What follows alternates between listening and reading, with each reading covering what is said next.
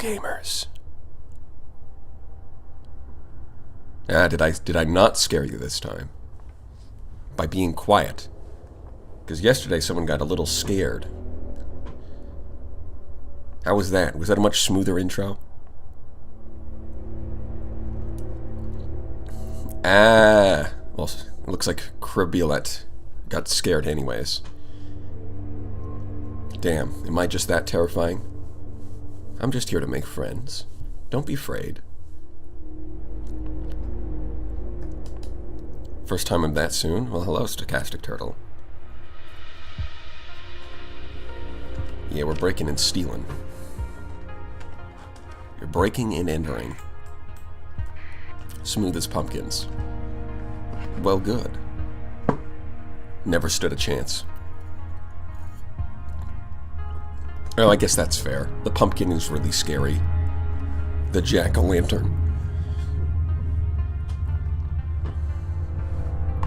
Just finished watching last stream on record and now watching this. Loud? Are you a beta core? No, I'm an alpha core. I'm just using the Halloween skin.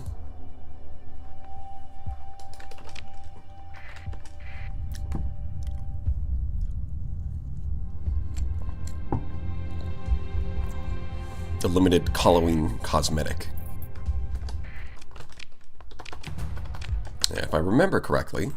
See, this is the nice thing about streaming, I think, this game 2 days in a row. Because if there's even 1 day gap between streams, then the first thing I'm going to do is be like, wait, what was I doing? I have literally no idea. But because it's this, like, 2 days in a row, I actually remember what I was doing. I have to go out of these planets to look for the next step in this quest. Cosplaying as a pumpkin? Yeah.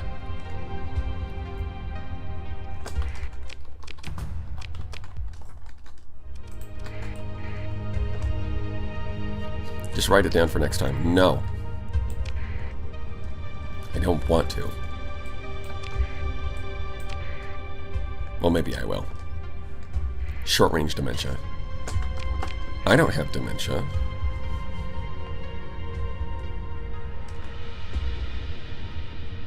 Yep. Patrol HQ, finally.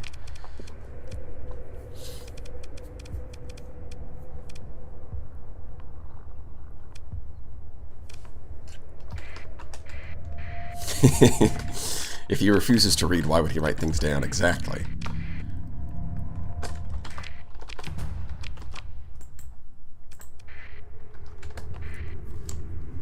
See, that just makes sense.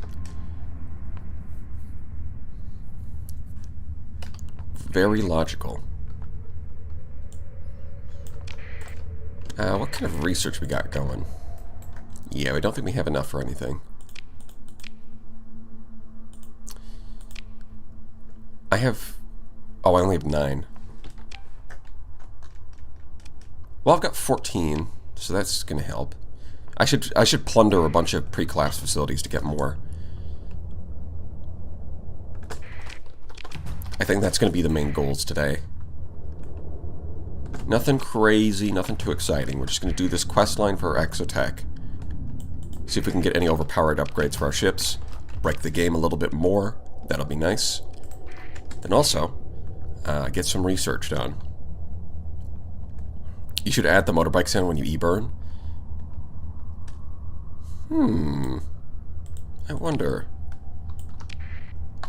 I don't know if I would be able to add that. There's probably a way to mod that into the game, but I don't know how I would do that. On the other hand, getting like a program that would just play it whenever you hit like 4 as a hotkey. That might be doable. What was that? Ancient Field Production. Although I think the real move there would be to just mod the game so that all the sounds are just like random memes. Not necessarily random memes, but like just stuff that's happened in stream. Taking sound bites, you know? Taking some classic sound bites from stream and just modding them into the game. Oh, apparently I've already surveyed this? Sure. Okay, it says it was around one of the planets in the system. Don't lie to me. Mr. Gilgamesh. Orbiting a local planet. Is it literally the last one? I guess you could say this truly is The Last of Us. Half-Life sound effects? Yeah, something like that. Could pull in like some Master of Orion sound effects even. The thing is, I would just... I would have to figure out how to replace the sound effects in the game, which is probably harder.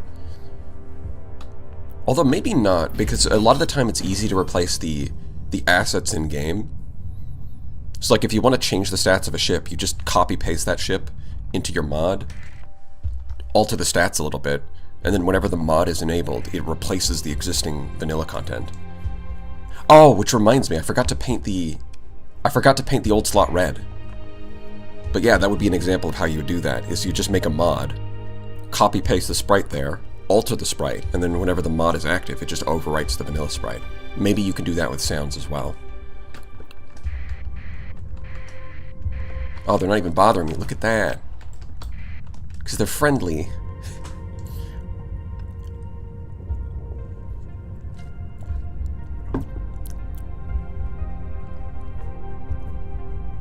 YouTube doesn't want to send my message? That's weird.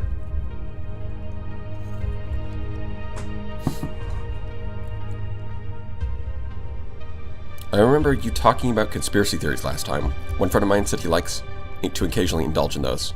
Kind of like a heavy lifting for the brain. Yeah. Yeah, I did think I mentioned that too, is that they're pretty fun to entertain. As long as you have an awareness of that, the limits of what you're exploring. Right, you shouldn't just believe something without sufficient evidence. But just because something's not just because you don't necessarily believe it, doesn't mean that you can't entertain the idea. You certainly can. Practicing explaining why something may or may not be true. Yeah. Isn't the old slot already kind of red? Yeah, it's not red enough though. I mean, look at the Venture. Slap some red paint on that. The old slot will be a real pirate ship. Although, I guess for now I'll use this thing instead.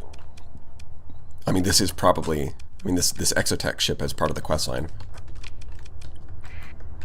So we've at least got a little Exotech representation.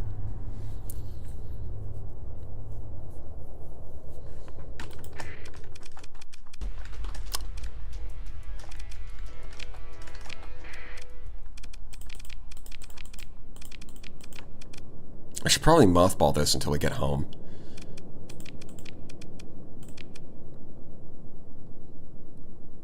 I might have to drop a couple of ventures to fit it in, though.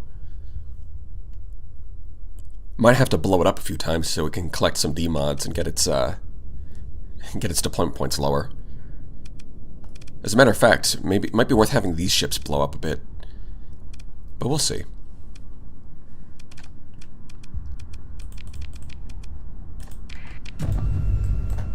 Well, that's the big map. What does this one do? Periodically reform. Ah, yeah, okay. So they got all the cool ones on their side. How's that fair?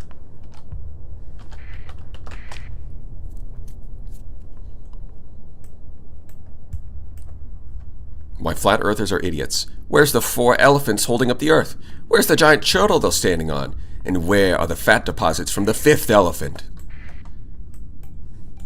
Discworld. That's a Discworld reference. I know what that is.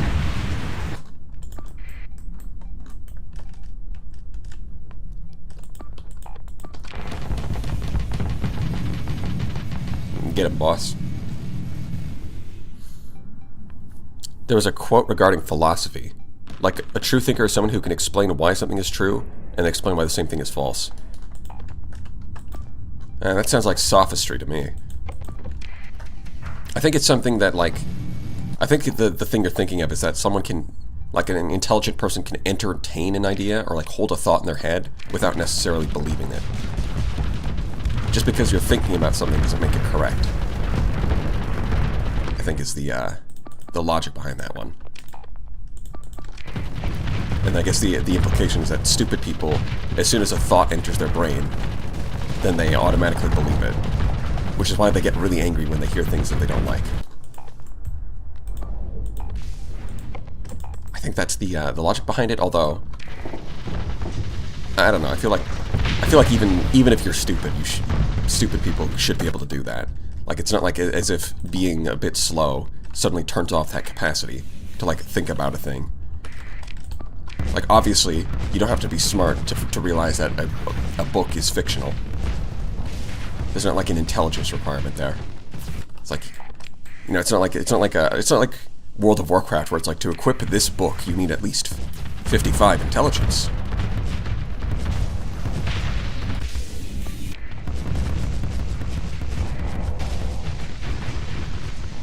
What makes you think we have any thoughts? Well, because I'm thinking about it.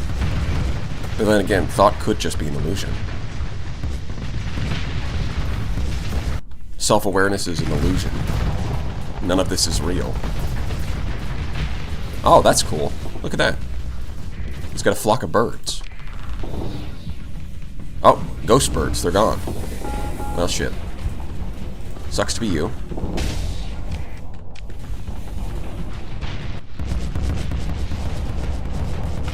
Anubis.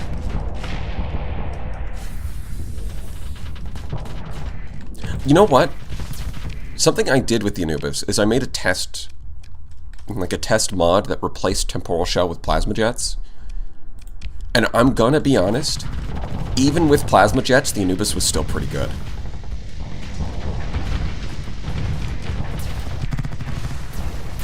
It was still pretty damn good. Like, the paladins are still really effective at shooting things down. The Giga Cannon still cracks open armor. It's still actually pretty good, even if you just give it plasma jets, which is kind of crazy.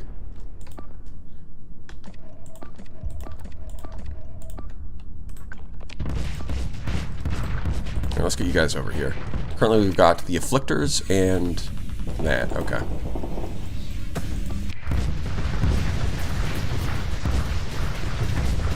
Yeah, we're gonna steal the ship, of course. Anubis. When you get the ship, you'll find out what the birds do. Well, they look like, they shoot beams.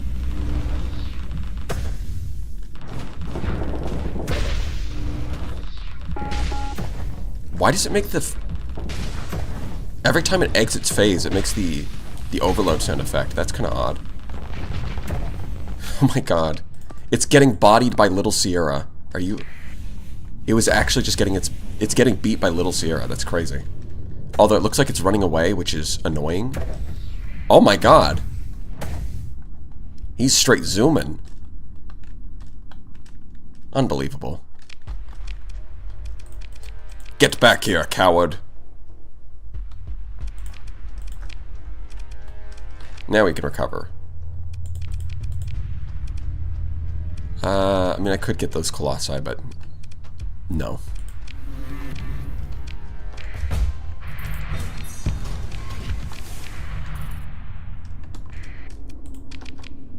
Well, we got,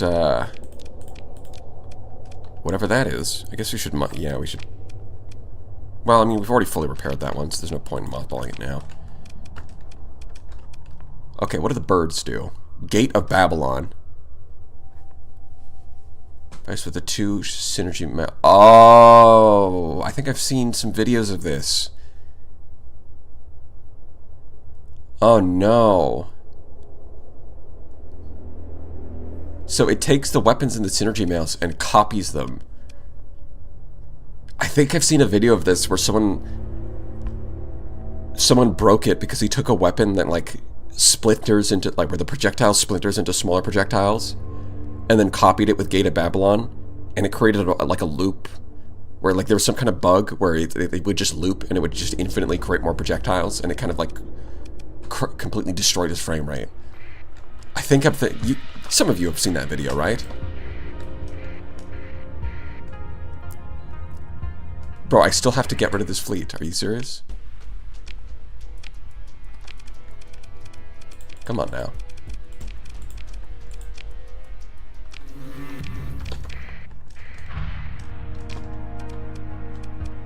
Or maybe I don't, but I did it anyways. Oh no, the Persian League. Oh. Service guarantees citizenship and the Forge, so progress is a lot slower than it could be. But it's still plus 27. That's the power of AI cores. Return to Xander. Okay.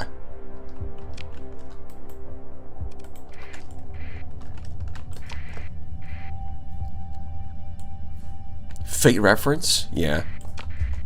What? What is this? Fate Stay Night in my star sector? Impossible. I thought anime fans were a myth. I thought that they made those up. I thought that they made that weeaboos were just a fairy tale that our parents made up to make sure the gamers stay on the straight and narrow. Next thing you know, they're going to tell me that furries are real. I don't think I'd be able to handle that.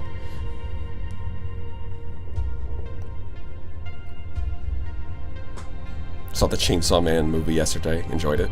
I haven't gotten around to watching Chainsaw Man. Although, I don't, I mean, I've heard good things about it. And the author seems kind of insane. Which is in the best possible way.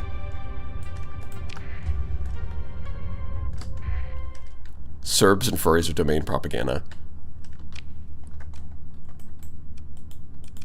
Do I have enough? Yes. Yes, I do.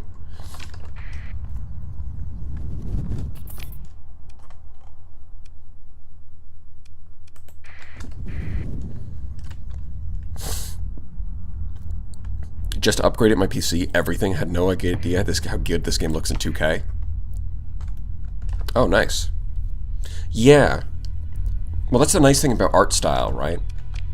Like, instead of aiming... Like, the problem is that if you aim for realism, and then you up the resolution, you're going to start noticing the flaws.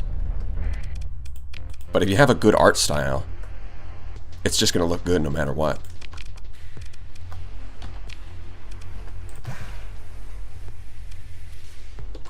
Oh, wow. I really can hold a lot of fuel. I guess it doesn't matter which... Yeah, I can just drop them off here, right? Yeah. Okay. I could upgrade this to a black site.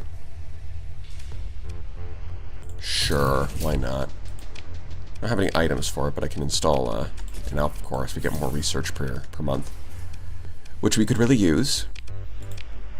Upgrade. Upgrade. Oh, so upgrading this one, you don't have to, like, go through that whole menu. This one we can't do until it's mech size. Upgrade. I've got combat drone replicators. Let's just throw that in there. It's about to grow in size. Oh, you know what? I can install an item, right? Yeah, we've got the cryo engine. How long until it grows? Well, at 13%, so it's going to be less than a month. I can just sit here and wait. Kangaroo. Fast missile racks and plasma jets, and modded ship names are 1,000 Death's Agony or some shit. It's like the Wizard War meme. Not only that, but a lot of the time the descriptions for modded ships' abilities can be a little whack. Like, if you've ever played Diablo Avionics, and you look at the abilities on some of the Wanzers, they just don't tell you what it does. Instead, it'll be some, like, flavor text.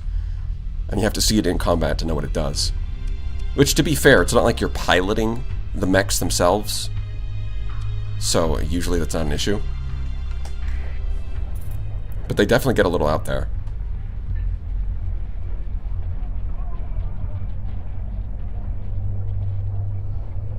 Kind of wish the Syndrians controlled more star systems.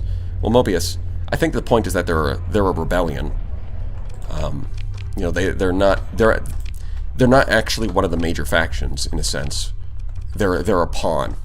right? They're a thorn in the hegemony side that's being propped up by the Persian League, but in terms of their own power, they're actually not a big threat compared to the real major factions are the Church, the League, Tritachyon, and Hegemony, where Sindria Dictat's only a small, a minor player on the sector. They're only like one step above just being an independent planet.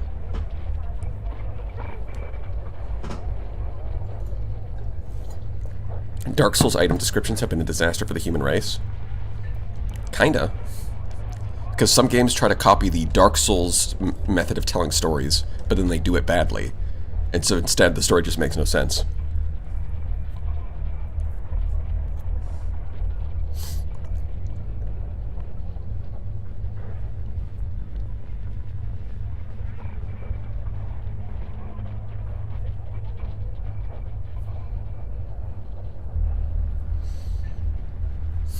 If you want the Sinjins to own more star systems, just conquer some stars for them, simple as. True. This is fact-checked by real Sindrian patriots.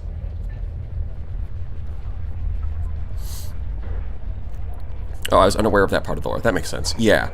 I don't think they're meant to be as powerful as the other factions.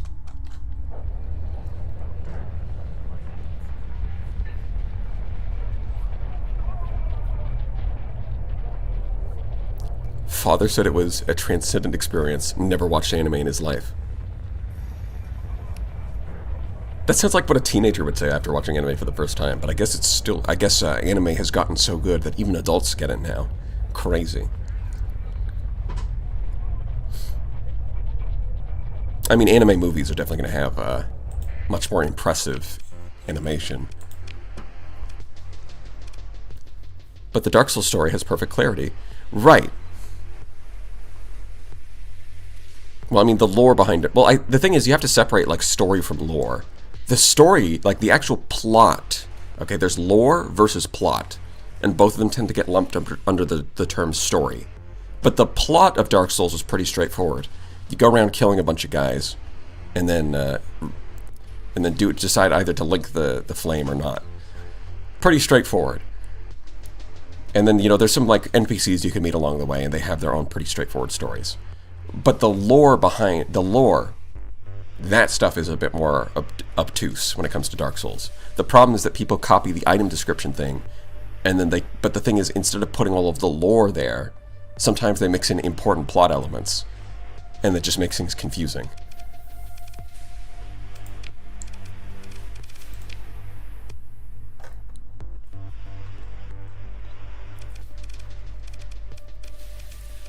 Yeah, I think we're gonna go smelting. We're gonna smeltle the meltle.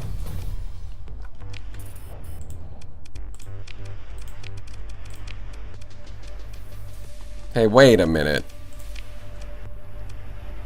It said that you can... It said you can add a catalytic core, but I can't add it while it's under construction? Well, that's just a downgrade from vanilla. It's outrageous. It's unfair.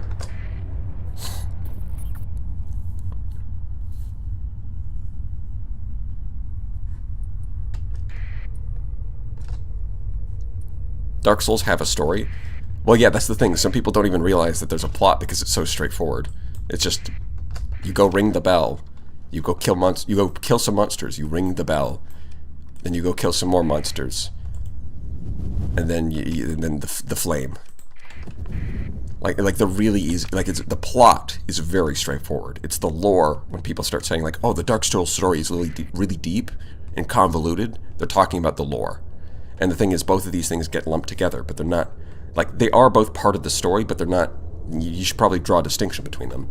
Because the plot is the stuff that's essential for understanding, like, the events of whatever game you're playing. But the lore is different.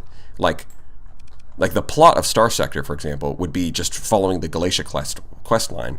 But there's a lot of elements of lore that you don't need to understand to actually follow the plot. Like, if we're talking about gamma cores... Or we're talking about, or not that, but like if we're talking about like the history of like why the factions are here. Like for example, Myasura, Myrath. To follow along the plot, you don't need to know anything about Myrath. You don't need to know anything about it. But the lore behind Myrath is really interesting. Right? And so you could say that Myreth has a really good story because the lore is interesting, but it's not really relevant to the plot. Where are they? Oh. Oh, they're going over here. Okay. Nice. Bro be yapping. Yes.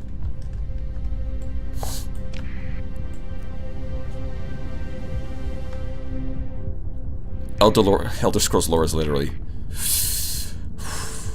So there are 16 different types of cats connected to the moons.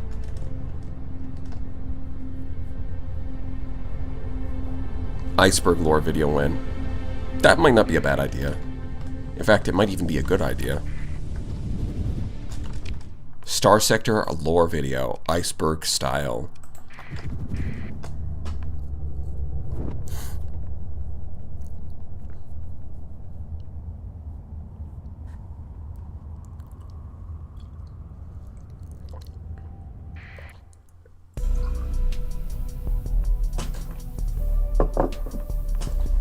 Quick, become the lore master. I mean, I believe there's a channel that does cover the lore of Star Sector called Steel Merchant. But, you know, I could do it too. There's no reason we can't both cover the lore. Trade. Well, okay. Yeah. Plus 200. Access to advanced equipment. Okay.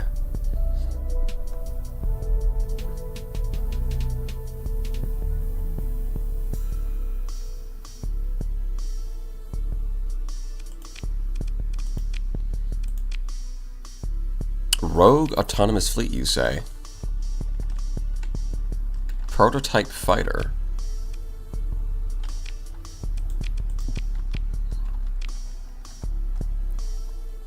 I mean, I think I feel comfortable handing over one of my 5 synchrotron cores.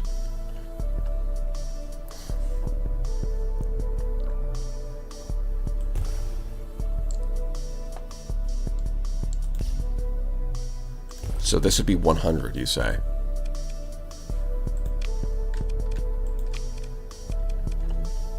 Wait, how do I don't think I can check the progress while I'm actually talking to them. Yeah. So another 100 would get them to here. Expanded supply.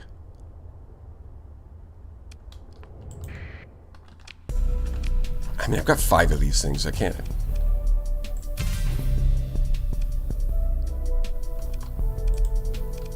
Yeah, okay. I can buy ships from them. So if I want more of these things, I can. Although I don't think I do. Oh, now I can buy alterations from them. Yep. We're getting those. Asteroid mining. Sure. I don't need it, but I want it. Wait a minute. Hold on. This isn't... Wait.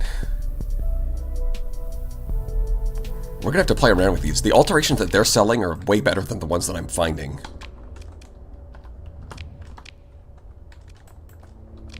How's that?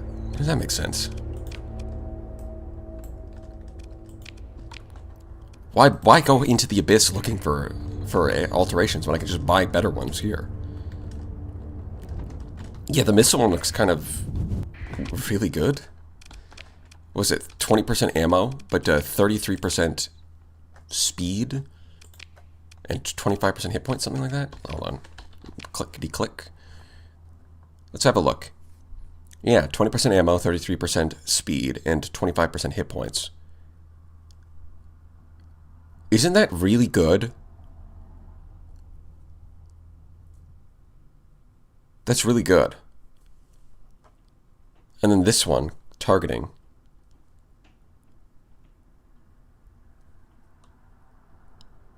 Okay. So this one increases the range, but reduces the damage by 15%.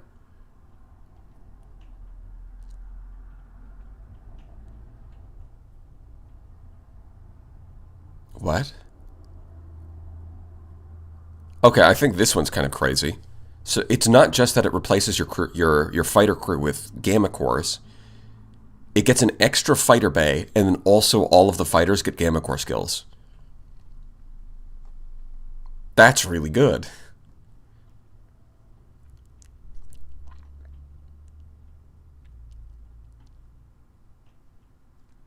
Overtuned targeting. Because this would, if it's 250 for maximum, that pushes Mjolnir's pretty close to Gauss cannon range for a 15% loss in damage, which does hurt their hit strength. But, I mean, it's tempting.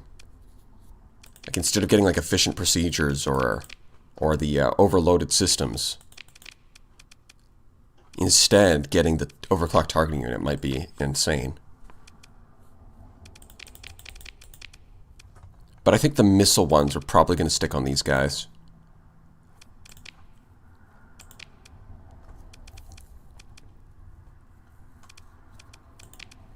Stick them on some of these ventures.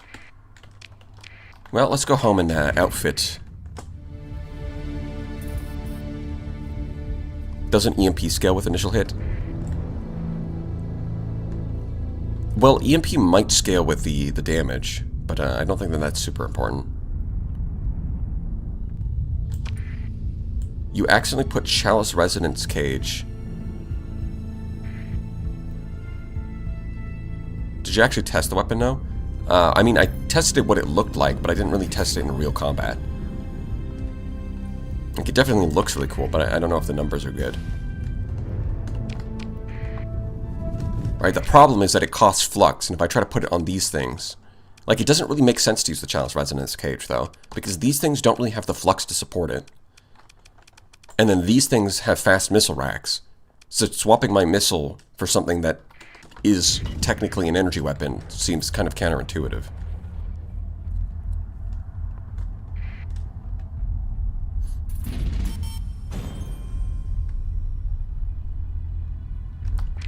But I guess we can at least give it a try.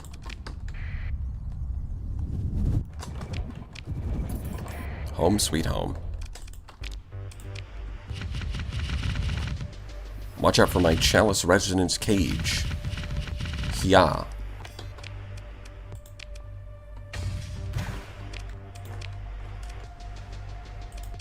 Drop that off. Sell these. Oh, I should probably drop that off. Yeah, if you actually got a decent amount of abyssal matter now, I think I needed 200 to activate that thing. We're getting there. We're getting there. Oakley dokley. Advanced asteroid mining.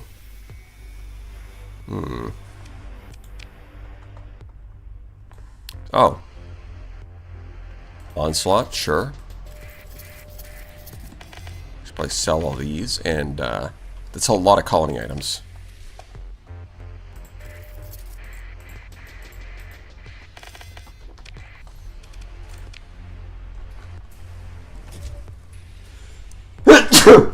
Excuse me.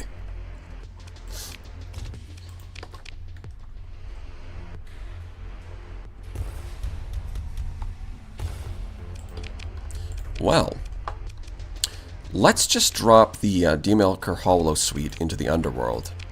We're at 1.7 million credits a month, alright? 2.1 million credits. No biggie. No big deal.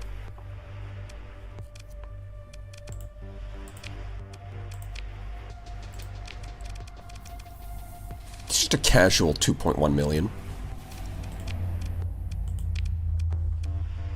Yeah, these are kind of useless. Just gonna have to stick to regular mining. Bless you, lad. Thank you. What does Seraph Cores do? I think those are specifically for abyssal ships. The Cosmos Core, Kronos Core. Yeah. These things are for abyssal ships.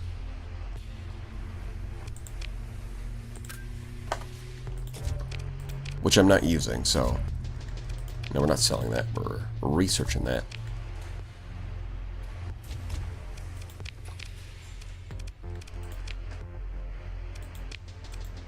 Okay.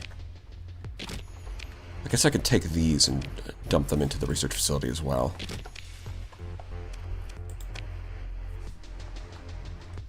I mean, look at all these items. Easy. Speaking of, we can get more. Capital abilities. Let's just set up more Abyss Delvers. Why not? So 2 months, and then Tech Hunters will be 8 months, or 9 months. No, 8.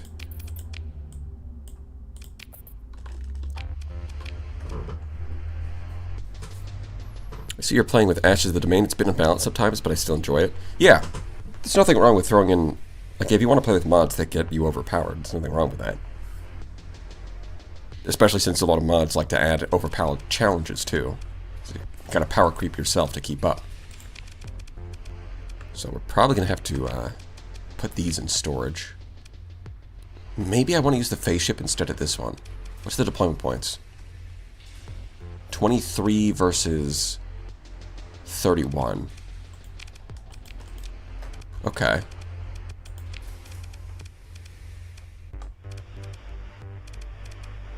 Huh? Where'd he go? Here. Okay. Which of you has the core now? Where is it? Wait, what? What's this? Man at a time. I don't remember getting you.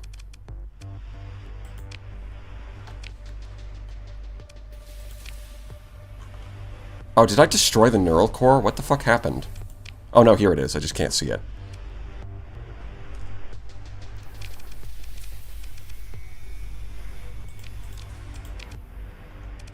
Oh, wait, hold on. So this one's a human ship, so I can't actually put it in there. Okay. This one I can put it in. Gotcha. Gotcha. Okay. I understand it now.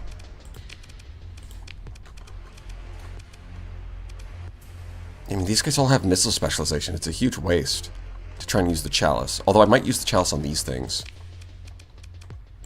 We'll just test it out. We'll see how it goes.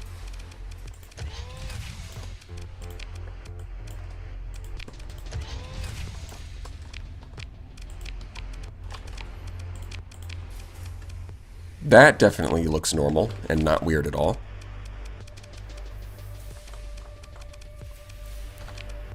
Let's give it a whirl.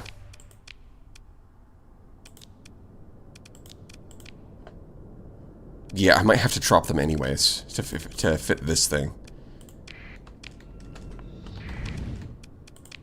Give me S mods. Go.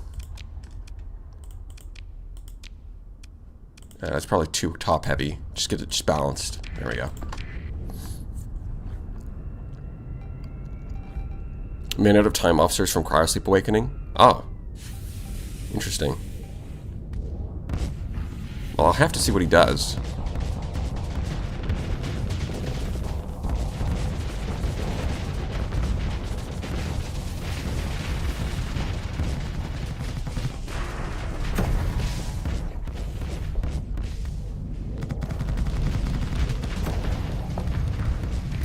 Look at this guy. Why is he shooting all of the projectiles at something out of range when there's a target right in front of him?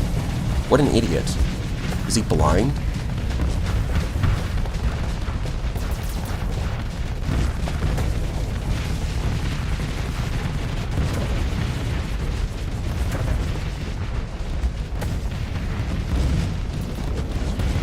Yep.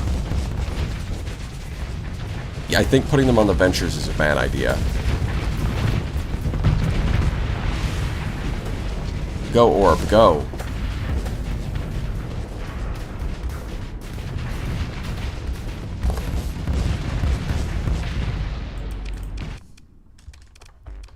Yeah, I think we're going to switch those back. Maybe we can put it on an Atlas, possibly.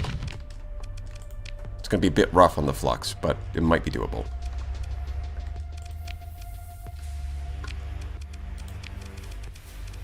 We put these two into storage, and then we bring back the Vanguard. Yeah, there we go. I've got 4 story points, okay. ECCM and missile racks? Sure.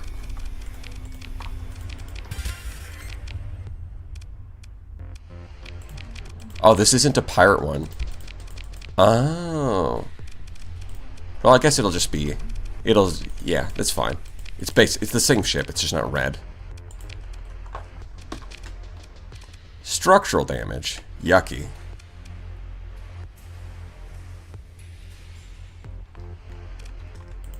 Yeah, I think we're gonna repair that. Restore. Okay. Exogrid. I ain't reading all of that. Eliminating exogrid restrictions on active venting rate.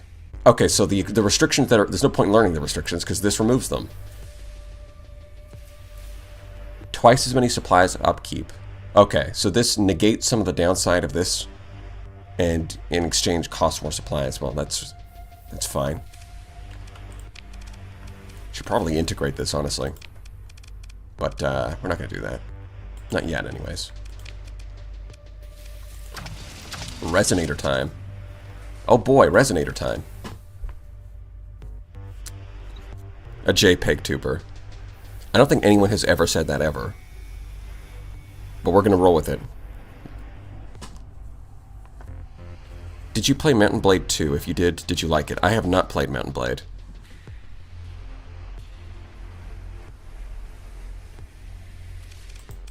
Maybe I will someday. Oh, wait. Oh. Oh, no. Oh, you know what we need to do? We need to go into the abyss, right? Okay, hear me out. We go into the abyss. And we get... You know what we're getting. The Hungering Rift. Fill these slots with those. So then it's all in on missile weapons. You better believe that's what we're going to do. At some point, eventually.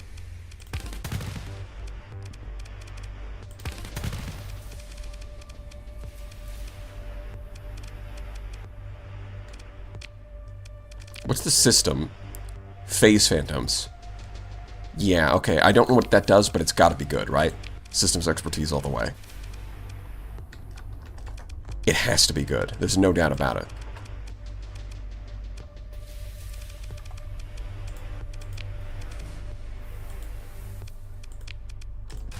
Maybe some mini pulsers? Maybe some burst lasers? Shock repeaters, perhaps? I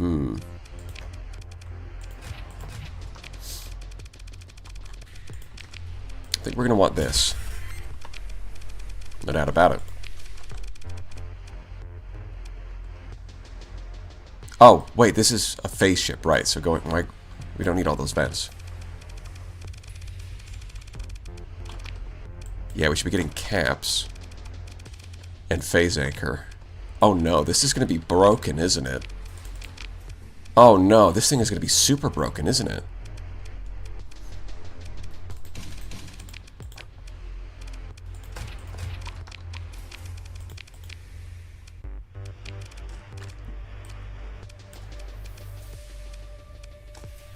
I think we're going to go with, yeah, I think we're going to get Hungering Rifts in these slots, and it's going to, well, maybe. They are kind of expensive, and they're more of a... Unlike these weapons, they're not burst damage, they're sustained damage, so maybe not. Hold on, I want to see what this does. I really want to see what this thing does.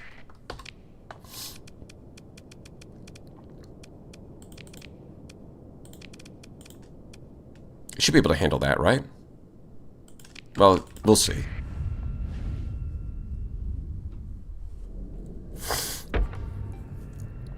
Are shock repeaters better than burst lasers? Well, burst lasers have better range. And shock repeaters... Well, they have terrible range. I think shock repeaters will perform better if you have the elite point defense skill to get their range up.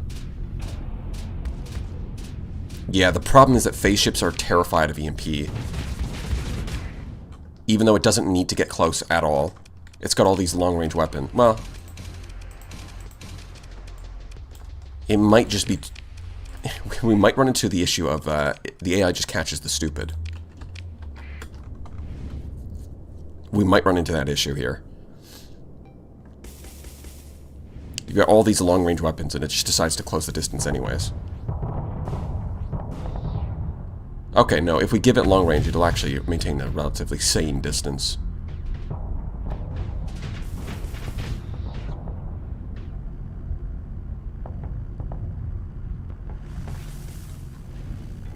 Although somehow it took enough EMP damage to disable the rift torpedo. Okay. In that case, maybe throw on some beam weapons.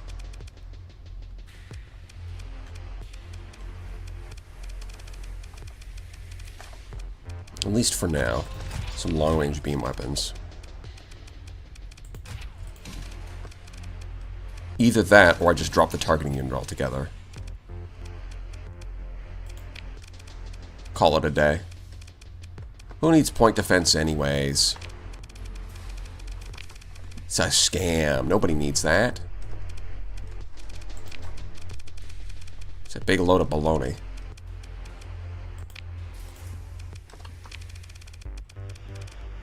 Huh.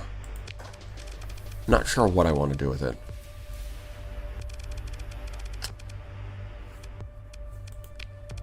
Maybe a safety of ride build.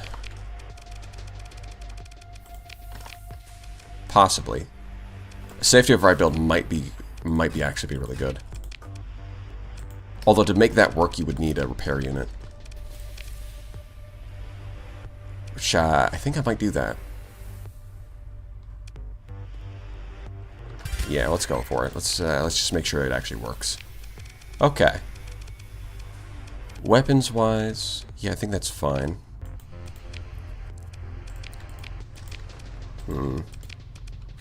What are we gonna do? Void blasters are definitely available. Cryo flamer, cryo blaster?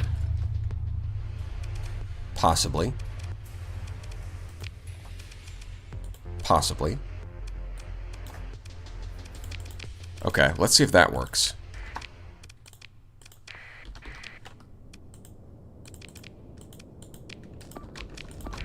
The annoying thing about testing phase ships is that unless you have the speed up mod, you kind of have to start in another ship. But it's fine. It's not the end of the world. You either pilot exoship yourself or don't use them at all. Well, that's the thing. It's that it's a neuro. This is like a neuro core that you can transfer to. See, the thing is, look at that. It just drives up to them, even though it doesn't need to do that. It does not need to do that. Brother, you do not need to do that. You have an automated repair unit. You're fine. Just attack. Just shoot. Shoot your weapons. Hit him with your gun. Like that. Yep, fire your rift torpedo.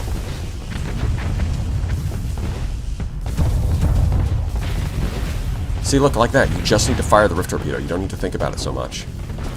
Oh my god. Wait.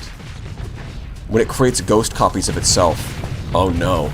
They can fire rift torpedoes? No, wait. That might be broken.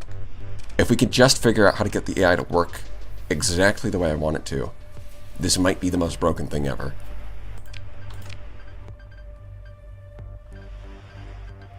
Yeah, we get unstoppable force as well, which makes the rift torpedoes even better because normally they're slow, but now they're fast. Very fast. Oh god. Yeah, oops, all dragon fires. I think I'm going to stick with the Omega weapons, though. I like them. So the problem was that it was not really using... It was using the mini pulsars, but not these weapons, which was a bit of a problem. It might not have enough flux for them, is what the AI is thinking. Maybe we'll just go with heavy burst lasers.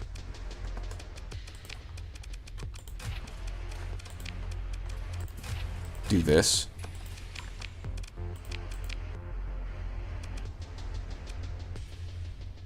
Yeah, okay. This might go crazy. Let's see what it does. Perfectly fair and balanced.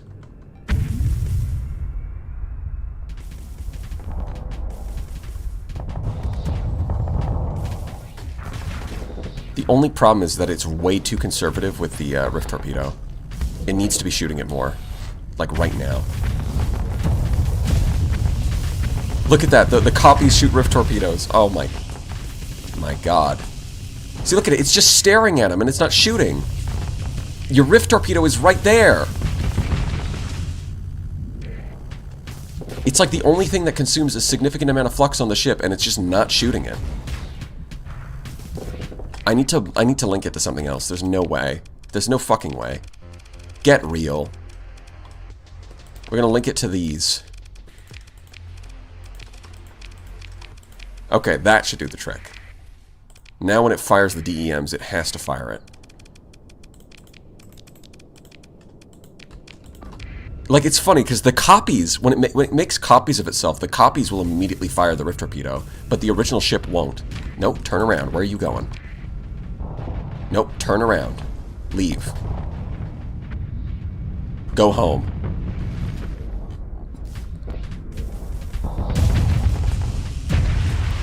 See?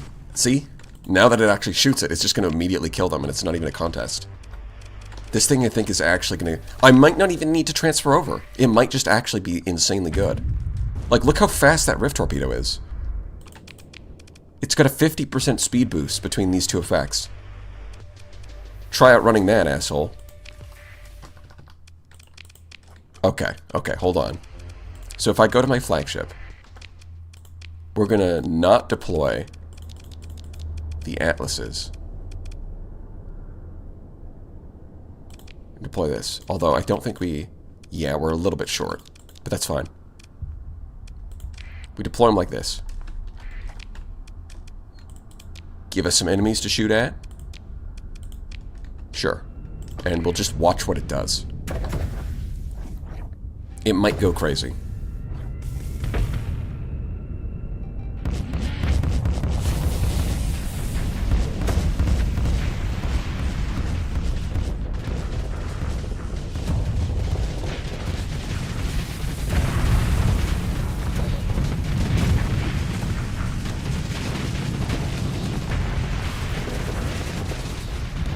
See, this is the thing with cruisers with safety overrides, right? For like, this is the same thing with the Doom, is that it maxes out its flux really quickly, but then because of safety overrides, the flux goes back down immediately as soon as it exits phase. So it can spam the phase ability. It's kind of a tricking the AI into working properly.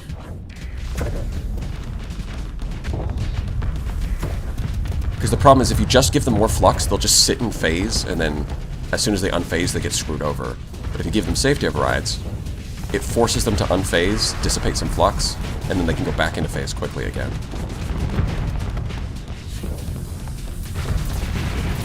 And that was a close one. Looks like maybe I'll link it to the resonators instead. We'll see. Like okay, now it's not attacking at all. It's just kind of sitting back doing nothing, which is odd. Like, make up your mind. Are you hyper-aggressive or not? Are you going to sit back and watch, or are you going to do something?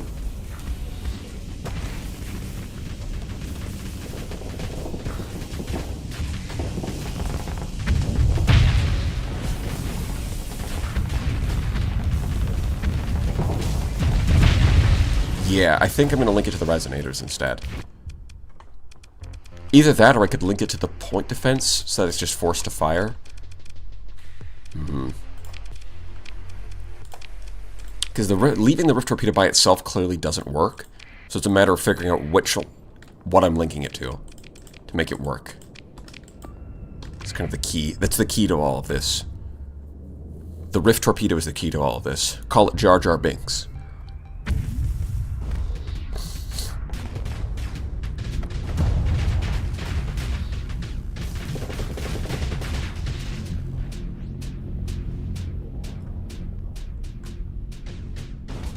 It's just a little bit of EMP damage. Just shoot. Just shoot the enemy with your gun. I might give it impact mitigation to try and mitigate that, but we'll see.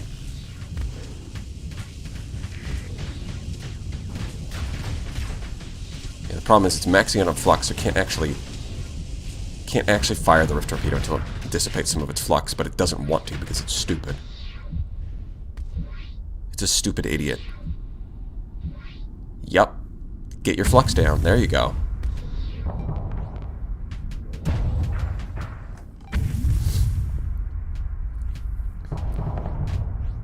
Look how fast that thing is. That's brutal.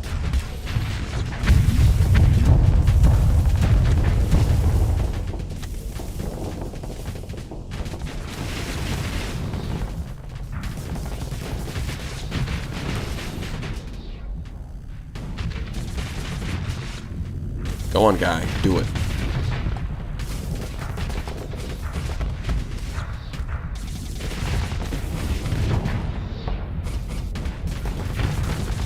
Yeah, the problem is... it's such a pain in the ass. Getting the AI to just not fuck up. Oh, I can't fully integrate it. I don't have any points available. Right. Cosmical Charge? Oh, right. These are the special cores. So the alternative is to just remove all of these and just rely on the missile weapons. The AI will keep its distance.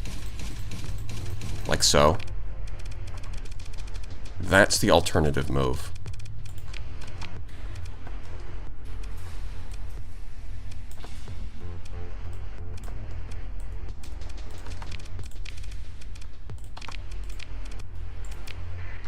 But the problem is I'm not sure that it'll do enough damage.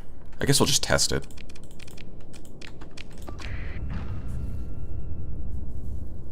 Just a filthy high-tech snowflake. I'm glad Advanced Gunnery Control mod exists. Yeah, this stuff is a bit annoying to deal with. I think this is the secret might just be just stick to the missiles, that it keeps its distance. Because this is an issue with Fearless AI, is it's always going to close to the shortest range of its weapons. Even when that doesn't make sense. Whereas if I just leave it with these missiles, well, they have long range, so it has no reason to close. Yeah, look at this. Why put yourself at risk when you can just kite the enemy? See, this is kind of why you could do a similar thing with the Doom, where you just equip a bunch of Omega weapons for missiles, like antimatter SRMs in the small slots and resonators in the mediums. Give it safety overrides. Well, guess what? The safety overrides don't hurt the range of the missile weapons, so it can just kite the enemy infinitely. A little broken.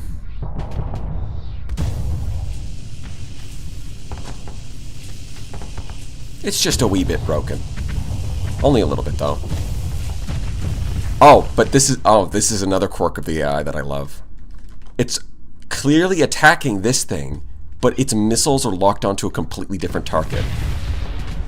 I don't know why the AI does that so consistently, but it does. It's the weirdest thing. It'll be like, yes, the enemy's overloaded, and I'm going to drive straight into them, but I'm going to fire my missiles at somebody else entirely. Why? Why would you do that?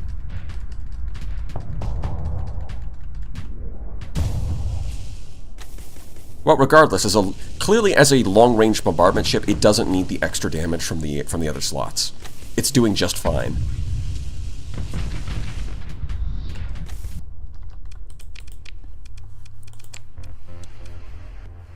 It is doing just fine. And if we go fight some demons, we might be able to score some Hungering Rifts for these slots.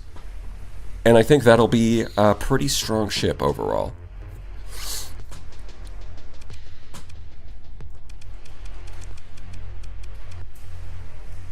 Yeah, let's go with that.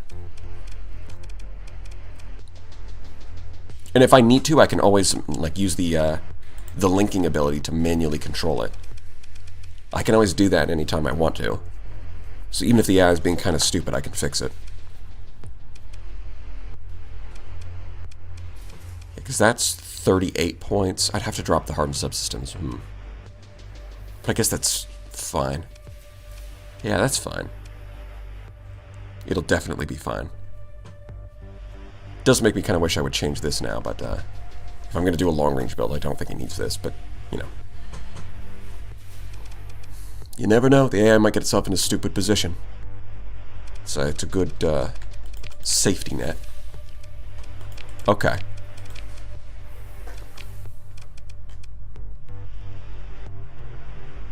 Do I really want this, or do I want to scrap it? Yeah, I guess I'll keep it around. The other thing I need to check is the man out of time. Oh. When piloting a ship that belongs to any domain battle group. So, this is just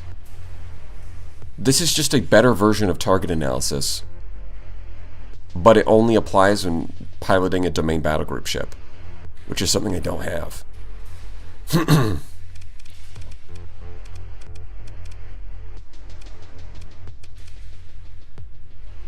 That,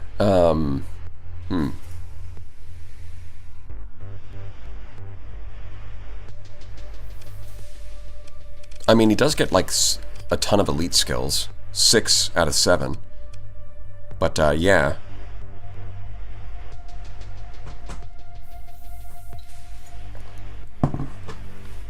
Well, I'm not really using domain battle group ships, so I guess we'll pass on that.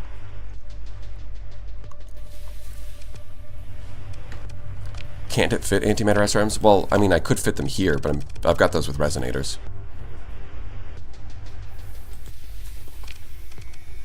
Yeah, Johnny Silver Sector thinks that clearly he's lying. A domain? Look, the Ark was a psyop, alright? That's the reason, okay? All of these people coming out of the cryopod say the domain was a real thing, but it's a huge fucking psyop. You gotta keep your wits about you, alright? Don't be fooled.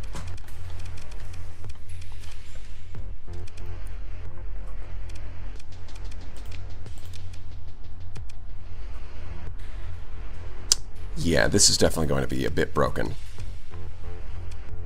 Just the way I like it. Oh, we're too far over crew capacity, huh? We'll drop some of these guys off. We do have a bunch of, like, Omega weapons that we could use. Another thing we could try is... Okay. This one has ordnance expertise. Maybe we can use the chalices here.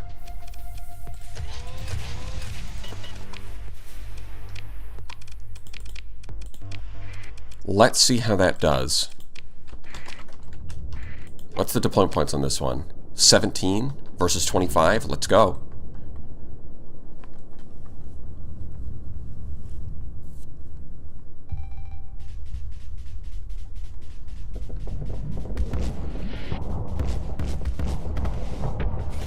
Oh. That generated a lot of flux. Although... just kind of doing good damage.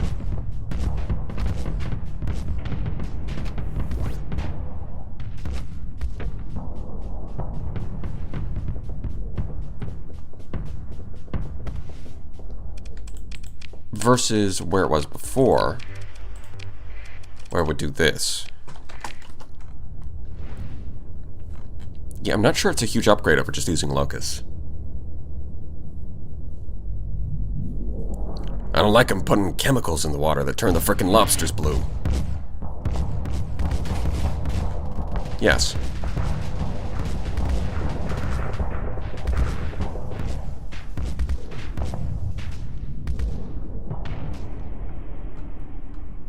You know, it might actually be better.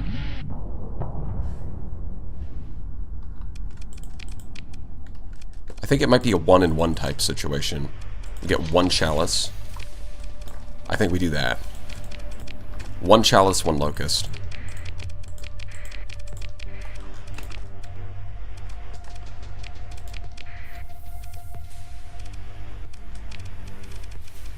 Oh, I've got to set these to auto fire though. Hold on. Auto fire them all. I think that's the setup. It's uneven, which is just the pirate way. Like, of course, pirates would have asymmetrical builds. I mean, I could replace this with a Rift Lance if I want to. Sure, why not? Why not?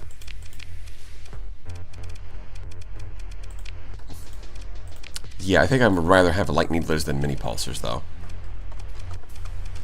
Yeah, this pirate fleet doesn't have a lot of great spots for the Omega weapons. Although here...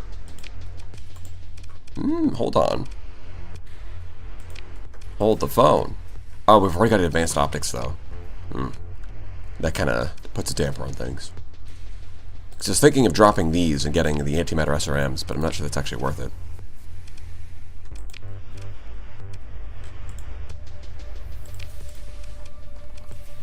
Okay, what if... What if Cryoflamer... Yes, that's a good idea.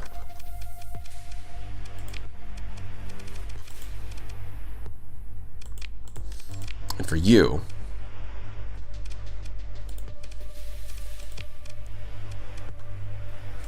I mean, just keep doing whatever you're doing. That's fine. Alteration-wise, I think... Yeah, we've got one more unstoppable force. Maybe on one of the ventures. Toss it on one of these.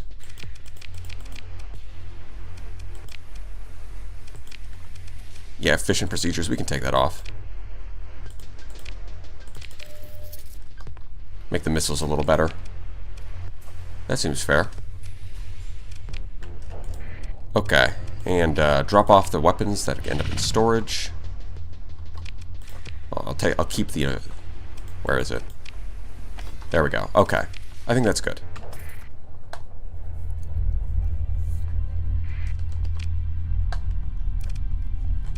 The flames are cold. Yes.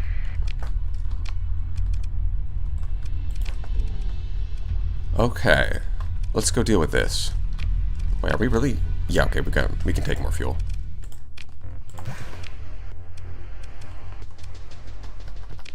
All right, let's go show them what we can do.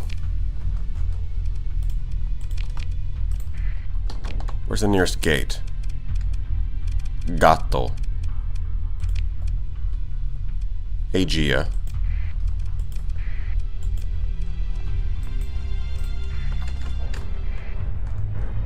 Off we go then. Tally-ho, lads!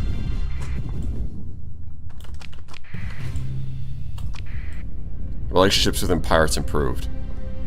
Okay.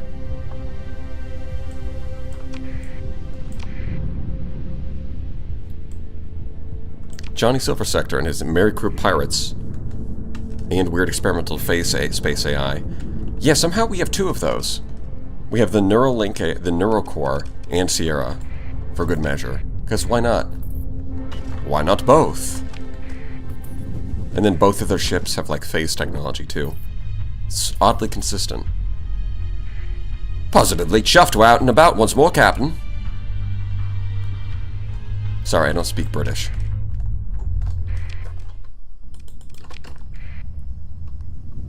But I'll just take that as a positive affirmation.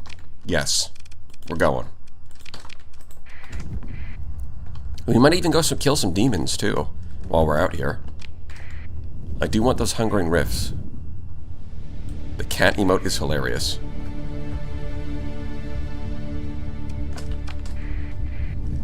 I don't know, it seems like an ordinary cat to me.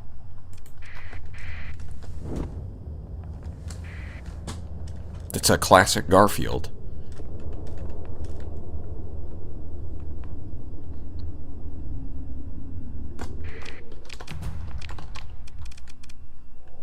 Orbiting a local planet. Okay. That does make them easier to find. Although somehow it's always the last planet. Liminal Gatto. Whose dog is this?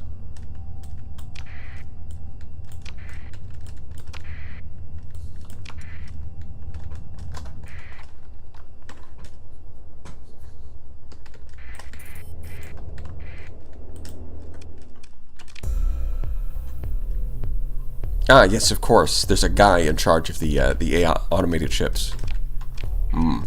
This makes sense. Yeah, let's throw in all the phase ships and then throw in those as well.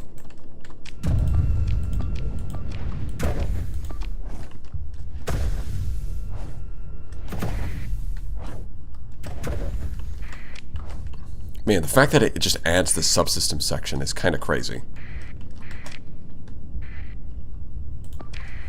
They're like, yeah, let's just expand the UI if you have a neurocore in your system or in your fleet. Easy peasy. Oh god.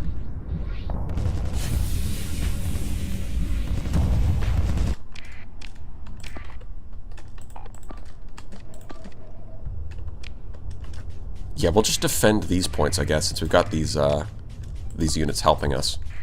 The enemy is pretty fast.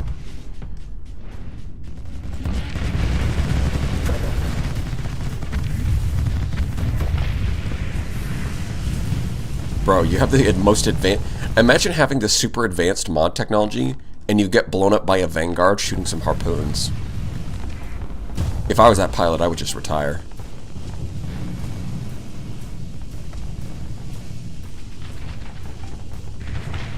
Look at that.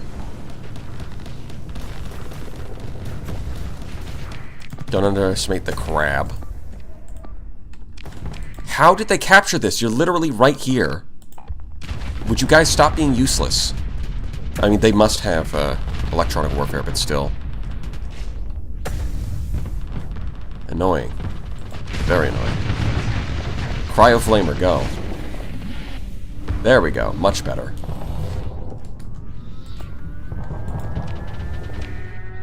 Oh, look at them. They just turbo jump. Sierra's now got a cryo flamer. I think that's a good idea. Yep, seems to be good to me. Bonk. There's not many. Yeah, they captured it again. They just instantly capture it. And then we instantly blow it up because it's not an issue.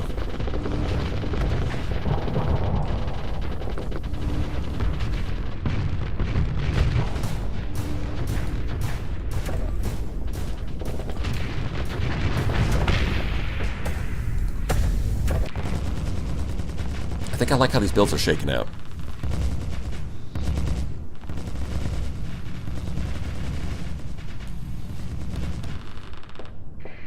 Bottom Gear Star Sector Edition. That would be pretty nice, wouldn't it? Oh, they're too busy shooting at a fighter. Enemy's getting away. We'll just claim our victory here. Pursue. Automated ships running away. And it still managed to get away, of course. I mean, I don't need to recover any of these. I don't want them. Apparently Exotech doesn't either.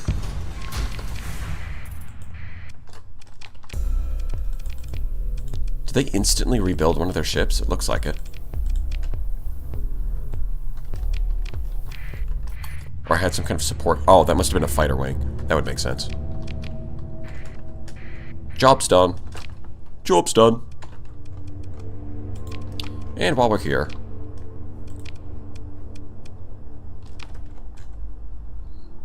Oh, it's some distance away. Well, let's go check this. We're gonna head into the... We've got plenty of fuel and supplies. We'll head into the Abyss. Maybe grab some threat. Maybe grab some demons. We can handle it. Warcraft 3 playthrough when? Warcraft 3 is pretty awesome.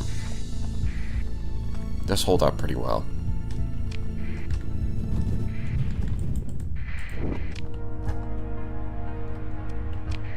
Research station right here, you say? More chalice. Oh, now we can just build them too. Cool. Wait, scalar tech? Huh?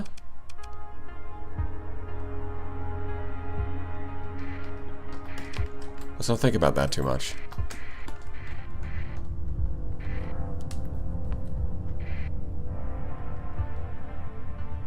I would like to address the allegations. I did unintentionally lie about the arc story point. It will happen again. Well, normally you would say it won't happen again if it was an accident. But you're just promising that you will lie again. So how accidental is that, really?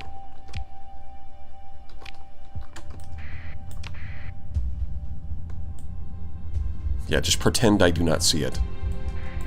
I think I did accidentally activate scalar tech on one of the streams. But I turned it, but if you can just turn it off, then,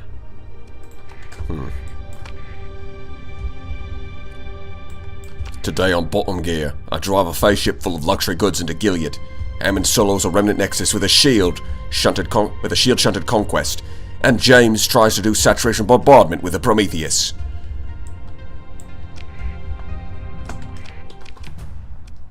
Something like that. With a shield. He's just running in there in his vac suit. All he's got equipped with him is a shield.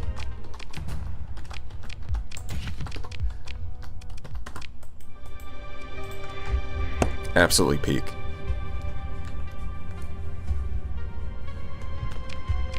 Yeah, that research station might have been it. That might be the only loot here. Yeah, Top Gear was pretty peak, wasn't it? I don't even like cars.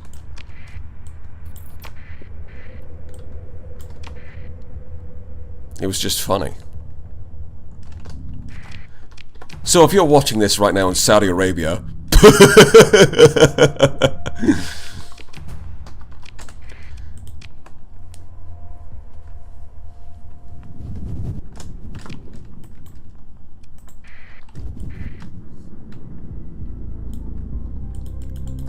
Alright, here we go.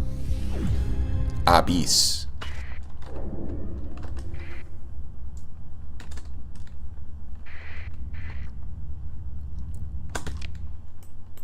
Let's go looking for some demons. It's demon time. Guys, don't go into the Star Sector Abyss at 4 AM. That's when it's demon time. I think I hear something behind me. Oh my god, they're coming out of the game!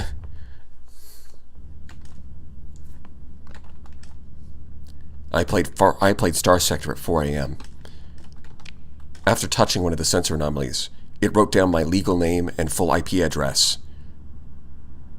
Thinking it was just a prank, I continued playing. I think we're gonna do the middle option. Oh, they get a bunch of these. Okay. Fair enough. Well, I'm expecting some deaths, but we are doing derelict operations, so it's kind of a whatever. I call that a big fat... whatever.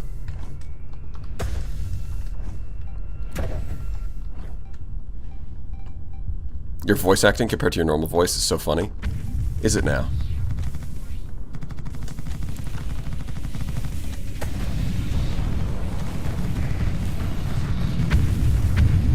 But which voice acting voice are we talking about? All of them? Any of them? A specific one? And how funny?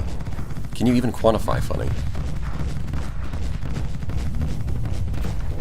It's 7 PM in Poland right now. Guys, don't play Star Sector at 7 PM in Poland.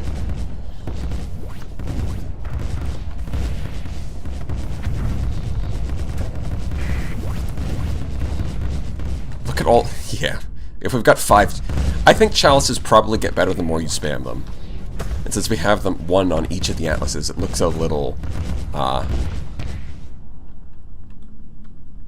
You would not believe your eyes if 10 million fireflies. That's what comes to mind when I see all of these.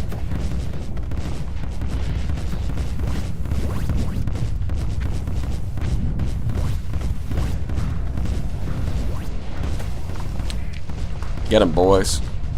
Fuck 'em up. Hold on. My flux is maxing out. Uh-oh. Although that does mean I get this, the temporal boost, so I'm actually faster now. I can actually keep up with the enemy. Just kill him. Yeah, see, these chalices, because they're shooting down all of the projectiles. All of the missiles that are getting launched by the Mar, just getting shot down by the chalices. Which makes this a lot safer. Chalice might be actually the move. Look at this. Look how easy this is. Oh my god. There's even an eye, but it's just... Like, what's it gonna do? Kill Sierra? I doubt it.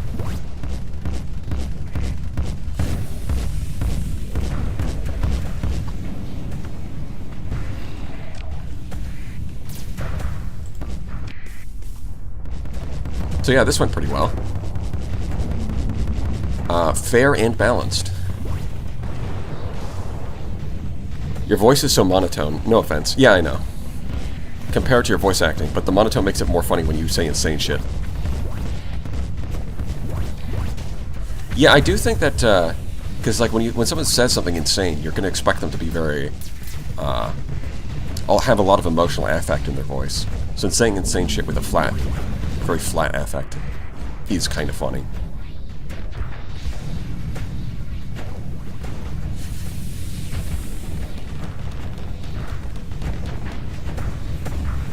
Captain Hegemony, here of the Hegemony, and protector of the Star Sector's souls. You shall unite League and Hegemony together through friendship. Liberal application of violence.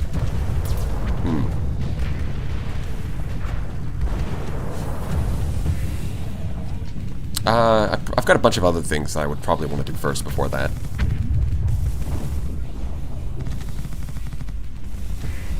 The chalices also allow you to build cursed starboard-sized Odyssey loadout. Oh, yeah. Because you could give it like a Cyclone Reaper in the synergy slot, and then fill the large energies with chalices. Although I do think that's kind of a... Something I do like about the chalice is I think it's kind of hitting on something that's a bit underutilized in vanilla. Because we have the only large synergy weapon we have is the Reality Disruptor. Like, every other synergy weapon counts as a missile weapon. The only one that counts as an energy weapon is the Reality Disruptor, but it just fires in a straight line. So wouldn't it make sense to have more synergy weapons that are like count as energy weapons but have tracking? I think that would make sense. But right now the only one that... Oh, that's not vanilla. Oh boy. Right now, the chalice is the only thing filling that void. Bring those to our R&D team first. Oh, do I have to put them into a research facility? Oh no. They definitely changed how these work. Project Exotic Energy Readings. Oh yeah, there we go. You only need 2.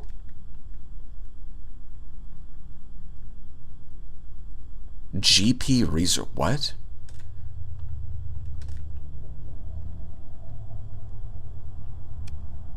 Yeah, I guess I'll bring these back and do that.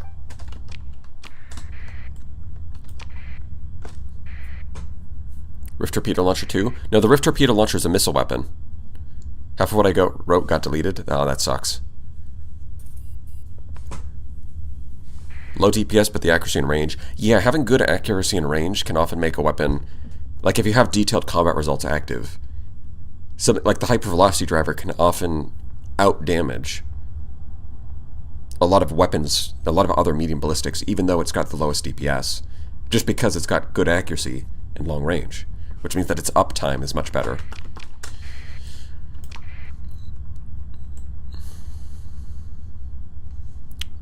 %100% missile. Yeah, I'm saying like something that actually counts as an energy weapon. But it's a synergy weapon, and with tracking. Although maybe Alex just doesn't want to do that. It's possible. Let's go looking for threat. Oh, we pinged 2 of them.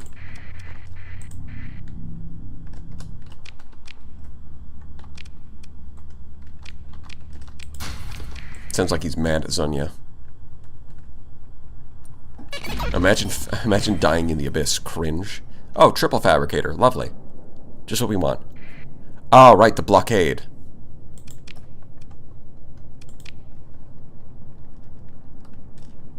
We'll deal with that in a minute. It's not like it's going anywhere anytime soon.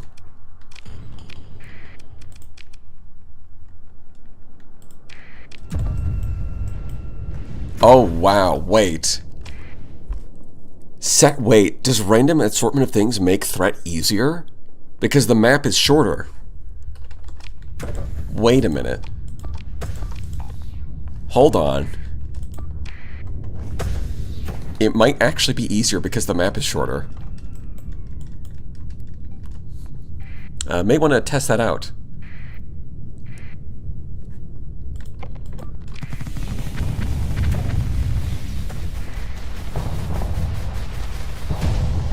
I mean, look at that. Go get him.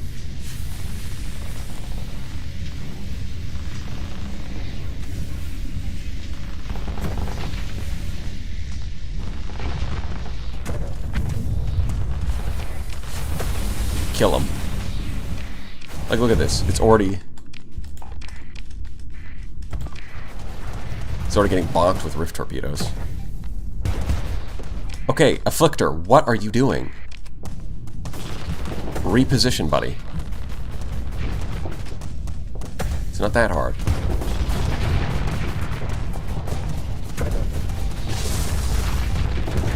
It's being a little stupid. Have you tried shooting? That might help. Okay, literally do anything. Nope, do it. Nope, that's not... Oh my god, they're so stupid. You guys are such morons. Just shoot your gun. It's at 2 HP. Literally all you had to do was shoot your gun. Shoot your gun. Fire bullets. Yup, shoot your gun. You see how easy that was? Incredible. Hit him with your gun attack. Use your neutral special. I mean, the thing is, it doesn't even matter because we have derelict operations. It's just annoying to watch.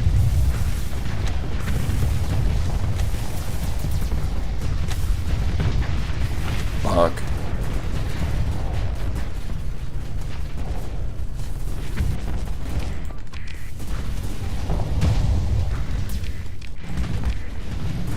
Yeah, I think the chalices might actually be really good. You might be right about that. Because, like, what? Threat swarms? What are you talking about? All I see are chalice projectiles. There's no threat swarms on this battlefield. Our chalice will blot out the sun.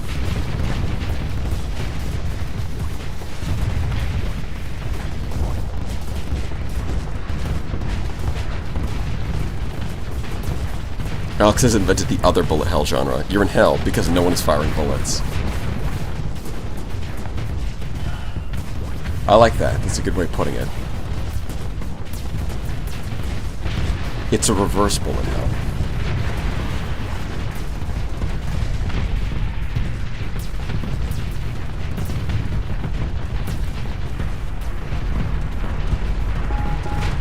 Look, even the Enforcer's still alive. Easy peasy.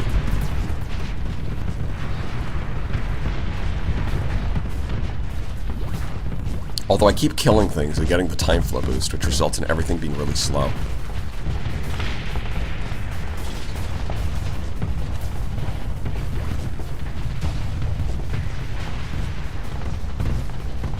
It looks like the Atlas Mark II truly was a weapon to surpass Metal Gear.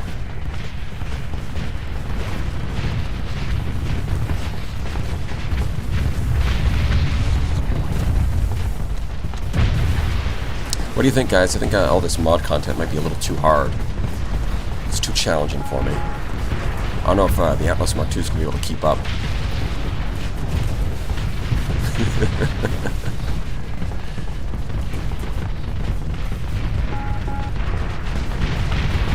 The ball is still alive. You better believe it.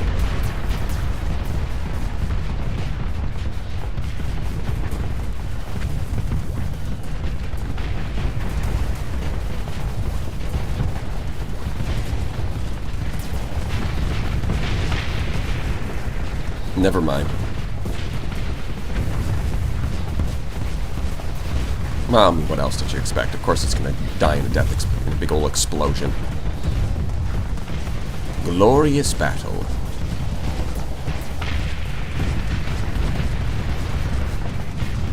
The enemy does not stand a chance. Oh my god.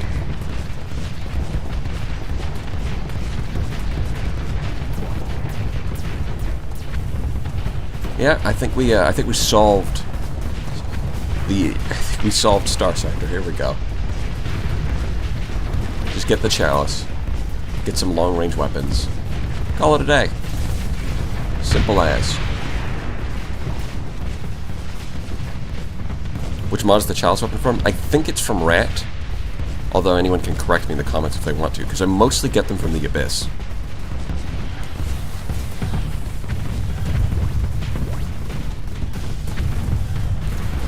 Chalice only run. Dear God. Pure dopamine from the visual effects. It does look very good.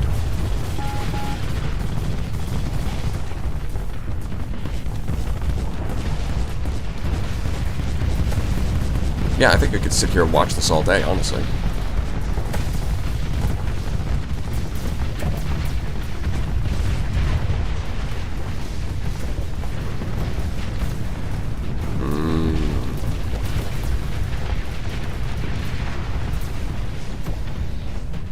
Oh wait, how are you alive? Didn't you die?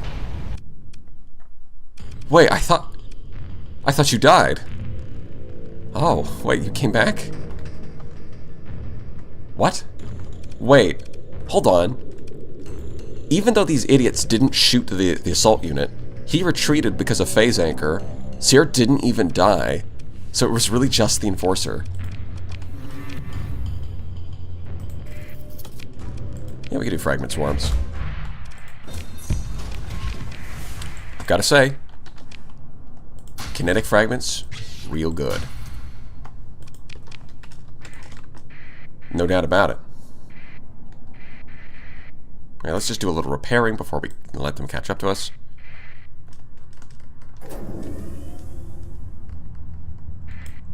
See, this one should be harder, because instead of, what I've heard is that when it comes to Third Strike, the triple fabricator isn't as hard as double fabricator with an escort, is what I have heard.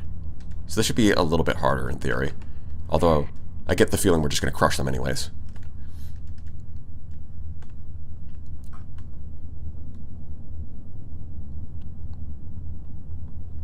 Kinetic fragments just allow for a lot of pretty solid builds. Because they turn your missile weapons into an infinite, or your missile slots into an infinite kinetic weapon. Which it turns out is pretty good on a number of ships.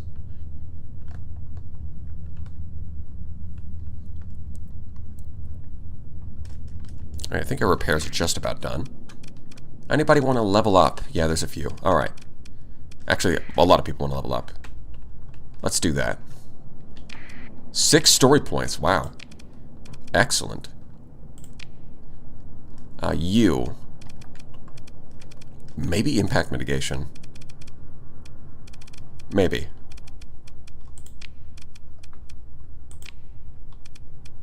Because we don't really need missile specialization if we've got one chalice, right? So we get impact instead. You. Ballistic mastery. Target analysis. Yeah, you hit level 7. Get that. Boom. Okay, you. I don't think I want any of those. We'll have to mentor that one. You. Possibly combat endurance. I think that's something I've neglected. Yeah, see, this one doesn't have this one does. Okay. Combat endurance. Make that elite.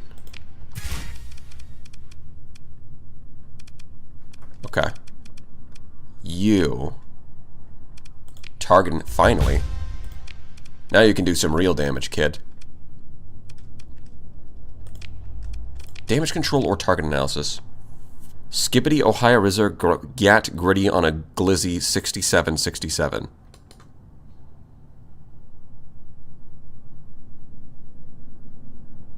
I'm just going to let that hang in the air so you can really think about what you just said.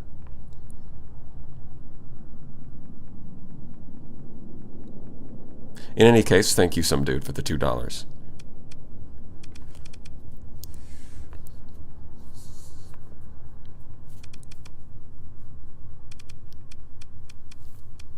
Go on a timeout and think about what you've done.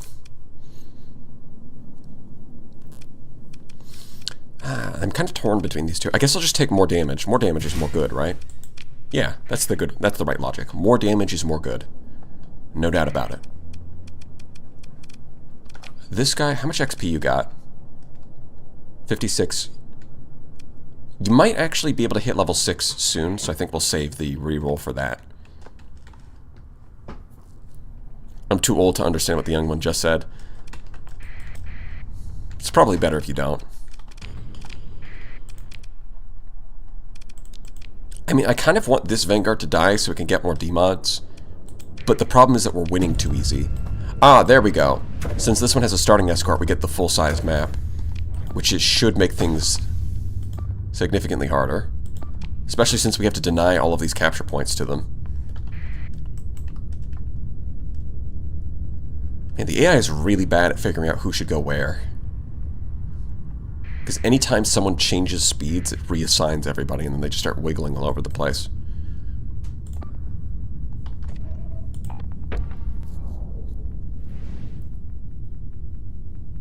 Brawl King after the first has been mid.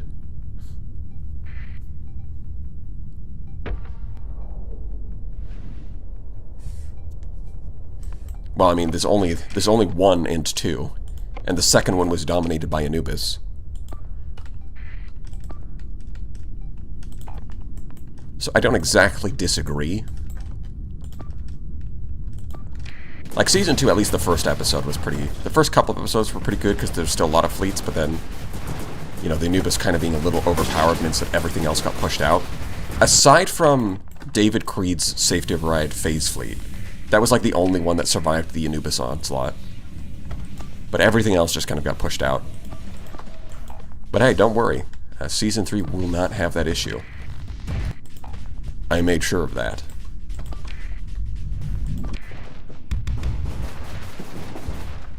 I personally went to Fractal Softworks headquarters and held Alex at gunpoint until he promised to nerf the Anubis.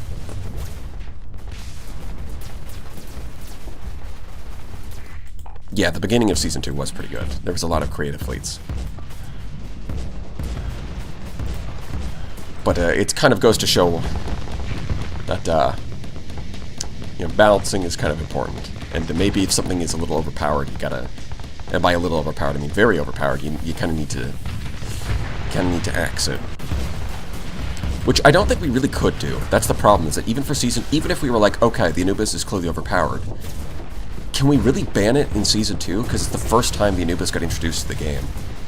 And obviously people would be, like, annoyed if they didn't get a chance to play with the new ship.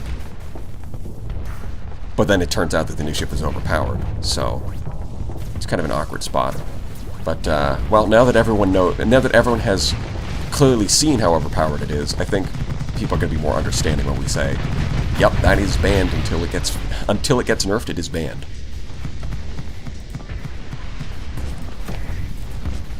So I think overall the result is about as good as it could have been.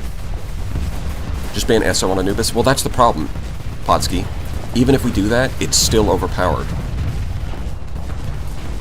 Because if you remember, like, my fleet had non-safety of ride Anubises, and I crushed... The only thing that my fleet lost to was safety of ride Anubises.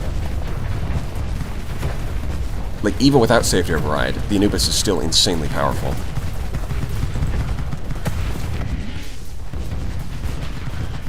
Ah, the frame rate. Beautiful. Fair point, yeah.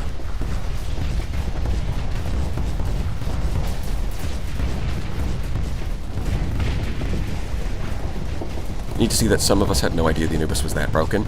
Yeah, I mean, it seemed strong, but I didn't think that it would be, like, that powerful. It's definitely hard to evaluate right off the bat because of the design compromise. So it's like, evaluating it compared to a regular ship is a bit wonky. But it's not until we saw it on paper. Although, to be fair, I think some people did figure it out beforehand. But obviously I wasn't one of them, otherwise I would have run safety overrides too.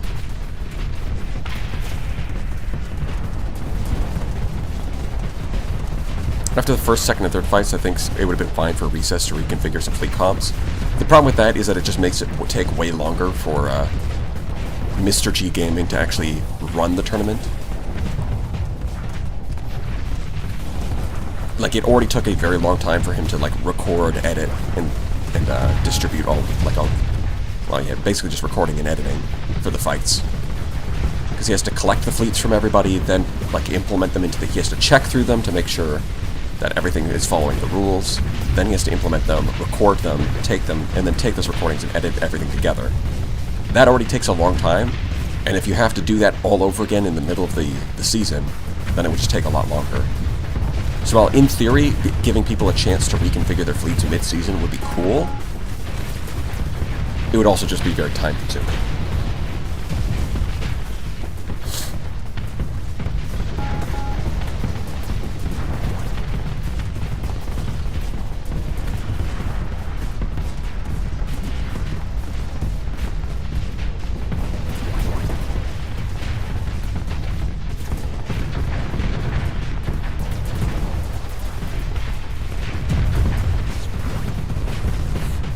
Would happily get eliminated just to our Farmora.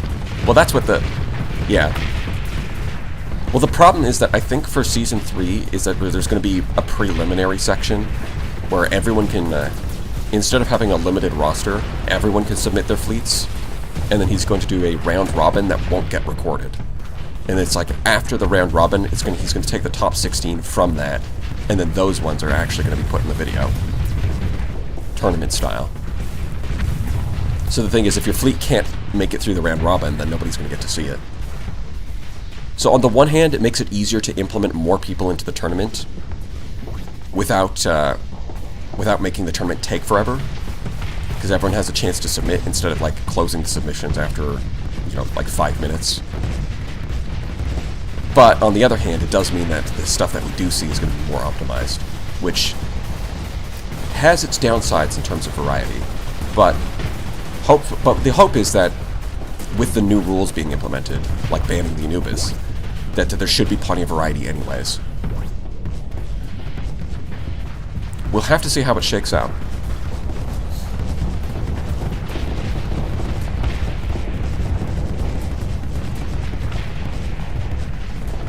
I mean, it's only the 3rd season. Got plenty of room for experimentation with different ideas. But we can only figure out which ideas work and which ones don't if we try them first.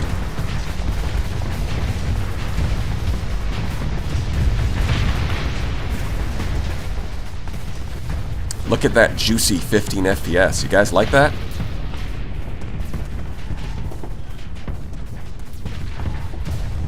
Go Gadget Chalice.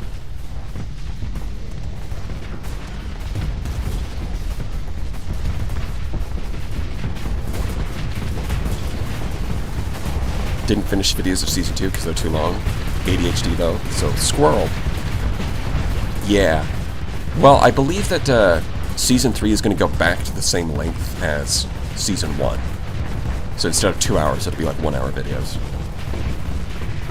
The Omega weapon rule you suggested is kind of cool. Yeah, I do think that having like... We'll see, it might be something like every fleet gets 50 points, for 50 ordnance points worth that they can spend on Omega weapons. Like, that's what I suggested. I don't know if that's how, if he'll do that, but we'll see. Although the one thing is you would have to ban the Reality Disruptor. You would just have to ban that because it's the obvious best choice. And if you're wondering why, just go back to the previous stream where I was constantly complaining about having to fight a Reality Disruptor on that one Tesseract. Boy, I sure do love getting stun-locked forever.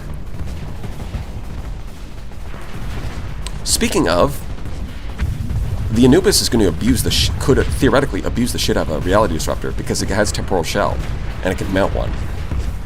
So you can use the Anubis. Even if the Anubis gets nerfed, you'll still be able to stun-lock people with a Reality Disruptor. Won't that be awesome? Rift Torpedo is not banned? Probably not. Probably not. Because while it is good, I mean, it's competing with all of the other Omega weapons, right? Like, sure, you could get a Rift Torpedo, but if you do that, that's using up most of your points. On the other hand, you could get, like, triple Resonator, and that would use up 18 points, and Resonators are really good. So I think Like, yeah, the Rift Torpedo is good, but I don't think it's outcompeting the other options. Whereas Reality Disruptor, I think you would just have to take it by default.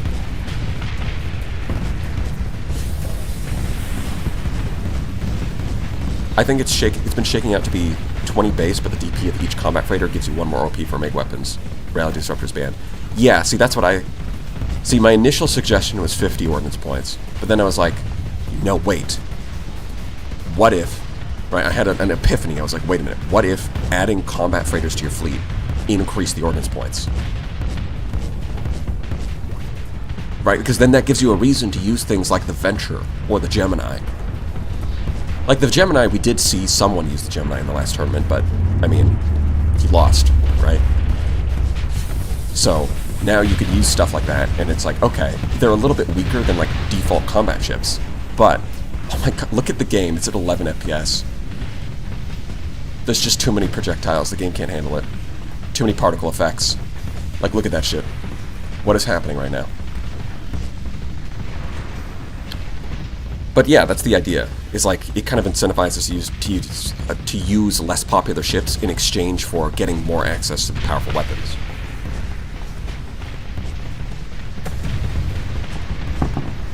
So, we'll see. I think it's a cool idea. I don't know if... I'll leave it up to the community to figure that out. Happy Christmas! I mean, there is a lot of green and red. We got them Christmas colors going.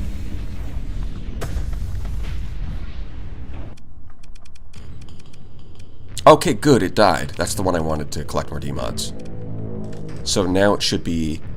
No, I think it's still 5. Hold on. Let's have a look. Give me a second. I can't believe how laggy that got. Like, it got laggy. The crazy thing is it actually got laggier when the enemy had less ships. So I don't think it's necessarily the number of objects on screen. There had to be some kind of particle effect that was screwing it over.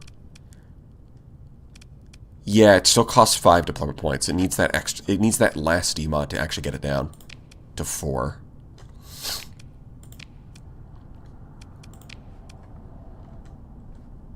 See, this one has structural damage, which is the worst.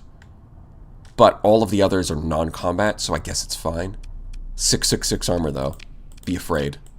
Be very afraid.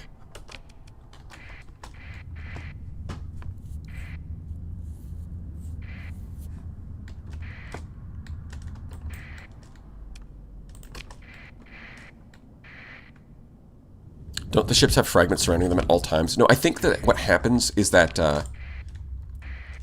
I think the fragment fabricators have an unlimited cap on how many fragments they can get, and they collect fragments from dead ships. So the longer the fight goes on, they end up surrounded with this massive cloak of fragments. And it just starts lagging the game. That's what happened last time, I think. Although I've never seen that happen in vanilla. It might be a modded feature. What the? Oh, there's my Abyss Delvers. Bye, guys. Boss, what are you doing here? Doing your job, obviously.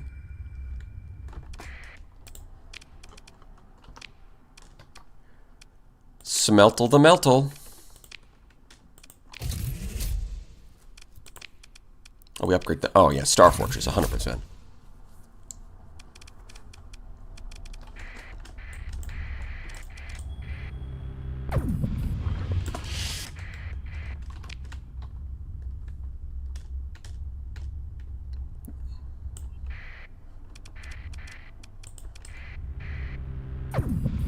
Thrive reference? Probably not.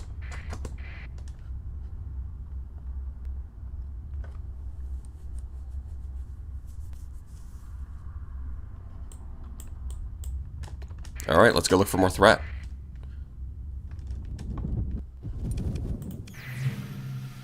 I'm gonna take that as a no. None in here. Although, to be fair, it does sound like that threat is more likely to spawn the deeper you go into the abyss. And we're pretty close to the edge. The fuck were those guys doing there? Those are, hold on. If I open up faction capital abilities, those are the Abyss Delvers. That's these guys. I sent them out to explore the abyss. So that's what they're doing. What are they doing there? Their best. Okay, that's a much better answer.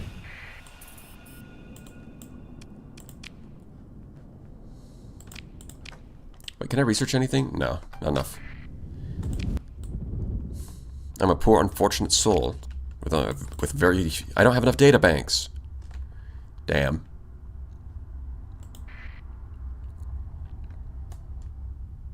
Would it be too broken if the collected fragments added to the armor of the fabricators? Okay, so kind of like... I kind of see what you mean. Not like armor, but if they like physically blocked attacks. On the one hand, that would be kind of cool. I don't think it would be too broken as long as you tuned the numbers correctly. You'd probably have to like nerf the fabricator's hull and make sure that the fragments don't have too much like defense on them. But something like that could be really cool.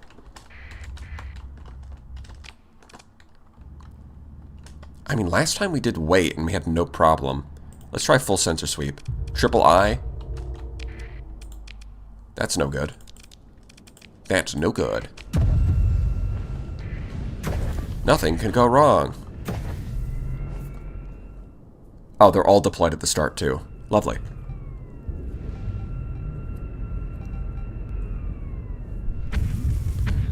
Yeah, you can't. I mean, in theory, I should be surveying them anyways because they only cost 5 with all the survey equipment I have, and then selling the data will give me some.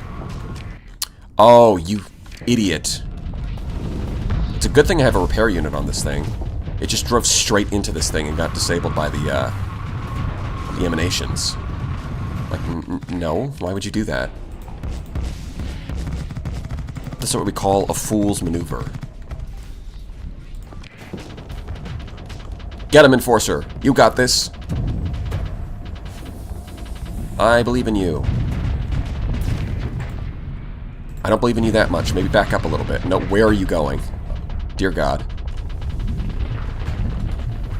And he's got the maw facing backwards. That it theoretically could be useful if anyone could get in range. He's super dead. Bye-bye.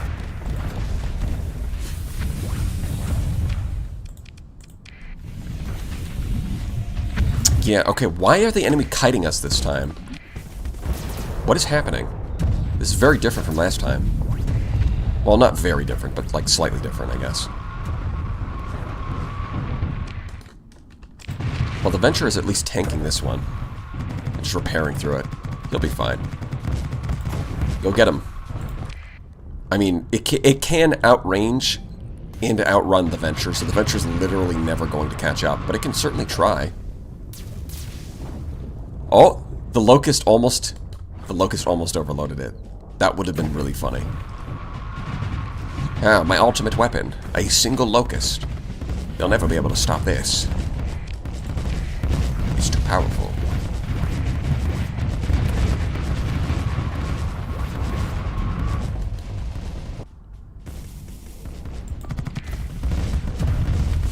Yeah, jump forward if you want to. That's totally a good idea.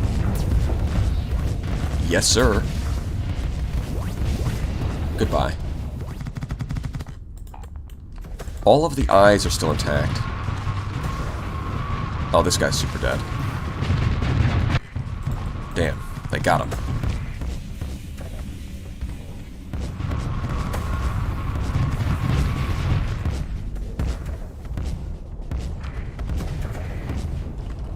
Which one am I? I'm this one, okay. Yeah, can we focus on the eye, please? Thank you. Instead of being an idiot and shooting at random other targets, can we shoot the eye? Because that's clearly the most threatening. Thank you. Man, the AI sure has no idea what it's doing. There's a perfect opportunity to shoot the eye and just chooses not to. Truly incredible. Okay, let's get both of these guys over here.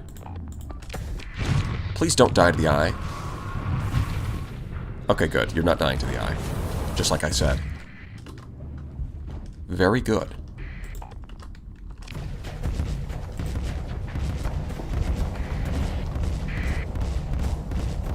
Come on. Put the hurt on him.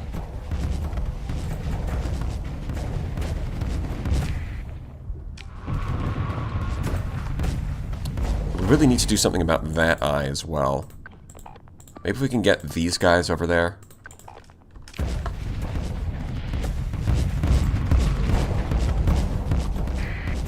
Maybe I can get my guns on target. Come on. You eye bastard. Ocular bastard.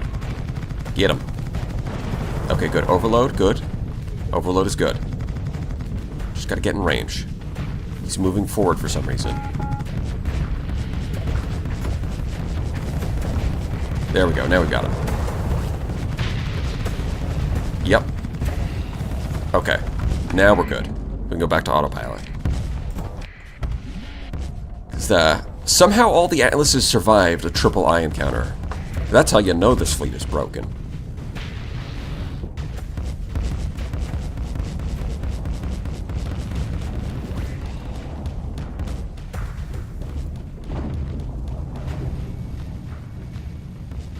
That Javenture genuinely had a shot if the Tendrils weren't eating up the Hydras? Yeah, kinda. Is there any fix to escort order constantly moving in front of the ship they're escorting? No.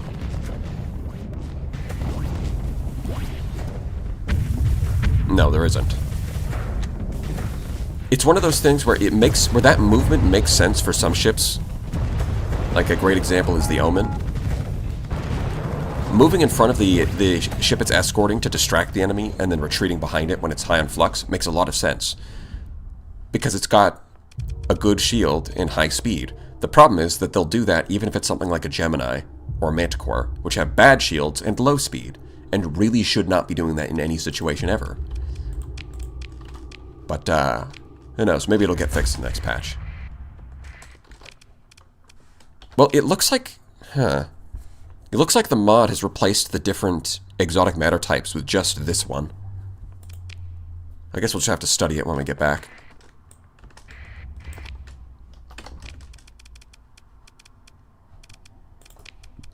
How much XP you got? Okay, now you're level 6.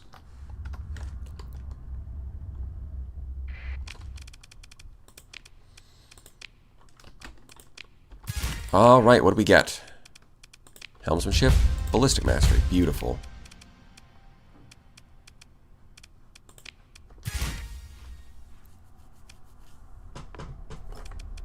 And then this guy can get missiles. Yeah.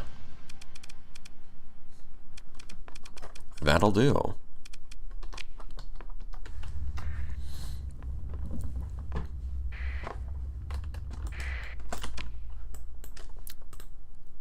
Let's go hunting. Come on, demons, I ain't scared of you. Do your worst.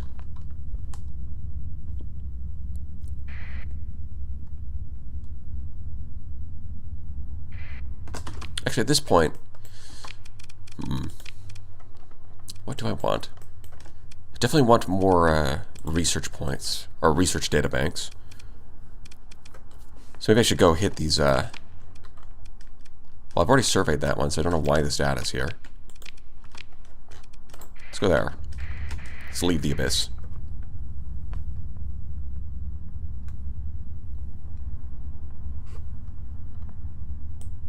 What's that?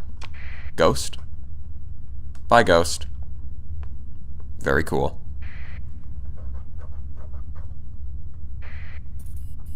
Do you want to build in the... Oh, yeah. I do want to build in the AI core.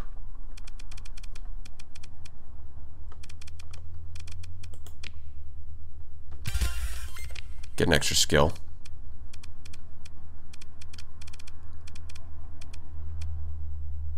It's not super important. I guess we can get more flux stats.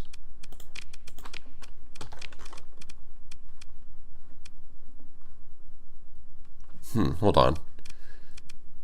What was I planning to get? So how... Okay, hold on. 2,180?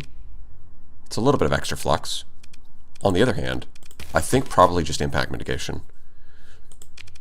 That combined with repair unit means it should be able to stop crying every time it gets hit with some EMP.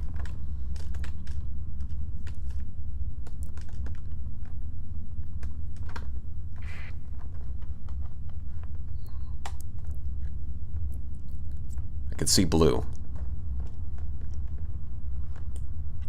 I can also see a sensor.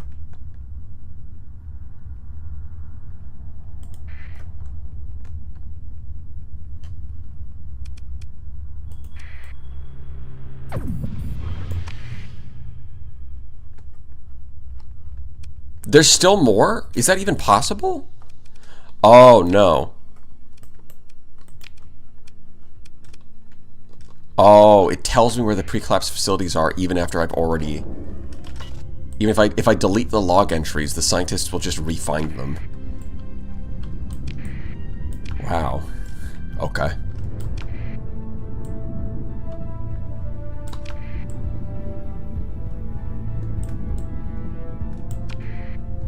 Spooky, scary skeletons. Yes.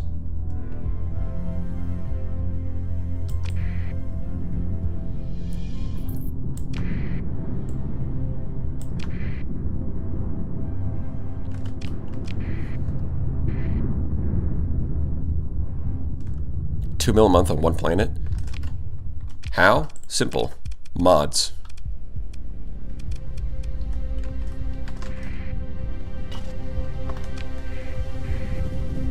How do you have so much cash? Mods. Although, to be fair, you could do this in vanilla, too. Once your colonies get nice and profitable, you'll just eventually have $1 million. You can just do it faster with mods. What'd I miss? We went into the abyss. That's what you miss. Well, there's a mining station and a habitat around this one planet. What are the odds of that? Take it.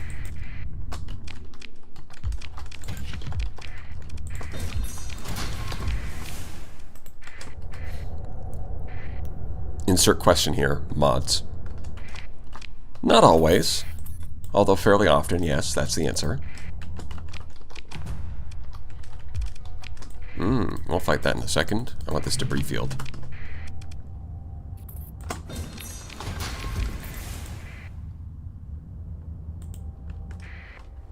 We do need a cache sync in this game. Well, we're kind of getting one. With the, in the next patch, we are getting... You'll be able to use heavy industry to change S-mods at the heavy cost of credits. So, you know, if you want to change your fleet a little bit without farming S-mods, you can instead use credits to do it.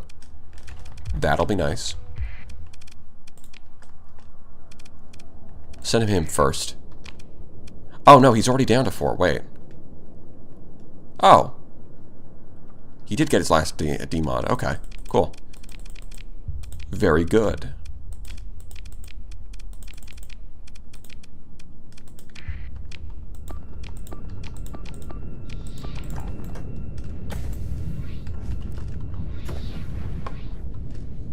Unfortunately, made the mistake of deploying them awkwardly like this, but I guess we'll just have to live with it.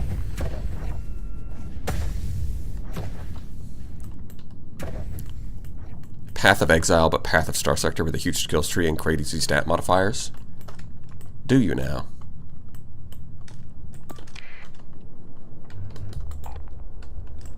I generally prefer simplicity when it comes to those things.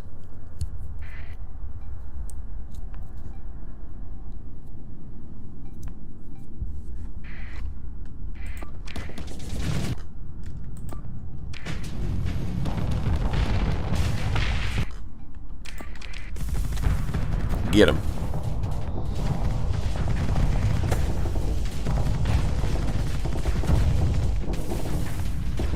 Oh boy.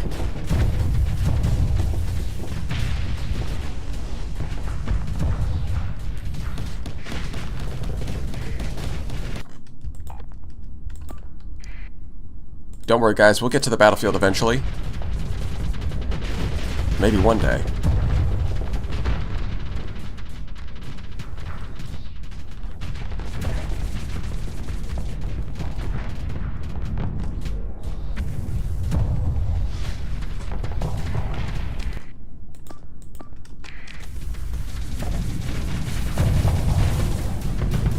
Path of Blood? I mean, if there was going to be a Path of Exile type mod for the game, it would have to be Path of Blood, right? That would have to be the name. It's just obvious. I don't think... We're not even making it to the battlefield in time. The enemy's already dead. He's gonna die to the vanguards.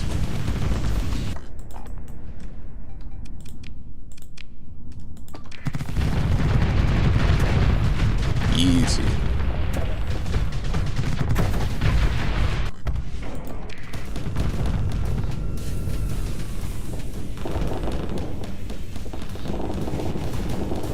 I'm still wondering why phase can't fight each other while phased. I mean, if you think of phase ships as submarine warfare, it would kind of make sense. But I think then part of the problem with that is that it doesn't really make phase ships much more interactive. It just means that phase ships are the best counter to phase ships. Which I guess could be interesting.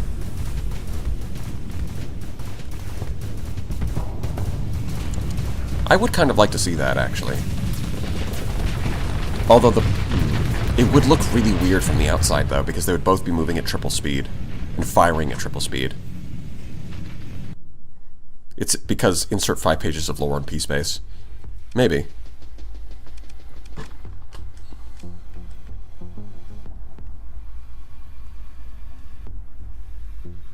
Iron Shell sure is a neat mod, but I don't get the anime portraits. Some people like anime. And then they make mods.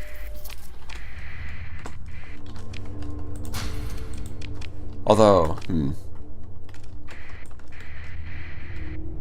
that's the kind of thing that, because a lot of the time the problem is that, not necessarily that there is anime, but that it kind of, like, clashes. So I'm wondering if it would be good to have a... Because something you could do is you could make a mod that replaces the vanilla portraits with anime versions. But then also have that mod cover a lot of the popular mods like Iron Shell. So then, like, the default Iron Shell could match the... You could make a version of Iron Shell that matches the vanilla portraits, and then if you want anime, you could install the mod that does that. But then it would also... But then the anime mod would also cover the vanilla portraits to keep everything consistent. Although that would require some coordination between the modders, which is not impossible. Which would require them to be willing to put in that extra work for something that they may not care about.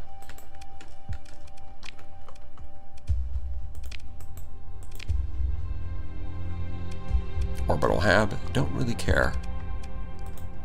Yeah, I'm gonna say don't care. Oh, we already did that. Okay. Let's see if the Daybreak has more goodies for us. Gato.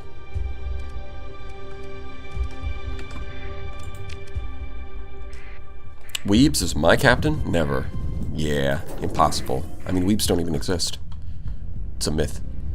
They're not even real. Anime isn't real. It's a psyop.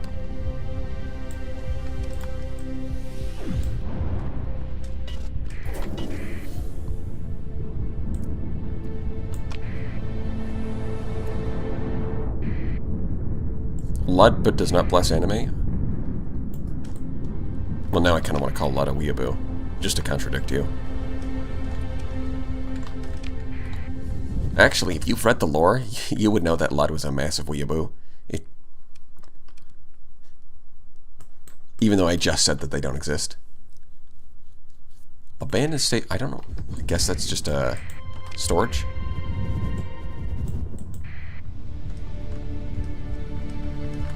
Persian blockade? Oh yeah, I've got to deal with that. I forgot.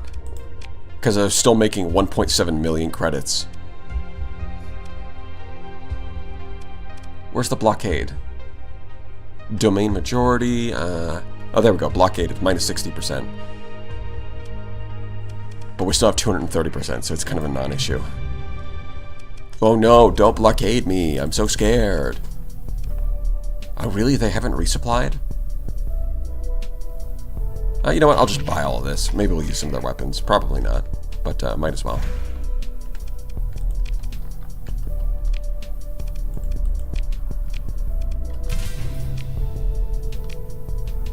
So each mission, apparently, is 200.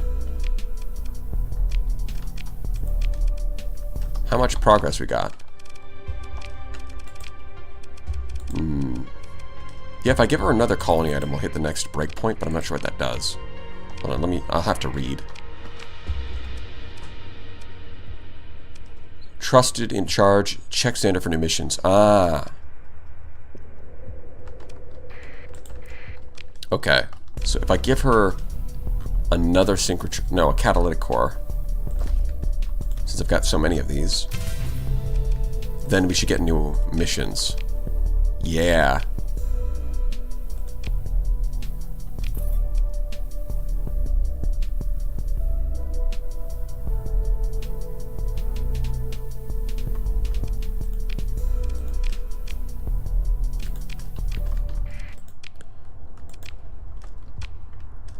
Destroy the defectors fleet? Are they in this system?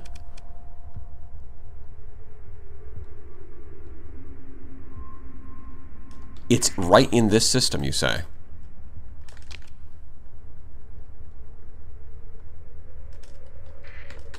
Really?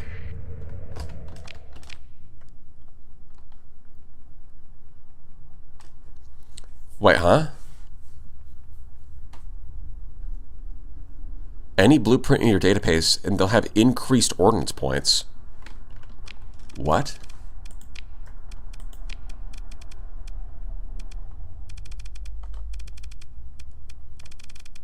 Huh. Well, that's interesting.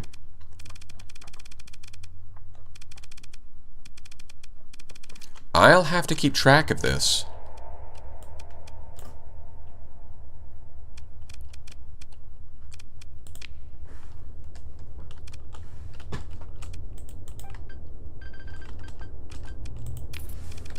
Because I don't want to use it right away. I want to figure out what I'm going to use first.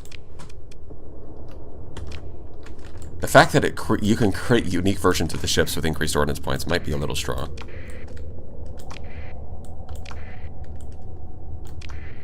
$300,000 credits. Yeah, and there's a 25% markup as well.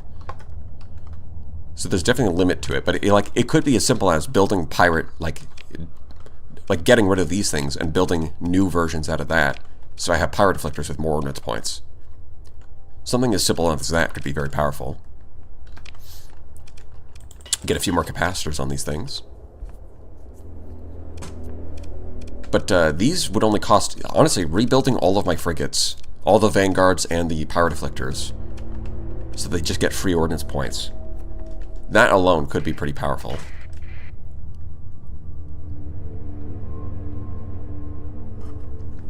Honestly, that's probably the best way to use it, because like credit costs scale up very quickly with size.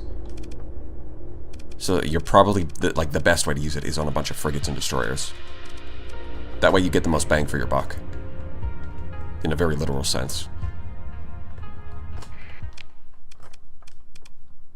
Oh, so that abandoned station is the exit. Okay. So that would explain why this was here.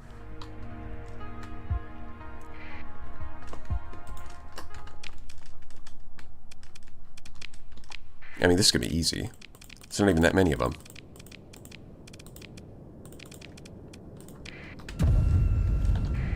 Let's go. Here come whatever that is. Well, the image clearly shows 2 ships, but it's one. Mysterious. Bro is losing to an afflictor with only like 5 capacitors. Although the afflictor is not unphasing to shoot at him, so I guess he's not really losing, is he? Hey, stupid, maybe try shooting? Your gun? Hit him with your gun attack.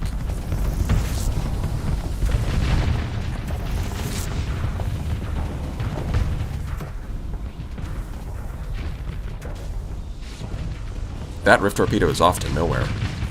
Straight to fucking Nowheresville. Oh, bye-bye. Gone so soon? Yeah, I don't know. This seems perfectly fair and balanced. Stick some Omega weapons on this thing.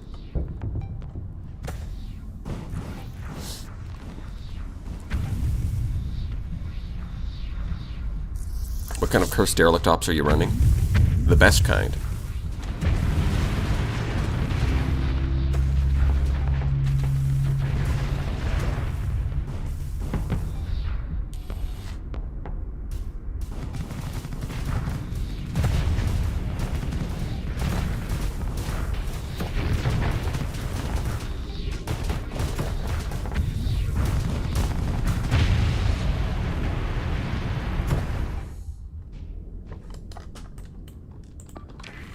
He's not retreating, is he? No, he's not. Get him.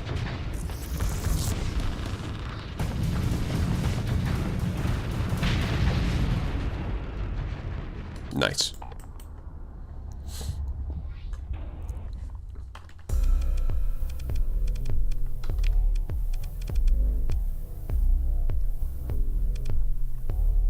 Yeah, some of these clearly show 2 ships. Is that their ability? Let me check. Superposition.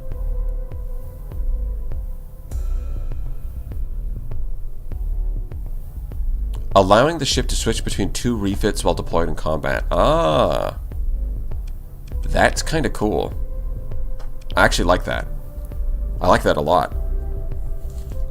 I was thinking the game could use, like, that's the kind of thing that I could almost see in vanilla. Almost. Having, like, some kind of, like, a 1 weapon slot on your ship where you can choose 2 options and then have the system that, swaps between them. That's pretty cool. And I'm guessing the little drone we're seeing. Yeah, a gun platform out of a hangar. The platform is fully refittable. Okay. These are very cool. I'm going to recover them. I'm probably not going to use them. Warp catalyst.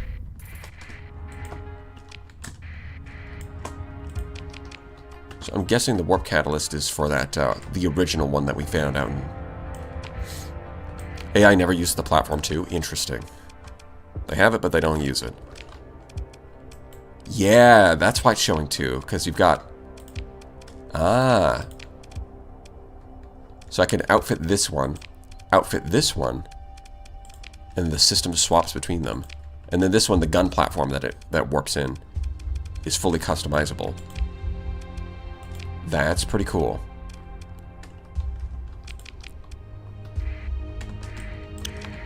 I like that. It's making really good use of these mechanics. Because I've seen ships where it's kind of like, you know, they've got a bunch of attachments to them that you can click on and customize. But they're all just part of the ship overall. They're just different modules. This is basically using modules, but instead of being part of the core ship, they're an entirely different ability. They're considered subunits. Yeah, it's probably... Well, that's kind of what it looks like. It's using the same core rules as like a subunit, but then they've kind of done some back-end stuff to make it not actually show up in combat until you press a button.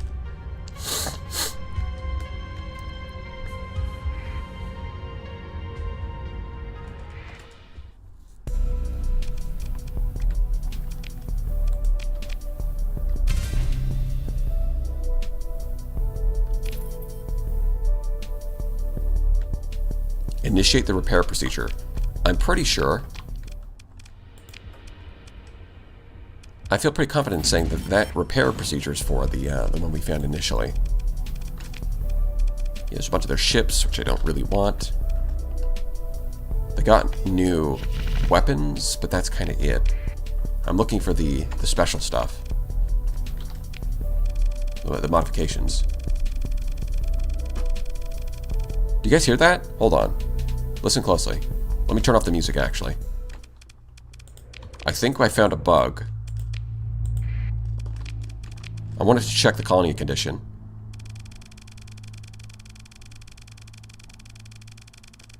It just rapidly plays the sound. Let's max that out, just so that everyone can hear it.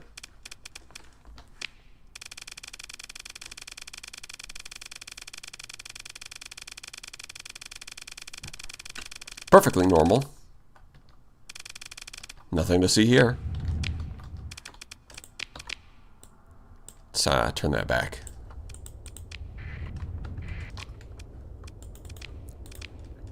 Okay, so yeah, we want to go back out there and repair. Oh, and they're actually jumping nearby. That's kind of useful. Well, regardless, I think we got to go home first. Gate. You know what? I'll go activate this gate. It's a feature, of course. As Bob Ross, the famous programmer, would say, it's just a happy little accident.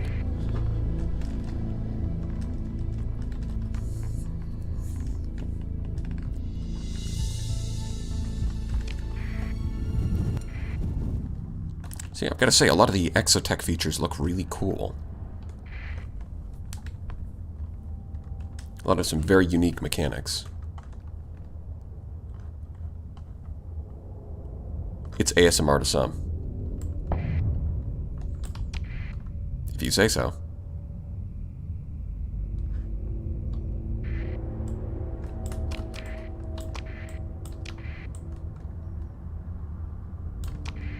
Gatto.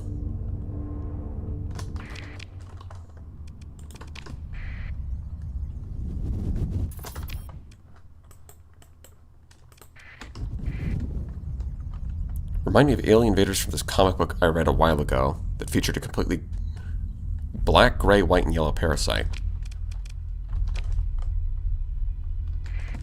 Maybe the color palette.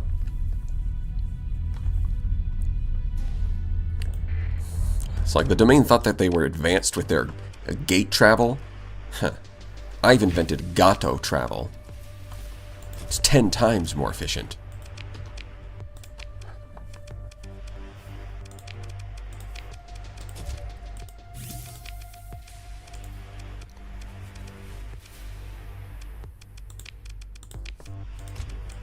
Beta core. Toss one in here. We honestly kind of need more stockpiles, so we'll do that. Stockpiles.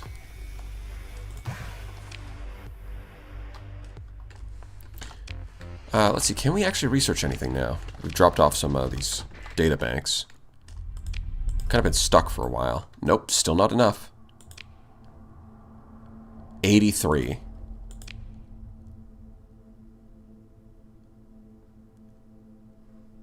Must finish. Oh, wait, hold on. I'm clicking on these ones and wondering why I can't research them. It's these ones, maybe. Or must finish AI algorithm. Oh, I need to finish this black site project to do it.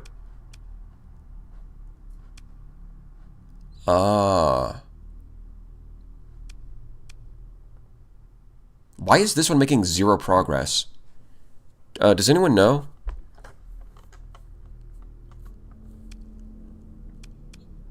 Oh, okay, that's why. Because it requires these resources. I didn't realize that you could scroll up on these. So it was hiding the resources that it requires. That's why it's making 0 progress. Okay. Well, golly. Let me guess. This one's also going to make 0 progress, right? Because it requires those special resources. But I don't want special resources.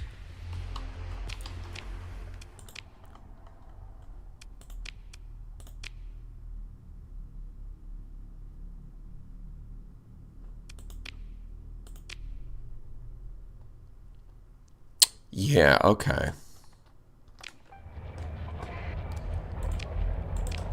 So I think I have to finish a bunch of special projects to even start a lot of these things.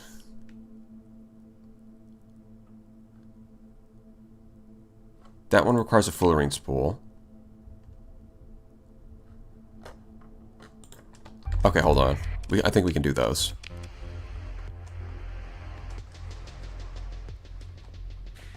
What was it? Synchrotron Biofactory embryo?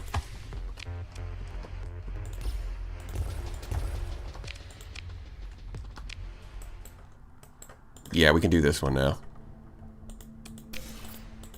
I have to get a fullerene spool in there. This one we can't do until we do this one. And this one requires the AI thing.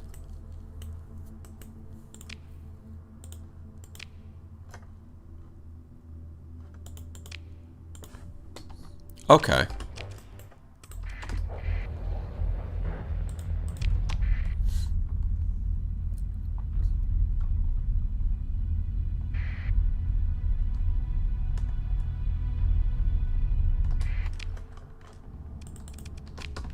does look like we're going to need some special resources as well to do some of these black site projects, which is a little annoying. Alright. Got to deal with that. No, wrong thing. The AI core can stay. It's the item.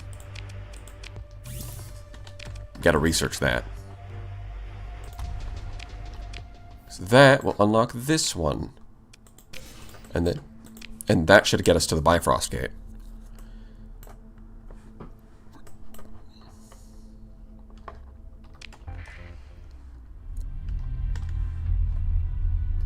So, first things first, let's deal with this nonsense. Why is the supply fleet so close to the planet? What are you guys doing? They're just hanging out. They're not even trying to hide. Alright, where's the command? I'm not looking for the supply fleets. I'm looking for the command. Grand Armada, there they are. We're coming in hot. Hey, Persian League. Fuck you.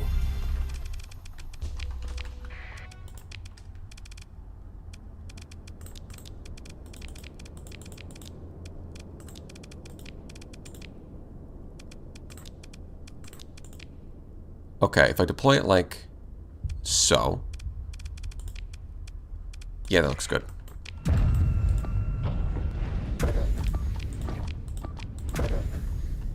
Go get him, boys.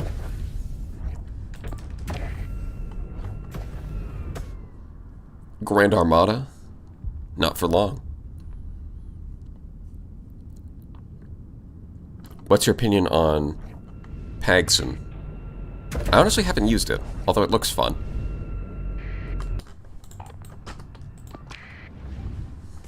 It's a high-effort shitpost by the looks of it. They take a funny idea and flesh it out. Very cool. Harpoon.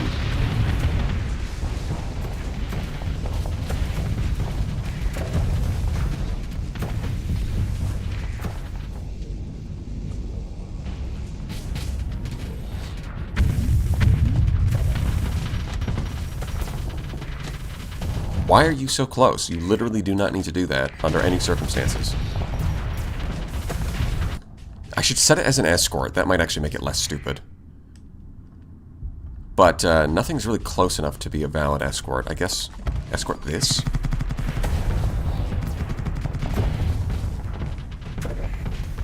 Yeah, just hang out with Sierra. You'll be fine.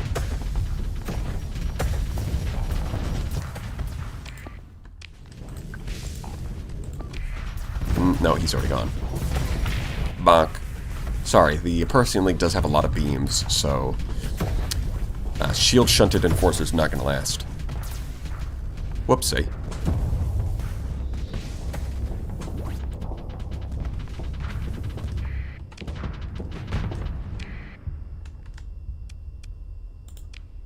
You know what? Just kill him. Full assault. Let's go.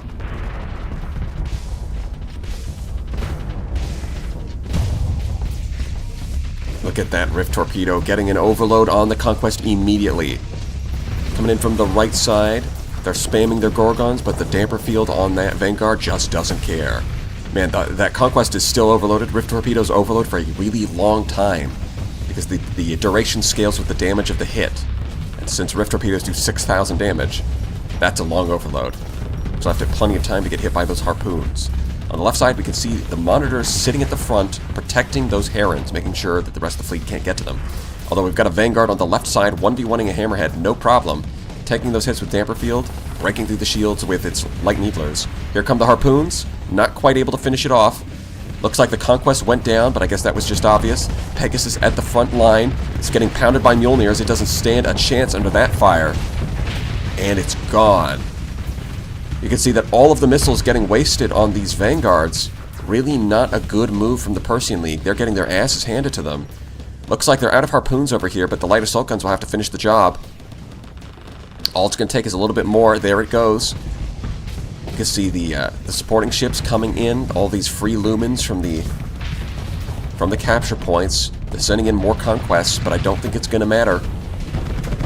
got this champion getting hit in the ass by some phase lances. It's not able to keep up with all these ships surrounding it. Beautiful combat, yeah. They're all stuck in this massive cluster at the top of the map, unable to even leave their spawn point as they're under constant pressure from every side. It looks like Johnny Silver Sector is going to claim yet another victim. Even the so-called Grand Armada can't hold a candle to the sector's greatest pirate who ever was. Although, I gotta say, the AI really underestimates high-intensity lasers for some reason, and it'll just point its shields in the wrong direction. Name a Captain Gordon Ramsay? Not a bad idea.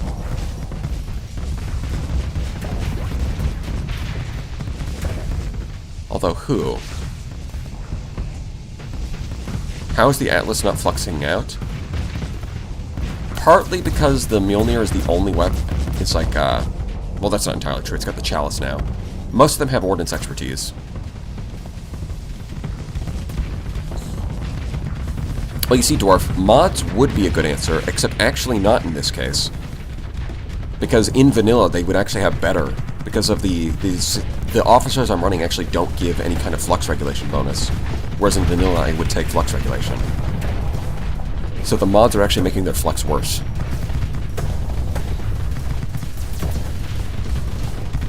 So this is a case where mods is not the answer to the question. Yeah, really the answer is a couple of things. One is ordnance expertise, and the other is, well, the AI will just toggle them off if it's overfluxing.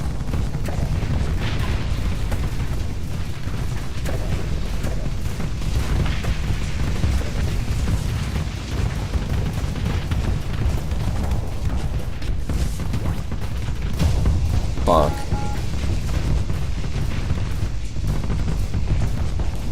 I love Earth torpedoes, they're so cool. Bonk. Oh, you thought you were going to escape alive? Bonk. Bonk.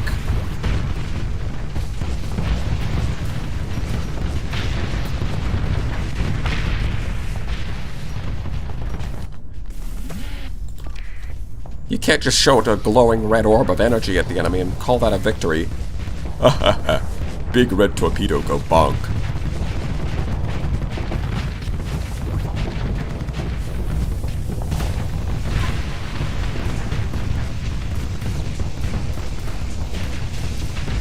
Tactical / warfare.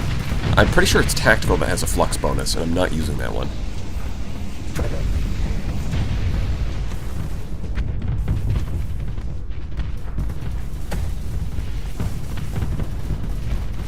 Yeah, well, the main reason they're not overfluxing is because the AI will just toggle them off if it generates too much flux. But with ordnance expertise alone and the S-modded flux distributor, they should be able to handle the Mjolnirs. But then they've got the extra flux from the Chalice, so it's a little bit overfluxed. Just a teensy bit.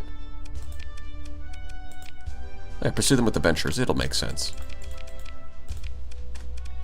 I don't need any of that Persean technology, yuck.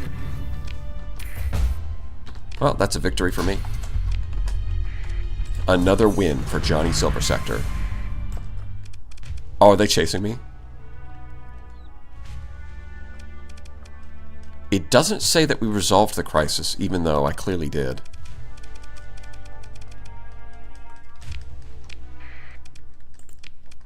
That was clearly a victory. You deny your blade its purpose.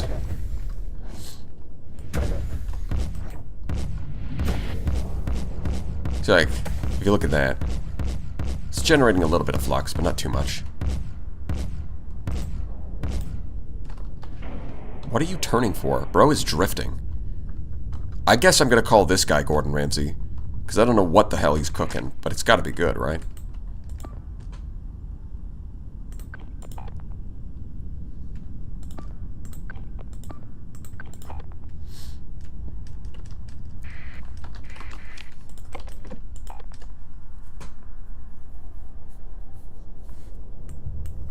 Yeah, who needs flux efficiency if the enemy's already dead?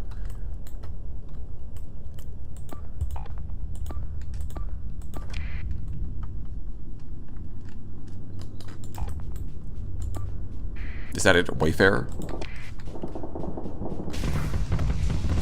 Is this all you have for me? Oh, they're okay. There they are.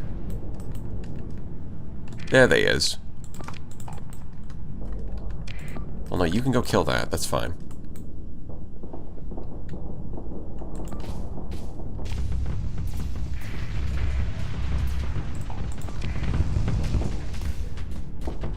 Looks like I'm gonna have to maybe skedaddle as soon as I beat these guys and try to get home to repair.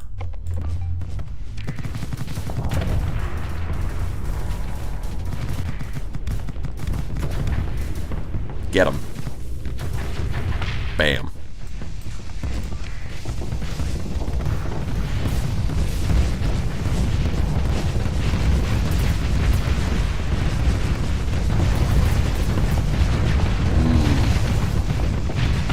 Fair and balanced. So you can see the flux on that one got pretty high. Oh, that's another thing that does help, I guess, is the, there is some skills that I have that where every time a ship scores a kill, they get a 40% flux dissipation boost for like 7 seconds. So they overflux themselves to kill the enemy, and then afterwards, their flux just drops because they scored a kill. That's probably part of why they're doing so well in the flux department. Even though I don't have flux regulation.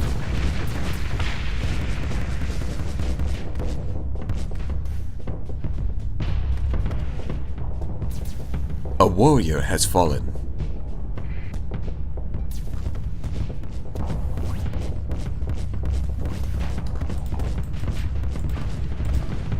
We can drop all of these. Oh my god, they're just deploying a bunch of frigates now. Look at them go. Look at all these monitors and vigilance. Which is the... It looks like the Persian League doesn't really use Centurions. But that is way too... Why is there so many monitors? I mean, I think overall Centurions are kind of better than the default Brawler, to be entirely honest. The default Brawler just kind of... not very good.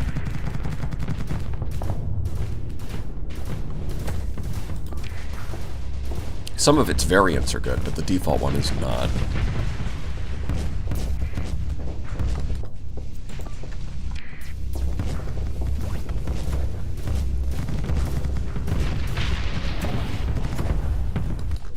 What the fuck is Giga Chad music? Well, somebody's not dialed into the memes. Giga Cannon Sunder is the way. Well, Giga Cannon on the Lion's Guard Sunder does get the range boost, right? Might actually be decent.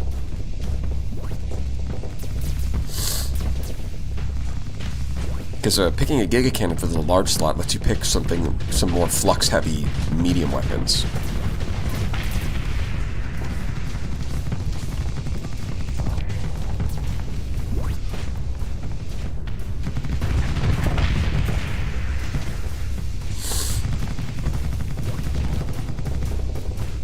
The description of the Brawler says it has the flux stats of a destroyer. That is plainly untrue.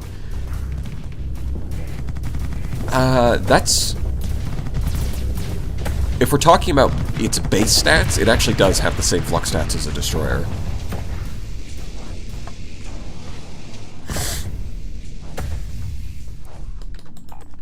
Like, it is actually comparable to a destroyer. It's got really good baseline flux. Like, if we look at this thing, the baseline flux on this thing is like 4,000, and its dissipation's 250. If we look at the Brawler, 3,000, 250. So the capacity's still lower than a... The capacity's lower than a destroyer, but the baseline dissipation is the same as the Hammerhead. Now, of course, you're only limited to getting 10 vents instead of 20, so once you max it out, it's going to be lower. But, yeah, the base level is actually the same.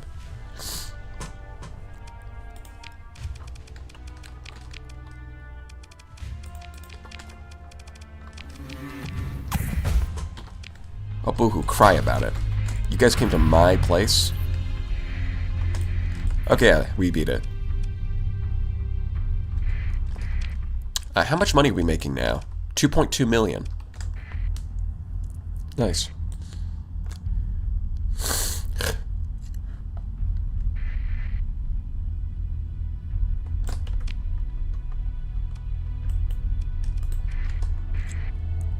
I still think you ranked Giga Cannon too low. Well, that was on the last patch. It was F tier in the last patch. In this patch, it's more of a B tier weapon. Because it got buffed quite a bit.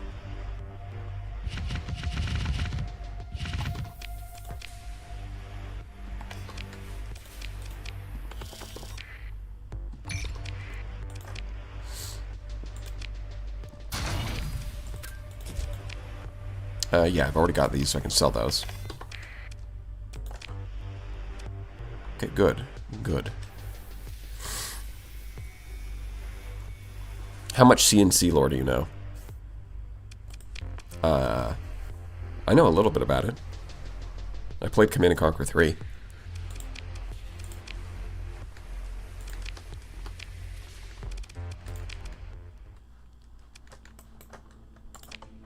There we go. That's in queue. I guess it doesn't consume this until it starts. Okay. 3 what? We're talking about Command & Conquer 3.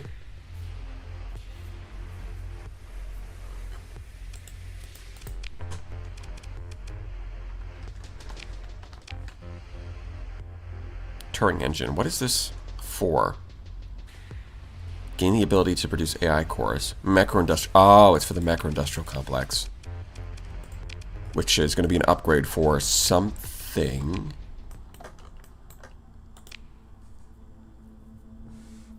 What is this an upgrade from? Civilian heavy production. Okay.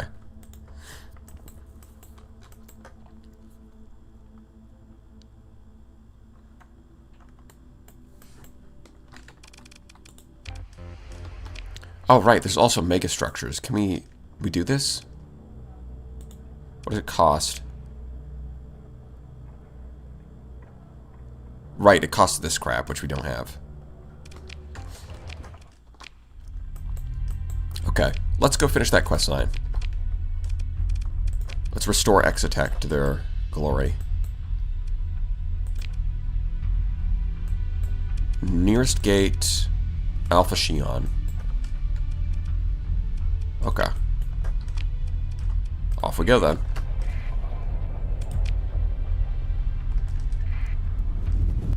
Do you have any mods you advise someone who is playing Star Sector to try out modding? Oh, just pick whatever seems cool. Really?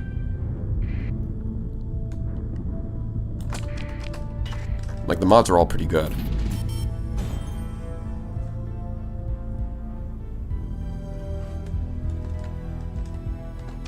I play a lot of vanilla myself still, but I mean, if you see anything in this playthrough that you like, you can check the mod list in the description. You get to shop around the mod index in the forums. Just whatever goes, oh, that looks cool. I'll do that.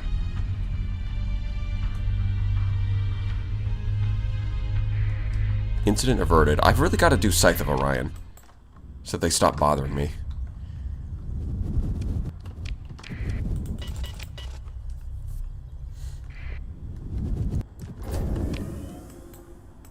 Oh yeah, that's another mod that I've never got around to playing. Arma Armature.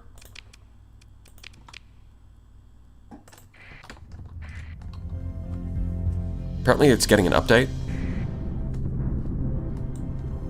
That might be a good time to do it.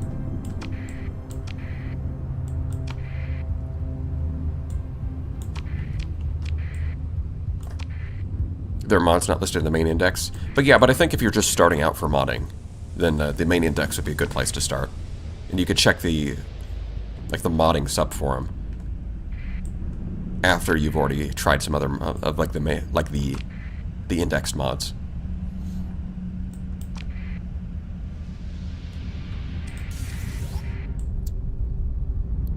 Armor Armature's your favorite?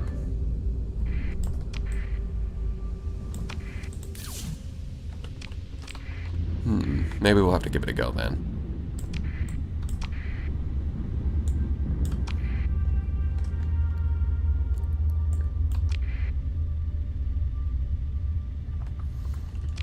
Alright, let's get these guys back in working order.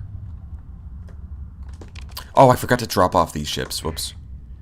I should do that. Did you complete and abandon the Mutu run? No, no, no, it's not abandoned.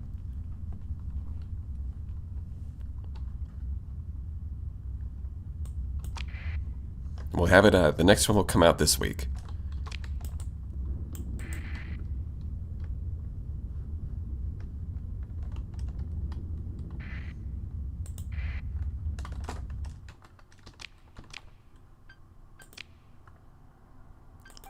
It may be fitting to provide the ship with a new name, Aurora.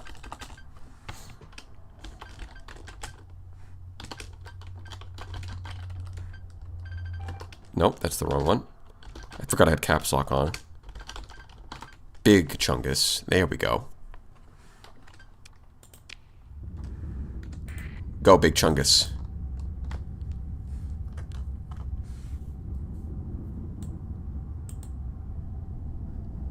Oh, am I attached to the ship? I can't move.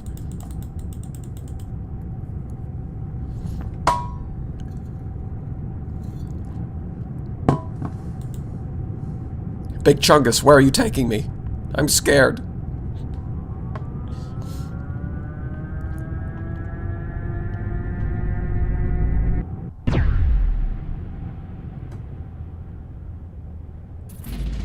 Where am I?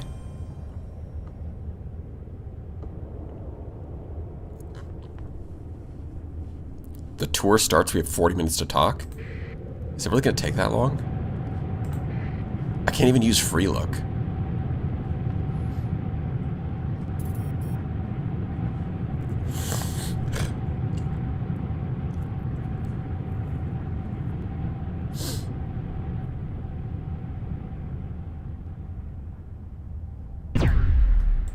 Oh, here comes the daybreak. Oh, I can't survey this thing. Interesting.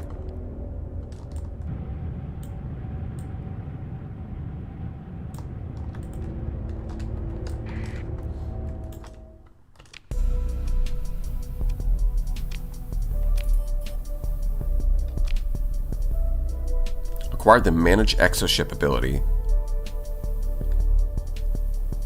It will enable us to warp to your location.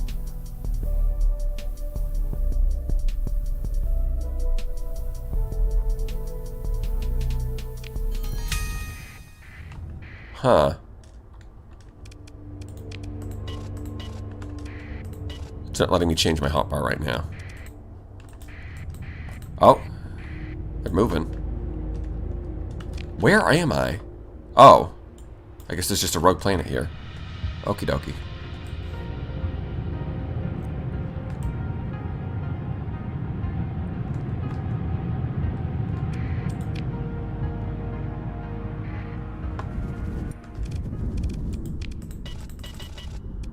Why can I not change? Oh.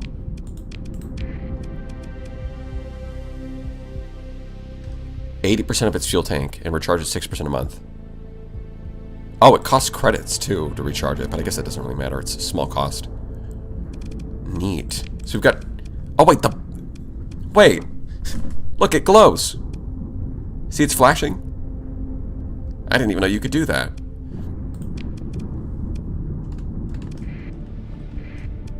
And it stops... Wait, the color changing stops when you pause, too. So we've got 2 reinforcements now. Very nice. Although I don't think they're reinforcements, I think you just buy from them. We'll see. We didn't even max this out. It's still... Oh, it just reduces the...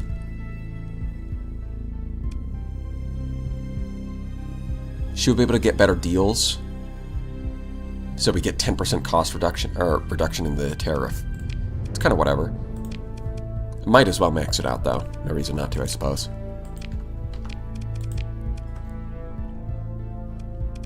Gate. Nothing. Alright.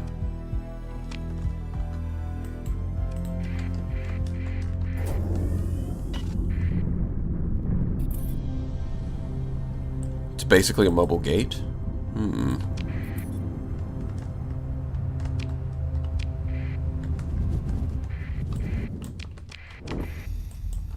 How did the person feel about me? Not quite hostile, so I think we're fine.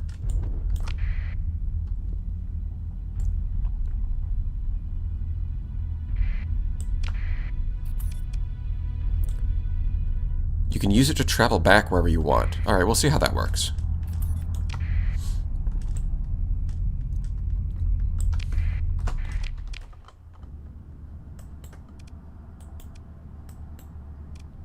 Well, obviously we can't just use the gates as is, so we'll see. Okay, this time we will remember to drop off these ships in storage. There we go.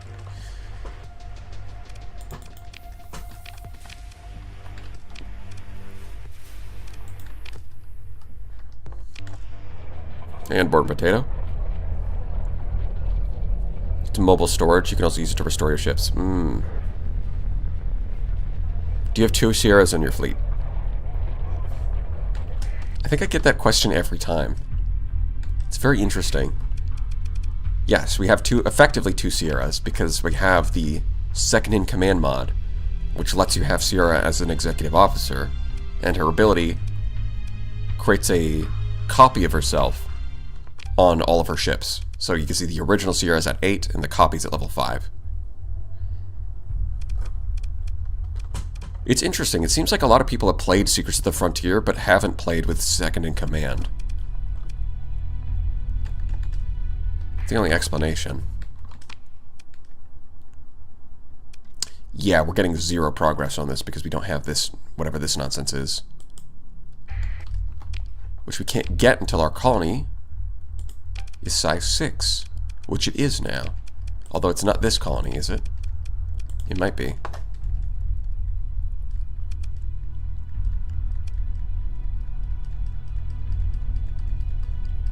Right, so we've got Orbital Fleet Works and Skunk Works.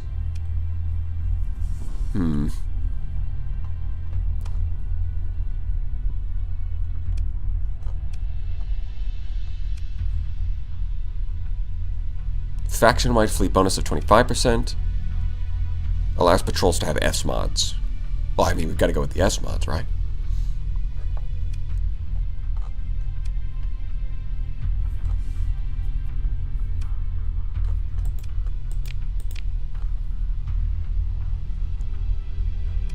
Confirm. Wait, so that means there's like 4 different types. There's like 3 or 4 different types of heavy industry in this mod.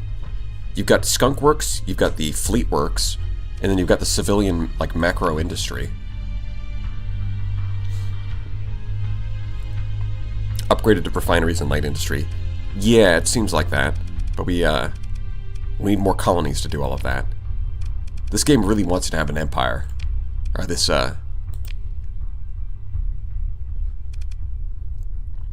Ashes of the Domain.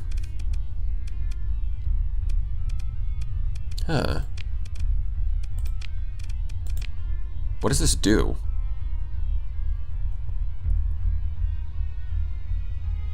To match the mining output of planetary installations. Oh, wait, that's actually pretty useful.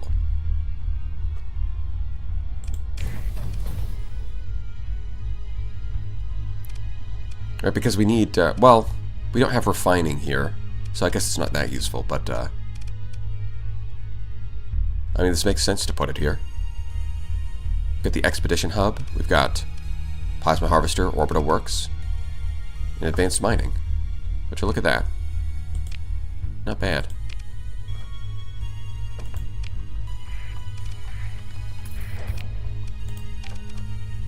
Yeah, you're already at 2 out of 2. Although, we do want to... Yeah, we've got a catalytic core, so we want to drop that off. Give me fuel.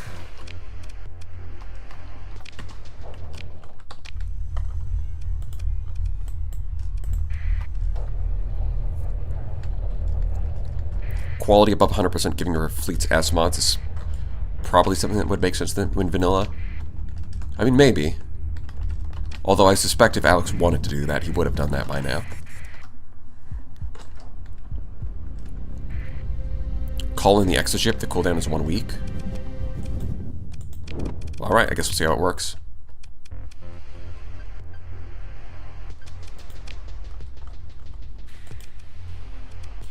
Oh, yeah, it only uses 18%. Bring the... Wait. Oh, that's what you mean. If I'm docked with the exoship, then I can do that. So it is kind of like a gate that you can just put wherever you want, because you warp it to yourself, and then you send it somewhere else and take the player with it. Interesting. Oh, there's Big Chungus. Big Chungus, Big Chungus, Big Chungus.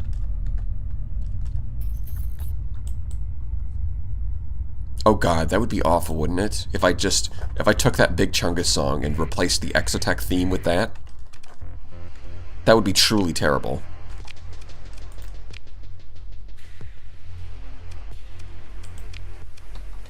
Perhaps even a crime against humanity.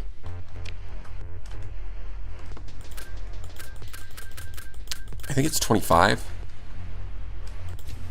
Yeah.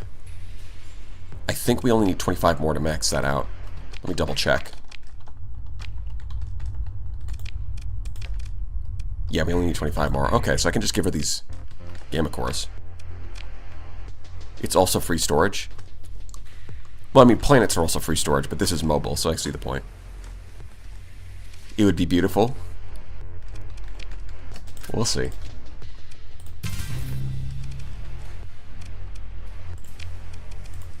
How long does it take you guys to get new modifications? Because those are what I really want from you guys.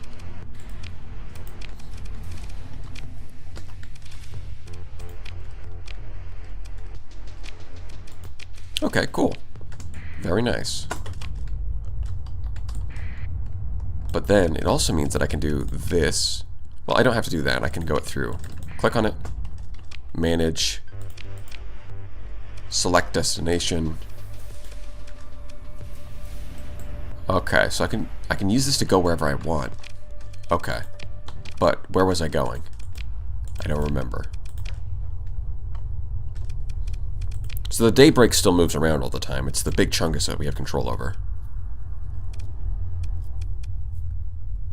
Yeah, I guess for now I'll just move over to my my other place. Confirm, warp. Let's go. Oh. Yeah, I guess we're docked inside. You can't get any more of them, only a set amount per playthrough. Well, I knew that about the Abyss, but like the fact that they had them in their store. Huh. I guess they only have a fixed amount in their store, and once you buy them, that's it. Incident? Really? Really? Really?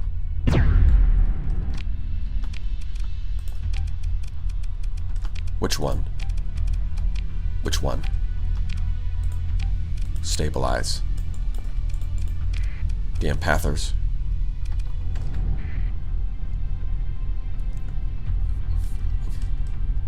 Attention crew. Big Chungus has arrived in system. Please report to your stations as we begin undocking procedures.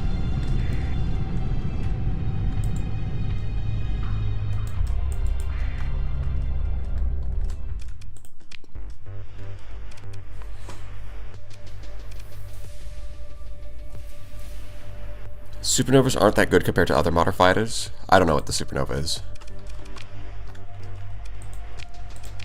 Let's drop off a catalytic core. Yes. True power. Can we upgrade it? Because the one I want is this one. Oh. So we're going to need the enrichment facility and the crystallization in the... Like, ultimately, we're going to need both. Okay.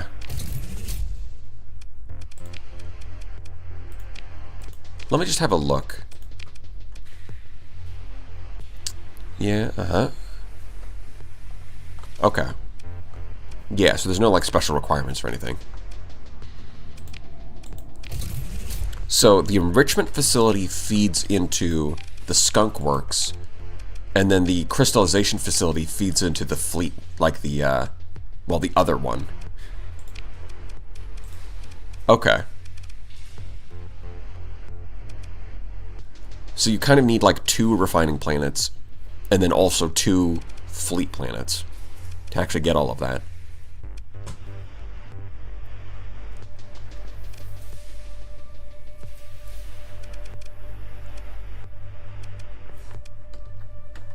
I guess I can drop this beta core in somewhere. Who's got a high upkeep multiplier?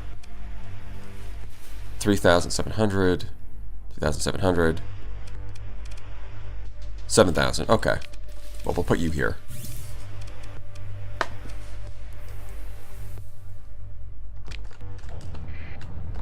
But yeah, the when this finishes, the Skunk Works finishes, it provides that one resource. You see that one that it's only providing one of? That little chip? That's the missing resource for some of our research. If we go to here. Yeah, it provides this. This other one, though, I'm not sure where that's from. So we're going to have half the resources. Although, hold on. I think we actually had some back home. Well, whatever. We're just going to have to make more colonies, I guess. Modded nonsense? Yes. The fuck is a skunk? Yeah, those are all modded industries.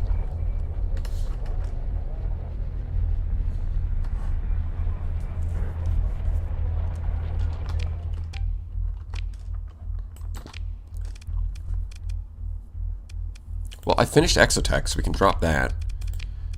Hope for Halahal. I mean, I could just fight the Centurion Dictat to get that going. Oh, you know what? That's what we should do. We should do Scythe of Orion. Hey, Pathers. You want a bomb? I can give you a bomb.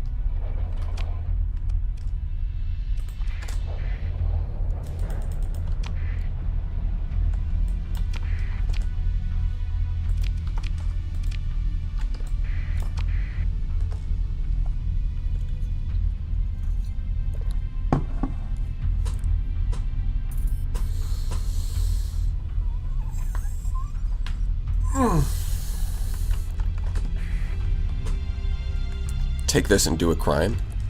No, I really don't want them to do crime, actually.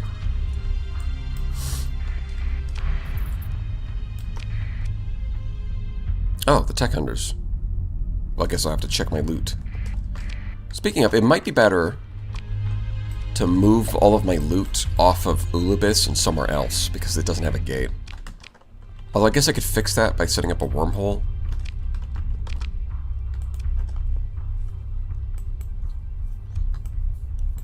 Out here kind of would suck, though.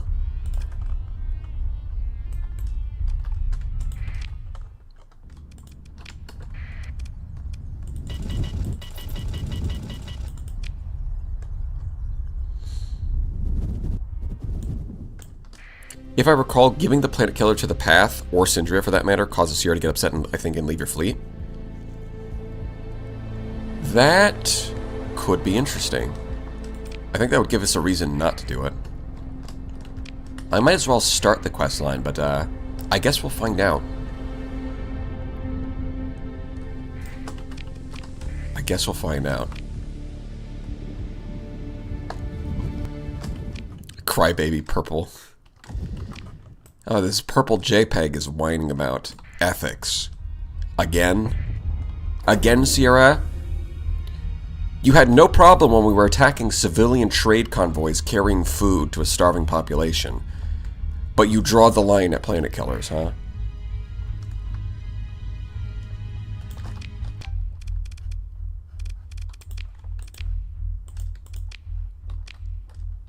Yeah, nothing to talk about.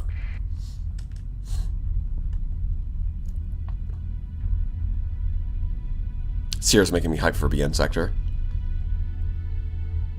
Yeah, it definitely shows what could be done. They're in here somewhere, right? Oh, no, wrong system. Beware of your guilt score. You don't want to meet vengeful ghosts. I haven't done anything to be guilty about. Just a little profiteering.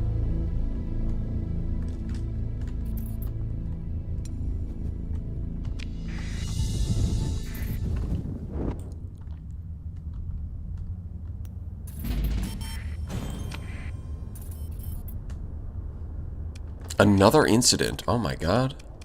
Would you guys stop?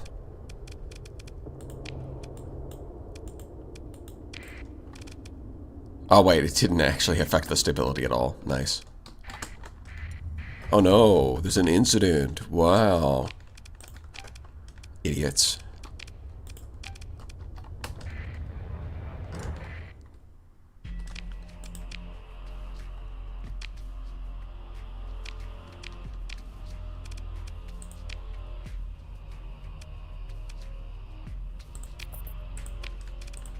Okay, let's try talking to Sierra after we've accepted the quest. Nothing. Okay. She might have something to say as we get closer to the end of the quest. But for now, we'll just do this. We'll go get it, and then we'll see. Yes, I did keep the Alpha Core from that Tech Cache mission. Pumpernickel.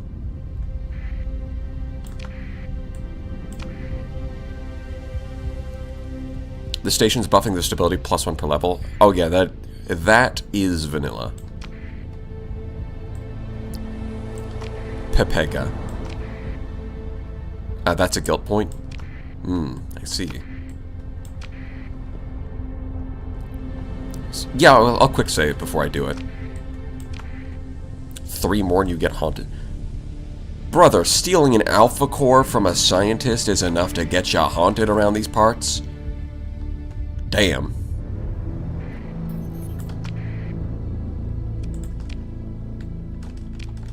That just seems unreasonable. Ghosts these days are just unreasonable, let me tell you.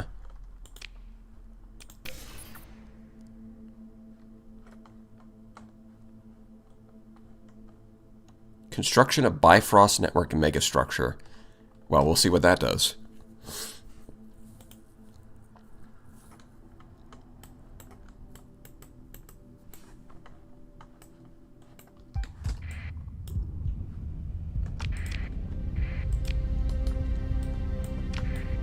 Yeah, the scientist was clearly evil, unlike the honest entrepreneur. I would have assumed that you would get haunted over, like, killing people. Although I guess that's what the rest of them are, right?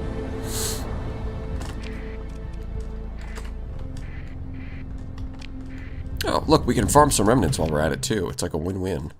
And there's a gate? Oh, man, this is perfect.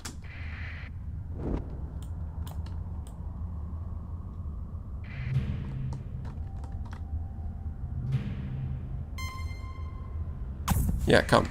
Come get me. Come on. Do it. Oh, there was only one of them. Hardly even a concern.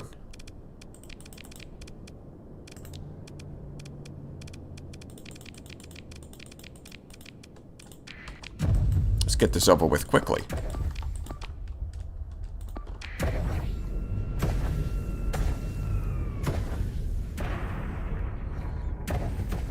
$44 million? Dang it, that's just what happens. If you build a big empire with profitable colonies, you just end up with infinite money.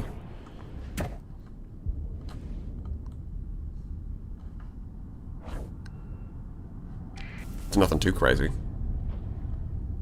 Some people have hit like the integer limit and actually got it to flip to the negative. Which, probably not going to go for that long, but definitely very impressive.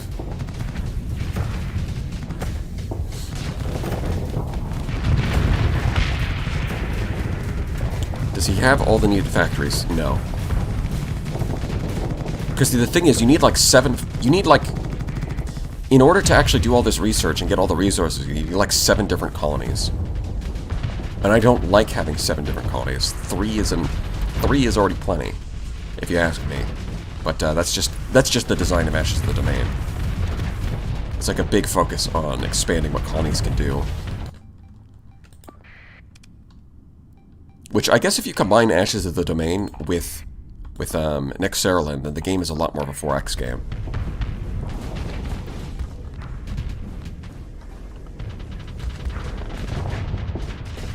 Honestly, it would actually be really close. The only thing that would be missing is some way to remove the player fleet from the game, and instead imagine a version of the game where instead of having a player fleet, you build fleets, send them out on missions, and then when they get into combat, you command them like this. That version of the game would be like a proper 4X. Fully and completely. But Ashes of the Domain plus Nexerland gets you pretty close.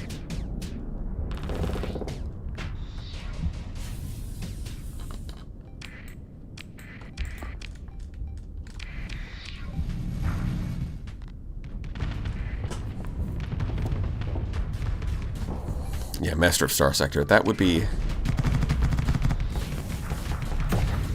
Maybe you'd have to pick a planet name within the game. Master of Visconia? Yeah, not a planet, a star system. Instead of Master of Orion, it'd be Master of Visconia.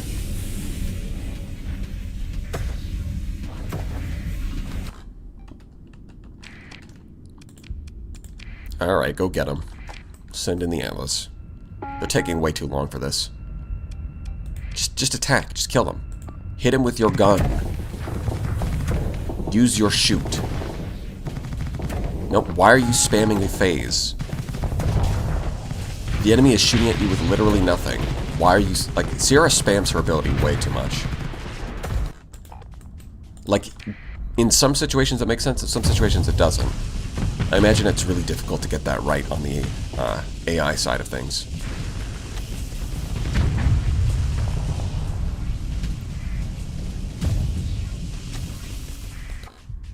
Because if she's genuinely in trouble, then she should be spamming it.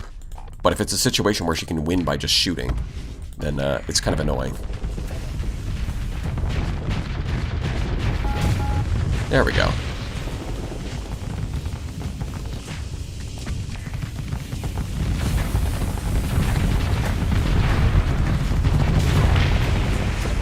Master of Estonia. Yes, we're going to take over Estonia. That was always the plan.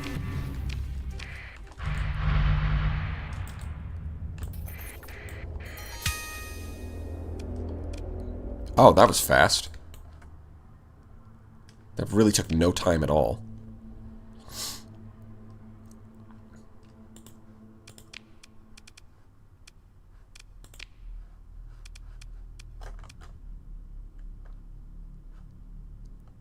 So we have the computer chips, right? It's that second one. What even is that? Hold on, let's go items. Because electronic components, we have these. We don't have water. It's not refined metal. Yeah, it's domain grade machinery. This is what we don't have. Okay, but where do you get them? It doesn't link to any industries here. So I guess, like, where the fuck do I get these?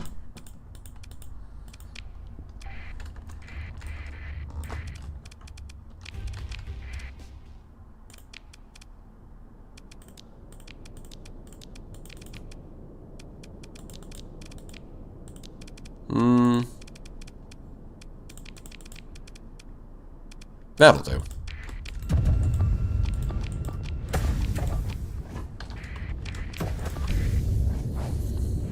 Civilian heavy production. Okay. So yeah, we're gonna have to start an entirely new colony, and then the civilian heavy production. It might not even give us the resource until we get it to the maximum size. But let me guess, you're not allowed to upgrade it to the maximum size until it hits size 6, right? It's gonna be something like that. So that we're gonna have to wait 1,000,000 years for the colony to grow.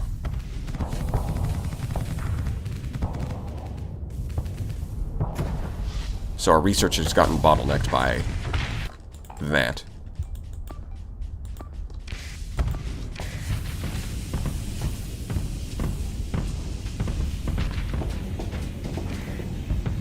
Yeah, you kind of just need one of every type of industry in that mod.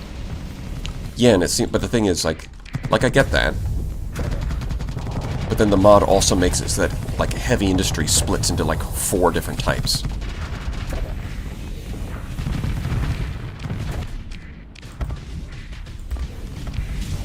So that means you need, like, a billion, you need, like, 7 colonies to get everything.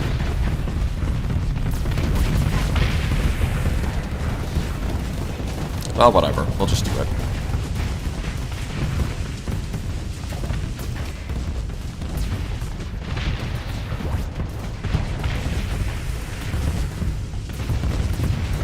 Yeah. You might need a bit of a... Well, the thing is, that's what the codex is for, right? Negu, is that the codex is supposed to help you with that. It just looks like they haven't finished linking everything in the codex. Because if it was as simple as, like, F2... and then I could go up, go to commodities, and say, okay, well, this is the one that I'm missing. And then you should be able to click here. Because if I click crew, you can see it links to all of the stuff that's relevant. Domestic goods, links to all of this.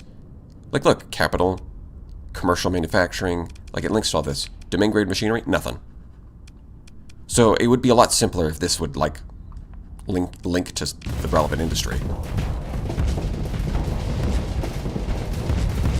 Maybe he just forgot.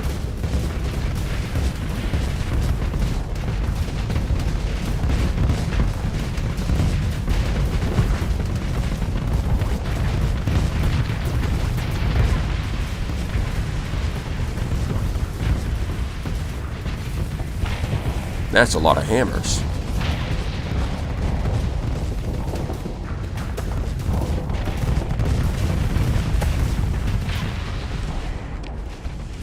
I guess just full assault to kill him.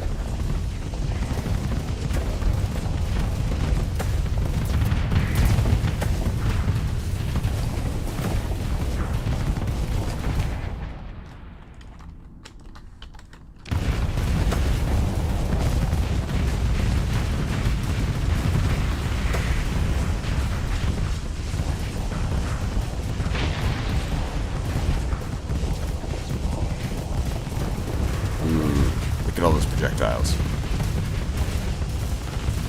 Hey, get out of the way. Move.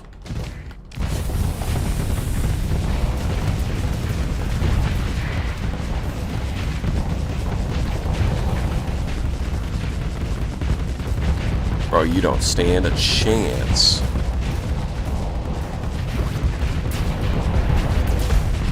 Boom. Now we can go back to autopilot.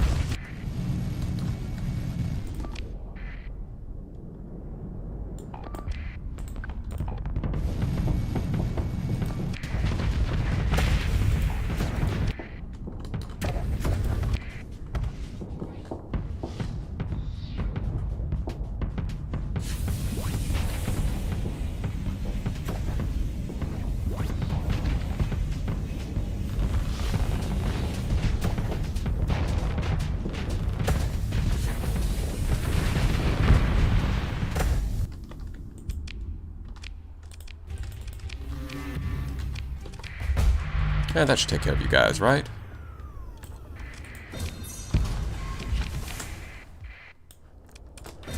I mean, to the remnant, this is nothing. This is basically just clipping their toenails.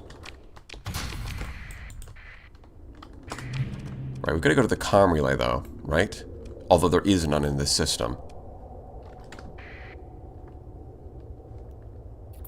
Maybe we can just attack the station?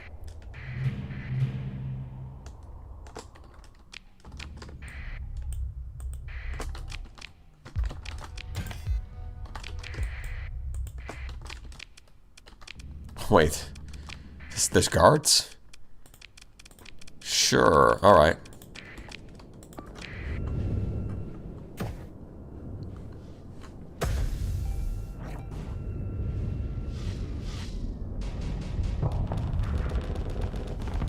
I'm sure you have enough colony items to set up a fast-growing system with 3 or 4 planets. Well, colony... I mean, we've got the colony items to set up the planets, sure, but that doesn't make them grow faster. Those are kind of 2 unrelated things.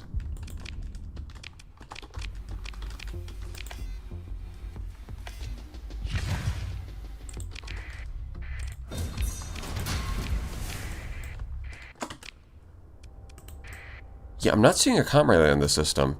I don't even see any stable points.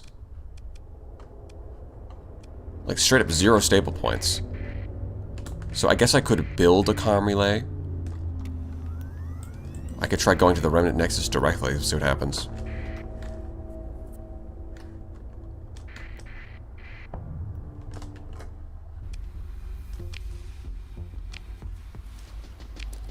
Okay, if we blow this up, do we get the intel? I guess that's the question.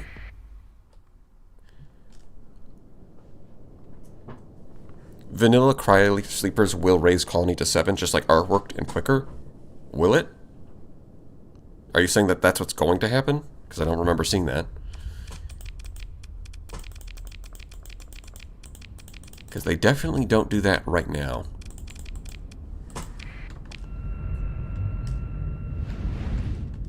I'm just seeing the I'm just a viewer seeing the shiny things in the inventory. Yeah, like all the shiny things in the inventory they give you a good reason to make a bunch of colonies, but they don't make them grow faster. They just make the colonies good.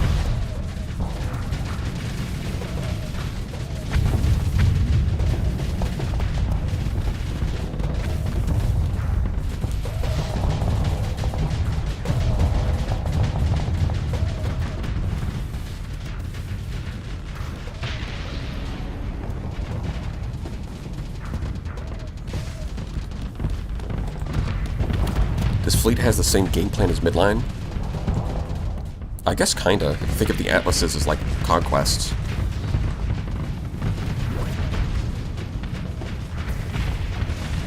Okay, yeah, losing ships. Well, the thing is, you can play a Midline fleet with derelict operations. You can just do that. 99% sure cryosleepers are changed in Ashes of the Domain. Oh yeah, we already did that. We did that for our capital. We consumed a cryosleeper and it went up to size 8. This is actually kind of like starting up more colonies would actually be more convenient with the vanilla ones because they increase growth. Whereas the Ashes of the Domain one increase the maximum for your colony. Like, it's pretty clear that Ashes of the Domain is not interested in letting you like build colonies quickly. It's more interested in giving you good reasons to build a giant empire. With all the specializations that your colonies have to do to get the research, it's like, okay, well, you should be building more colonies. And also, you can upgrade them much further. So that seems to be more the purpose of the mod. But the result is that I tend to build only a few colonies, which is not what the mod is for. So we'll just have to adapt.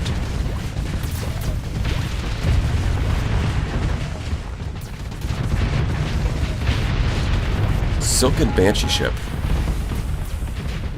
Maybe. I might have done that from one of the bounties. I don't think I used it, though.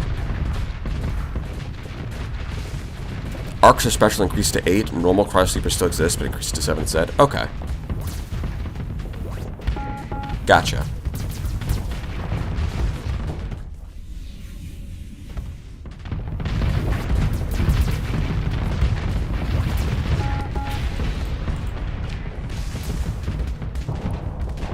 Why it doesn't... Well, the thing is, population growth in vanilla is mostly based off of immigration.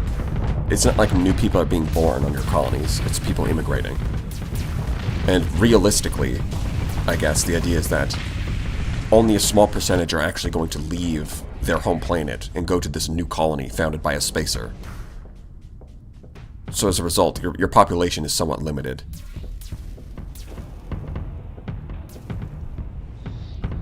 Because if the total population of the sector is only like 1 billion, then if there's 1% who are willing to move away, then that kind of caps your population at like 10 million.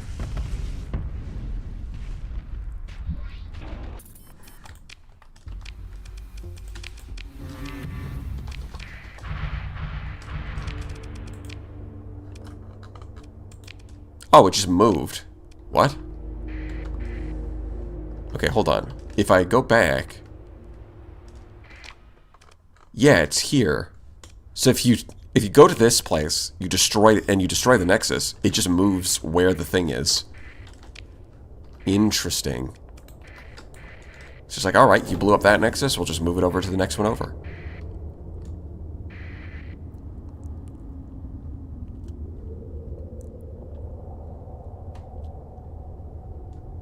I mean, Cryosleepers would be the one exception where it would make sense that they could go up to 7. It just seems Alex has decided against that. Alright, let's do that. Oh. You know what? Let's kill these two. Kill them all, I say.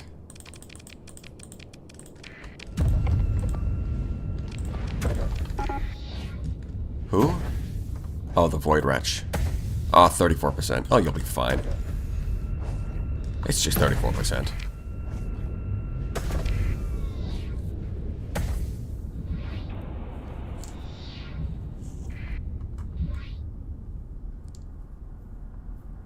Let's go hang out. Let's go hang out at the crib of the guy who gave a Giga Nuke to Space Laden. Yes. I mean, you do get plenty of people, so I think that specific little venture you do is probably not publicly known. Although maybe there's rumors, because after all, some of your crew would have to know what you're up to.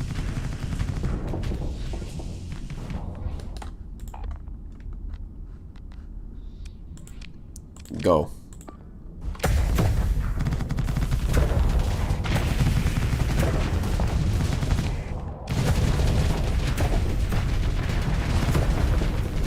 Okay, maybe too soon. Maybe it's a little too soon. Watch out, Sierra. Yeah, you're fine. She's zoinked. You might want to move a little bit to the left, my guy.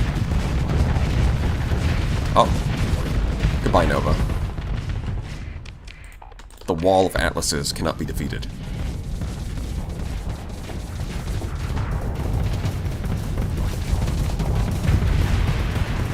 Bonk.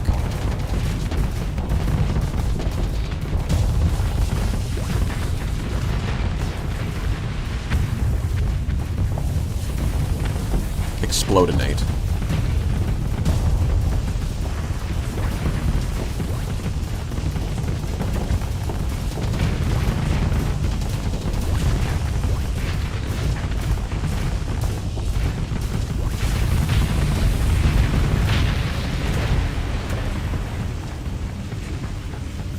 Pretty.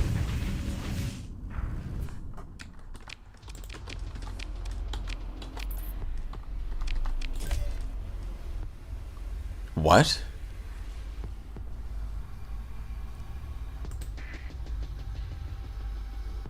Blueprint already known. Then why is it glowing? I guess... Okay. My guess here is that you can get the blueprints for colony items. But we've already unlocked... But, like, the research project is an alternative way to get the same result. This right here. See, in theory... Well, hold on. If we go to production... Items...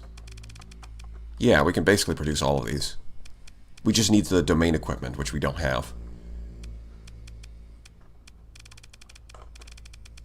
An nanoforge? Lack of necessary resources? Yeah. Just need that heavy industry.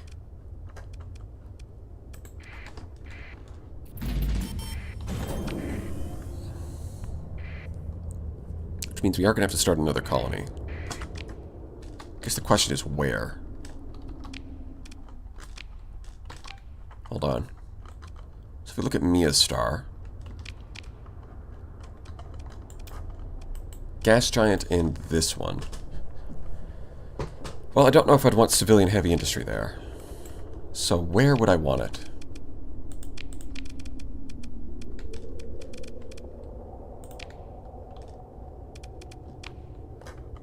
Right, but this place doesn't have a gate. Which I guess isn't as bad as it used to be, with all the different ways we have to get around.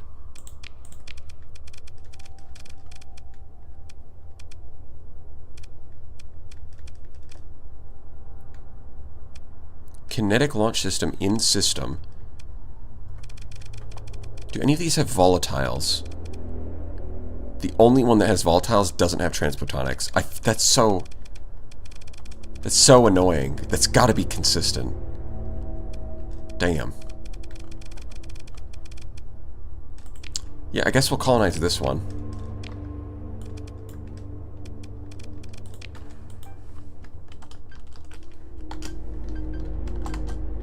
Colonize. Disregard.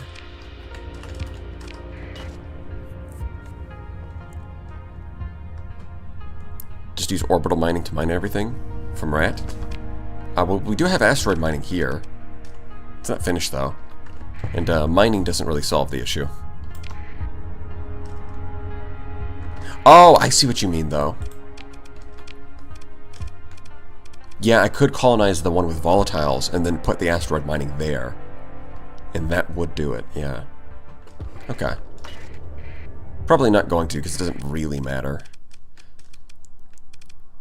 Hypershunt receiver. I have 0 transphotonics. Are you... Oh, boy. Really now? I need 5 transphotonics. Go away.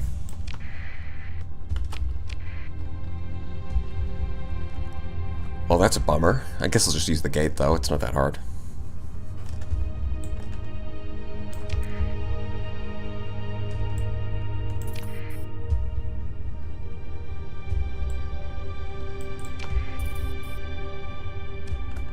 Incident averted. Good. Good. Oh. There's a big one. Don't worry, guys. I'll be back to kill you later. Right now, I've got places to be. Quests to complete. You guys understand.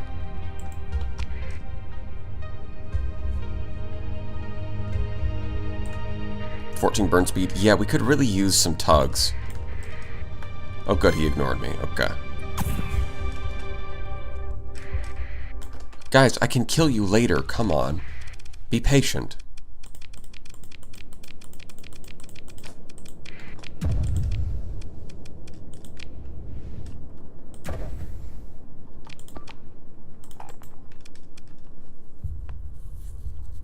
Yeah, I think it's that point in the game where I'm just going to spam a bunch of tugs. I don't care about the resources.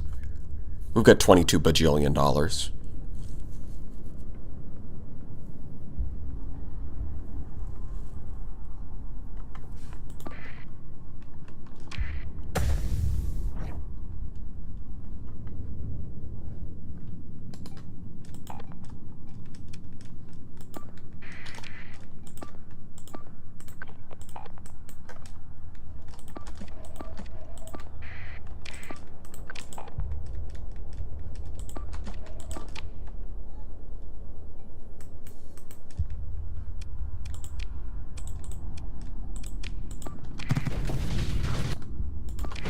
Go, show me what you got.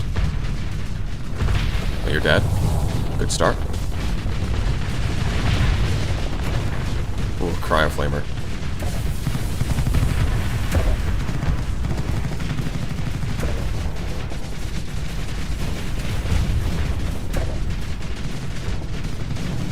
Why are you so close? Look how look at this idiot driving right up to the enemy and then not even shooting. You got to shoot your gun. You can't just drive up to the enemy and then not shoot them.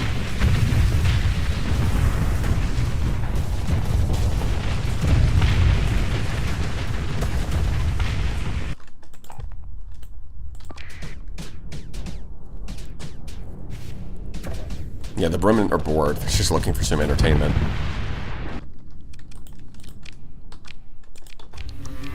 Well, they're constantly picking fights.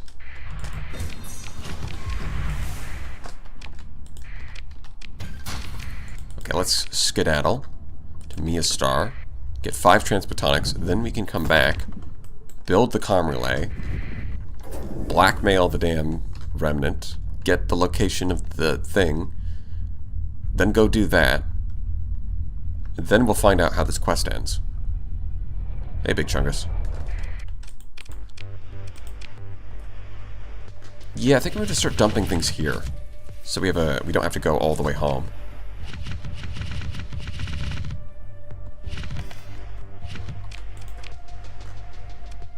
Although this place doesn't have, that is one thing it's missing, is it doesn't have commerce, so I can't sell shit.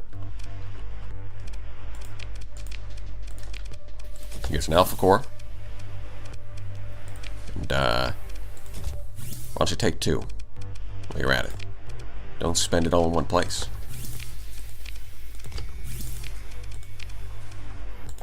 Yeah, can't do that. Shame.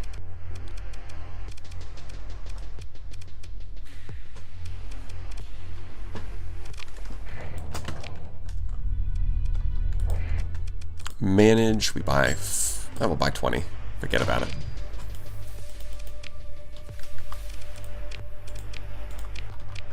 Alright, now we go back.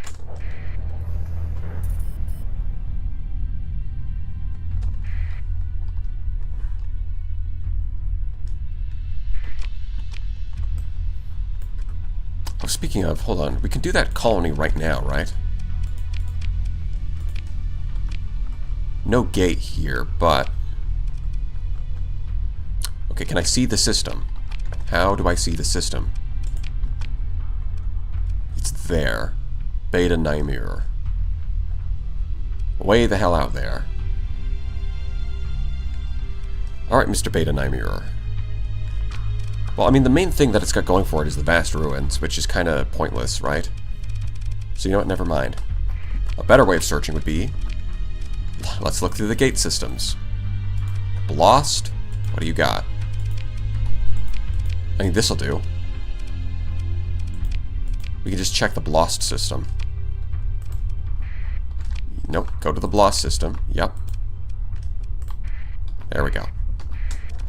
We'll be back. Oh, I could just use the gate. Whatever, it's fine. Going the scenic route.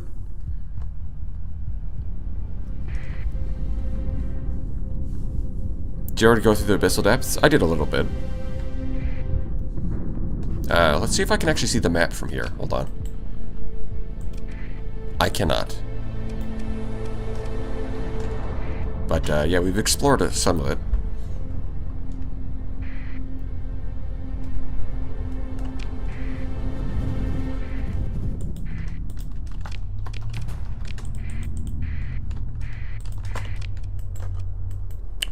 Let's see, did I do this one? Okay, we'll survey these remaining planets and then we'll decide.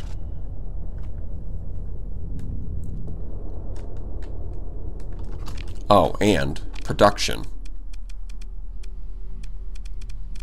Is there a search function? Ox. We'll get 6 of those.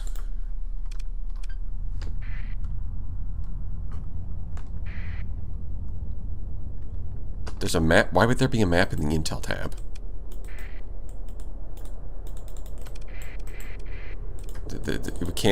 We cannot see. It's not allowed. Against the rules. So maybe not here. Barren World. Where's the other one? What?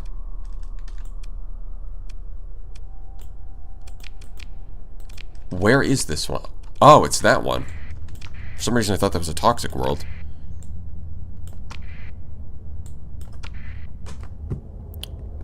Hamster combat levels of tapping. What does that even... We're talking hamster gladiators now? What are we talking about?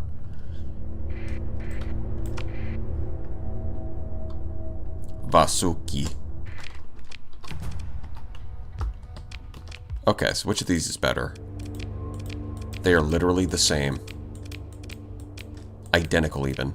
Although I am noticing for the first time, the border around the resources is colored like the planet. So you can see this one's kind of purple. It's more blue. It's a cooler color. And this one's more brown. First time I'm noticing that. Neat.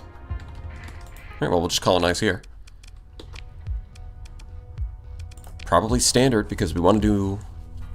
We also want to do mining.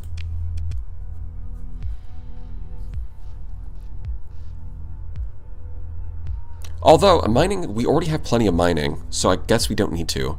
We could do urban.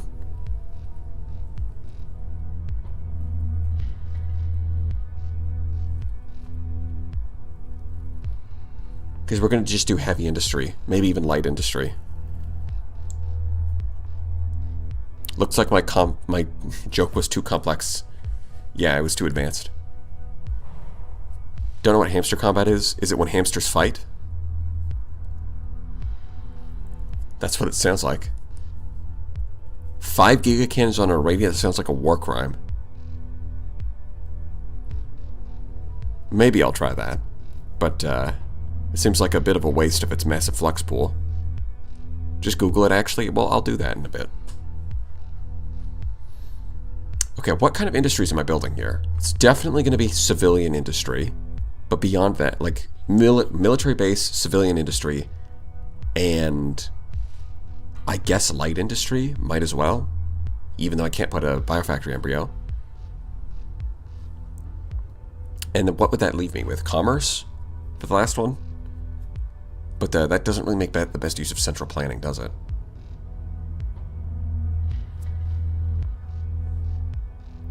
It's a scummy clicker game. Okay, so it's like a cookie clicker. It's a one of those. You could have just said cookie clicker. Why would you go with hamster combat?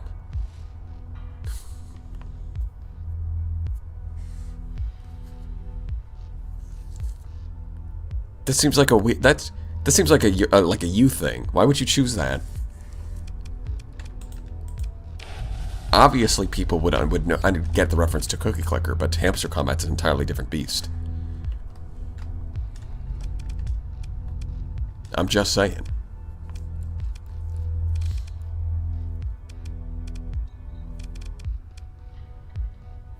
Oh yeah, smelting. We'll probably do that too.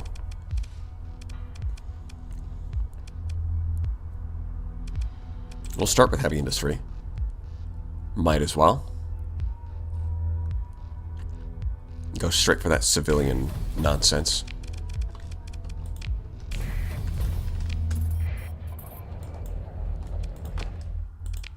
Yeah, sphere of expansion.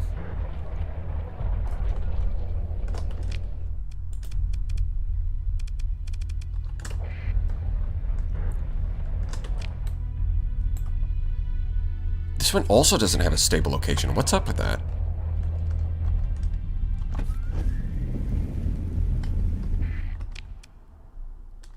Wait, where's my alpha core? Did I drop them off? What? What?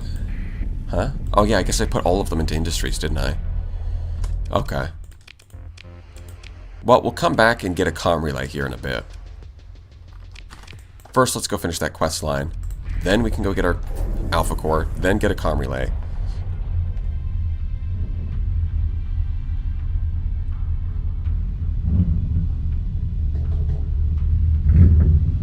Didn't you get the research to add one to the system? I think you need an alpha core to activate it though, right? The fuck is that?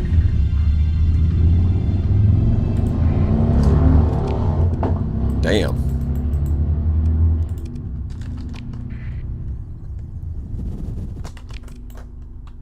Classic motorcycle ASMR. Let's go. Okay, where's this? There. Stable point. Let's go. For the remnant notice us.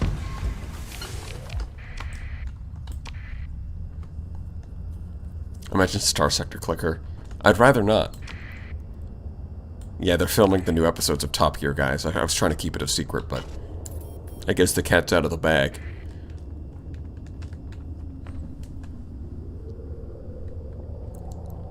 Enrichment facility. Good. Very good. We're getting a ton of enriched transplutonics, which, whenever Tortuga finishes the skunk works, it'll be able to consume that. And we'll get some S-mods on our ships.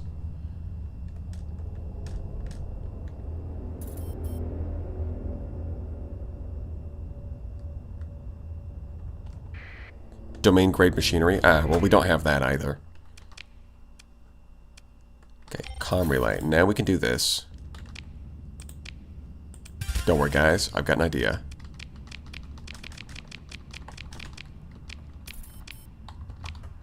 Bam. Alright, so... Oh, it's... Wait! No fucking... Oh! It was literally right next door. Okay. So, blowing up the Remnant Nexus also gives you the intel then. Because I thought the reason that it moved was because it was sending me to another Nexus. But no, blowing it up just tells you where it is. Okay. I'll keep that in mind. Sure, I'll take another mantle borer. Why not? I probably got a few sitting at home since I did send out expeditions. Speaking of, faction, capital abilities, tech hunters. Go get him, champ. I want more stuff.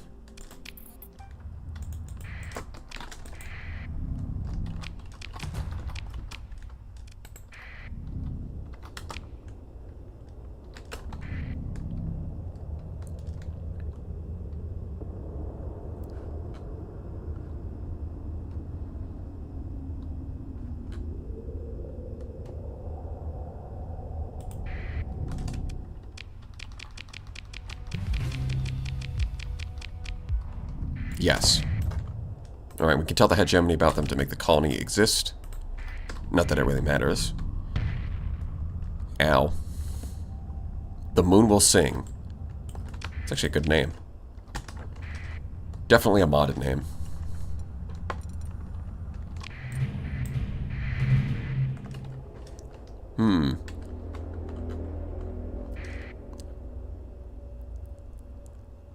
Yeah, I don't think I need to deal with any of those. Alright, let's kill them. Oh, remember the last run when these were turned out to be a lot harder than vanilla? Well, compared to that, I think we've got a little bit overkill with this fleet. Yeah, Sierra, you can sit this one out.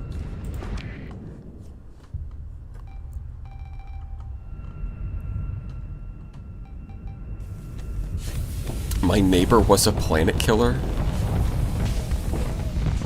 Honestly, I'd read a sci-fi novel with that title.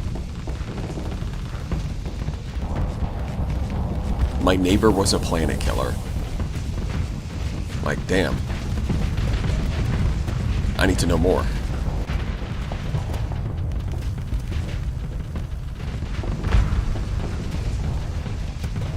How much of Sector Products sharehold you have got for each of them?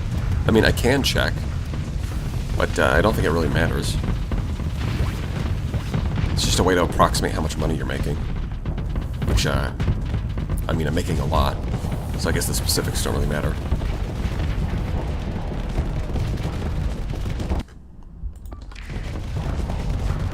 Howdy there, Sentinel. How you doing?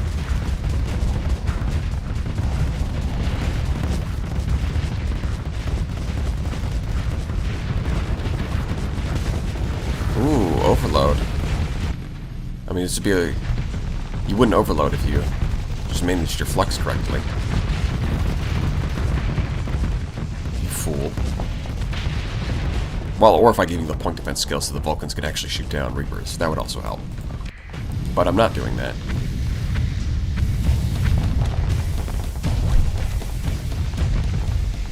Aw. Bonk. Yeah, this thing is definitely a little broken. Just a teensy bit.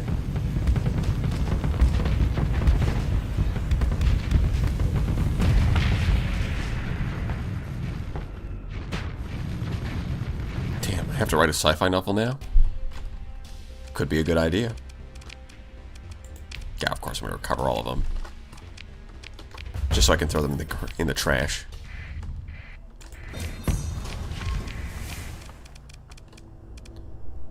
Mothball. Mathball. And we've got our planet killer, right? Yep. Okay.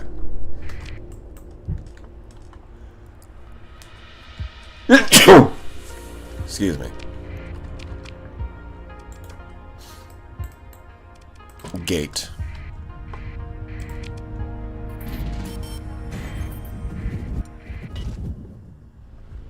Thank you. The onslaught really went all in. I mean, it's an onslaught. It's doing what it's... Oh, okay. Oh, right. We spawn in right next to all this. Don't worry, guys. I'll kill you. It's fine. Or will I? Maybe I'll just escape. It's funny how they avoid the interdiction even though it has no impact on them. They act like there's some kind of friendly fire on the interdiction when there isn't.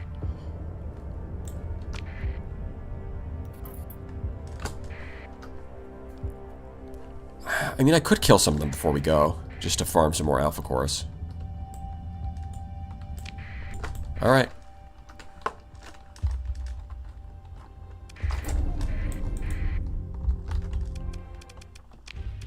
%, easy. Not even close. You think this is a challenge? I call it a joke.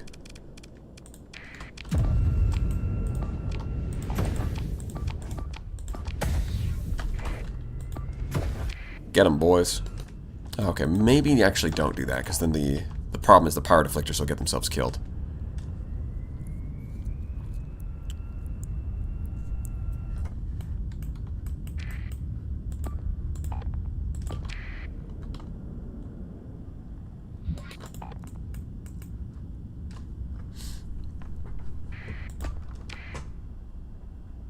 Okay, well that's where they all are. So, let's do that.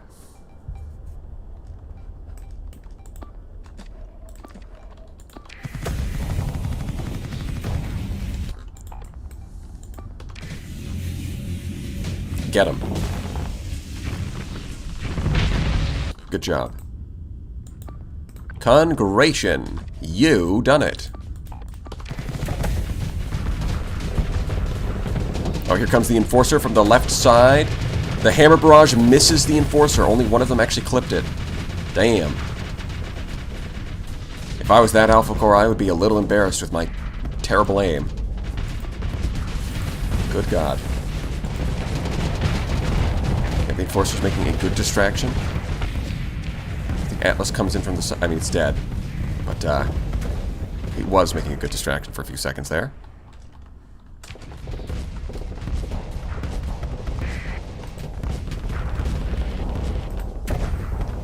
Apparently I killed something because I got the bonus.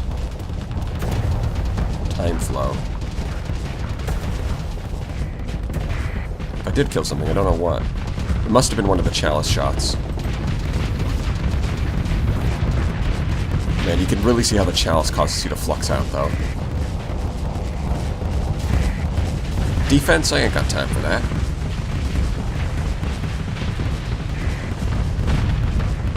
I'm too busy killing. The best defense is a dead enemy.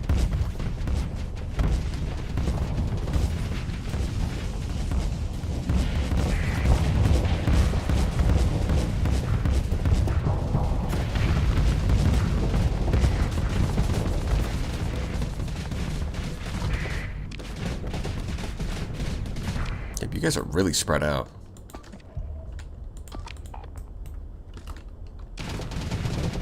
Come on.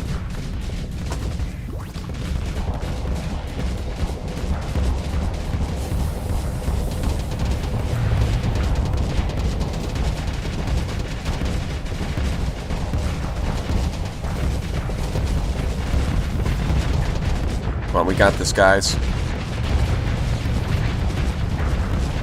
Hammer Barrage? I don't think so. Don't even care. Goddamn right. Easy. I ain't scared of no Radiant.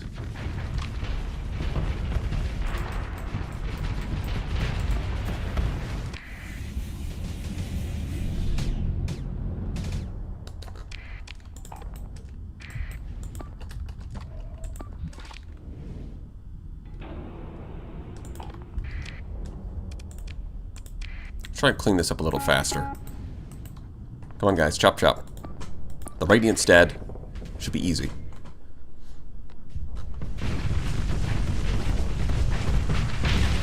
I love seeing a hyper-intelligent Alpha, of course, get outmaneuvered by some guy in a kite. Or in this case, some guy piloting an Atlas Mark II.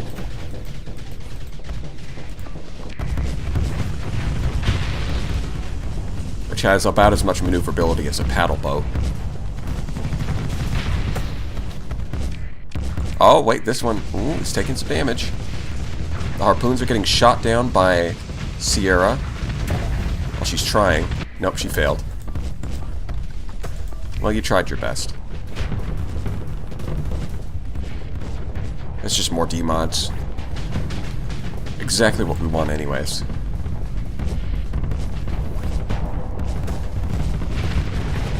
I've never much cared for the clankers, to be honest. Innocent or otherwise.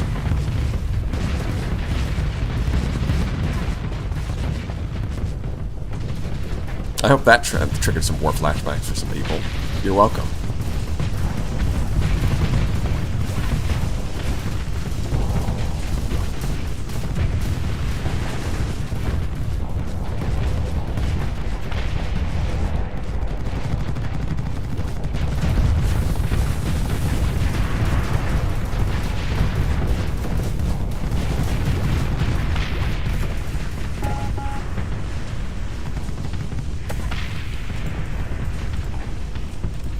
Alright, it's really just this afflictor who's taking his time. Come on, shoot him.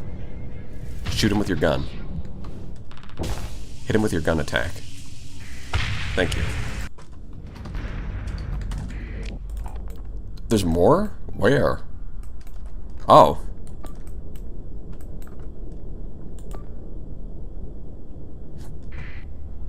Oh, it might be that this spawned in. That might have spawned in off of this at the last second. Damn.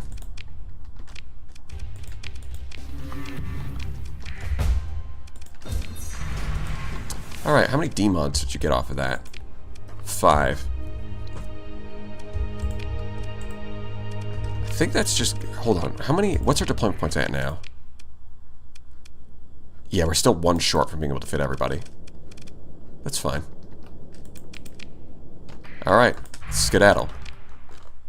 Mia Star, let's go.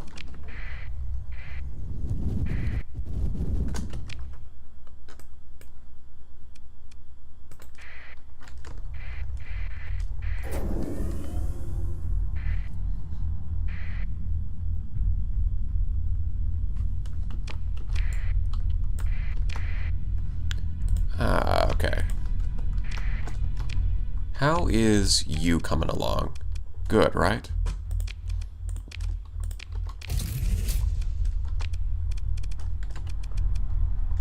Toss in the station and the patrol HQ.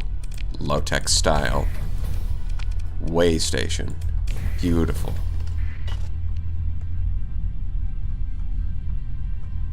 Hyped for the 12 Atlas feet when you get enough D-mods. Well, I don't think we're going to get that far. You know, got to keep the ventures and all that.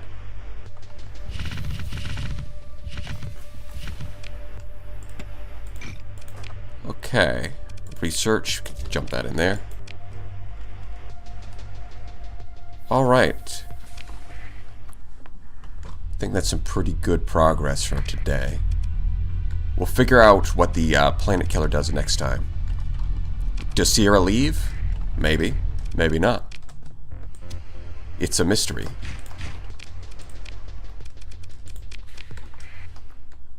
But I am pretty hungry, and so I'm going to think I'm going to call it here.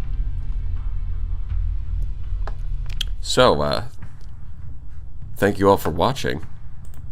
Take some complimentary lobsters on the way out. I'll see you guys next week.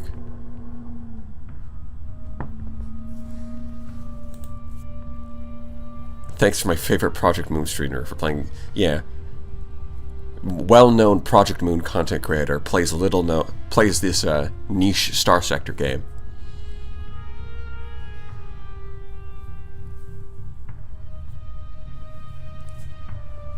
Bon appetit. Yeah, I'll see you guys next time.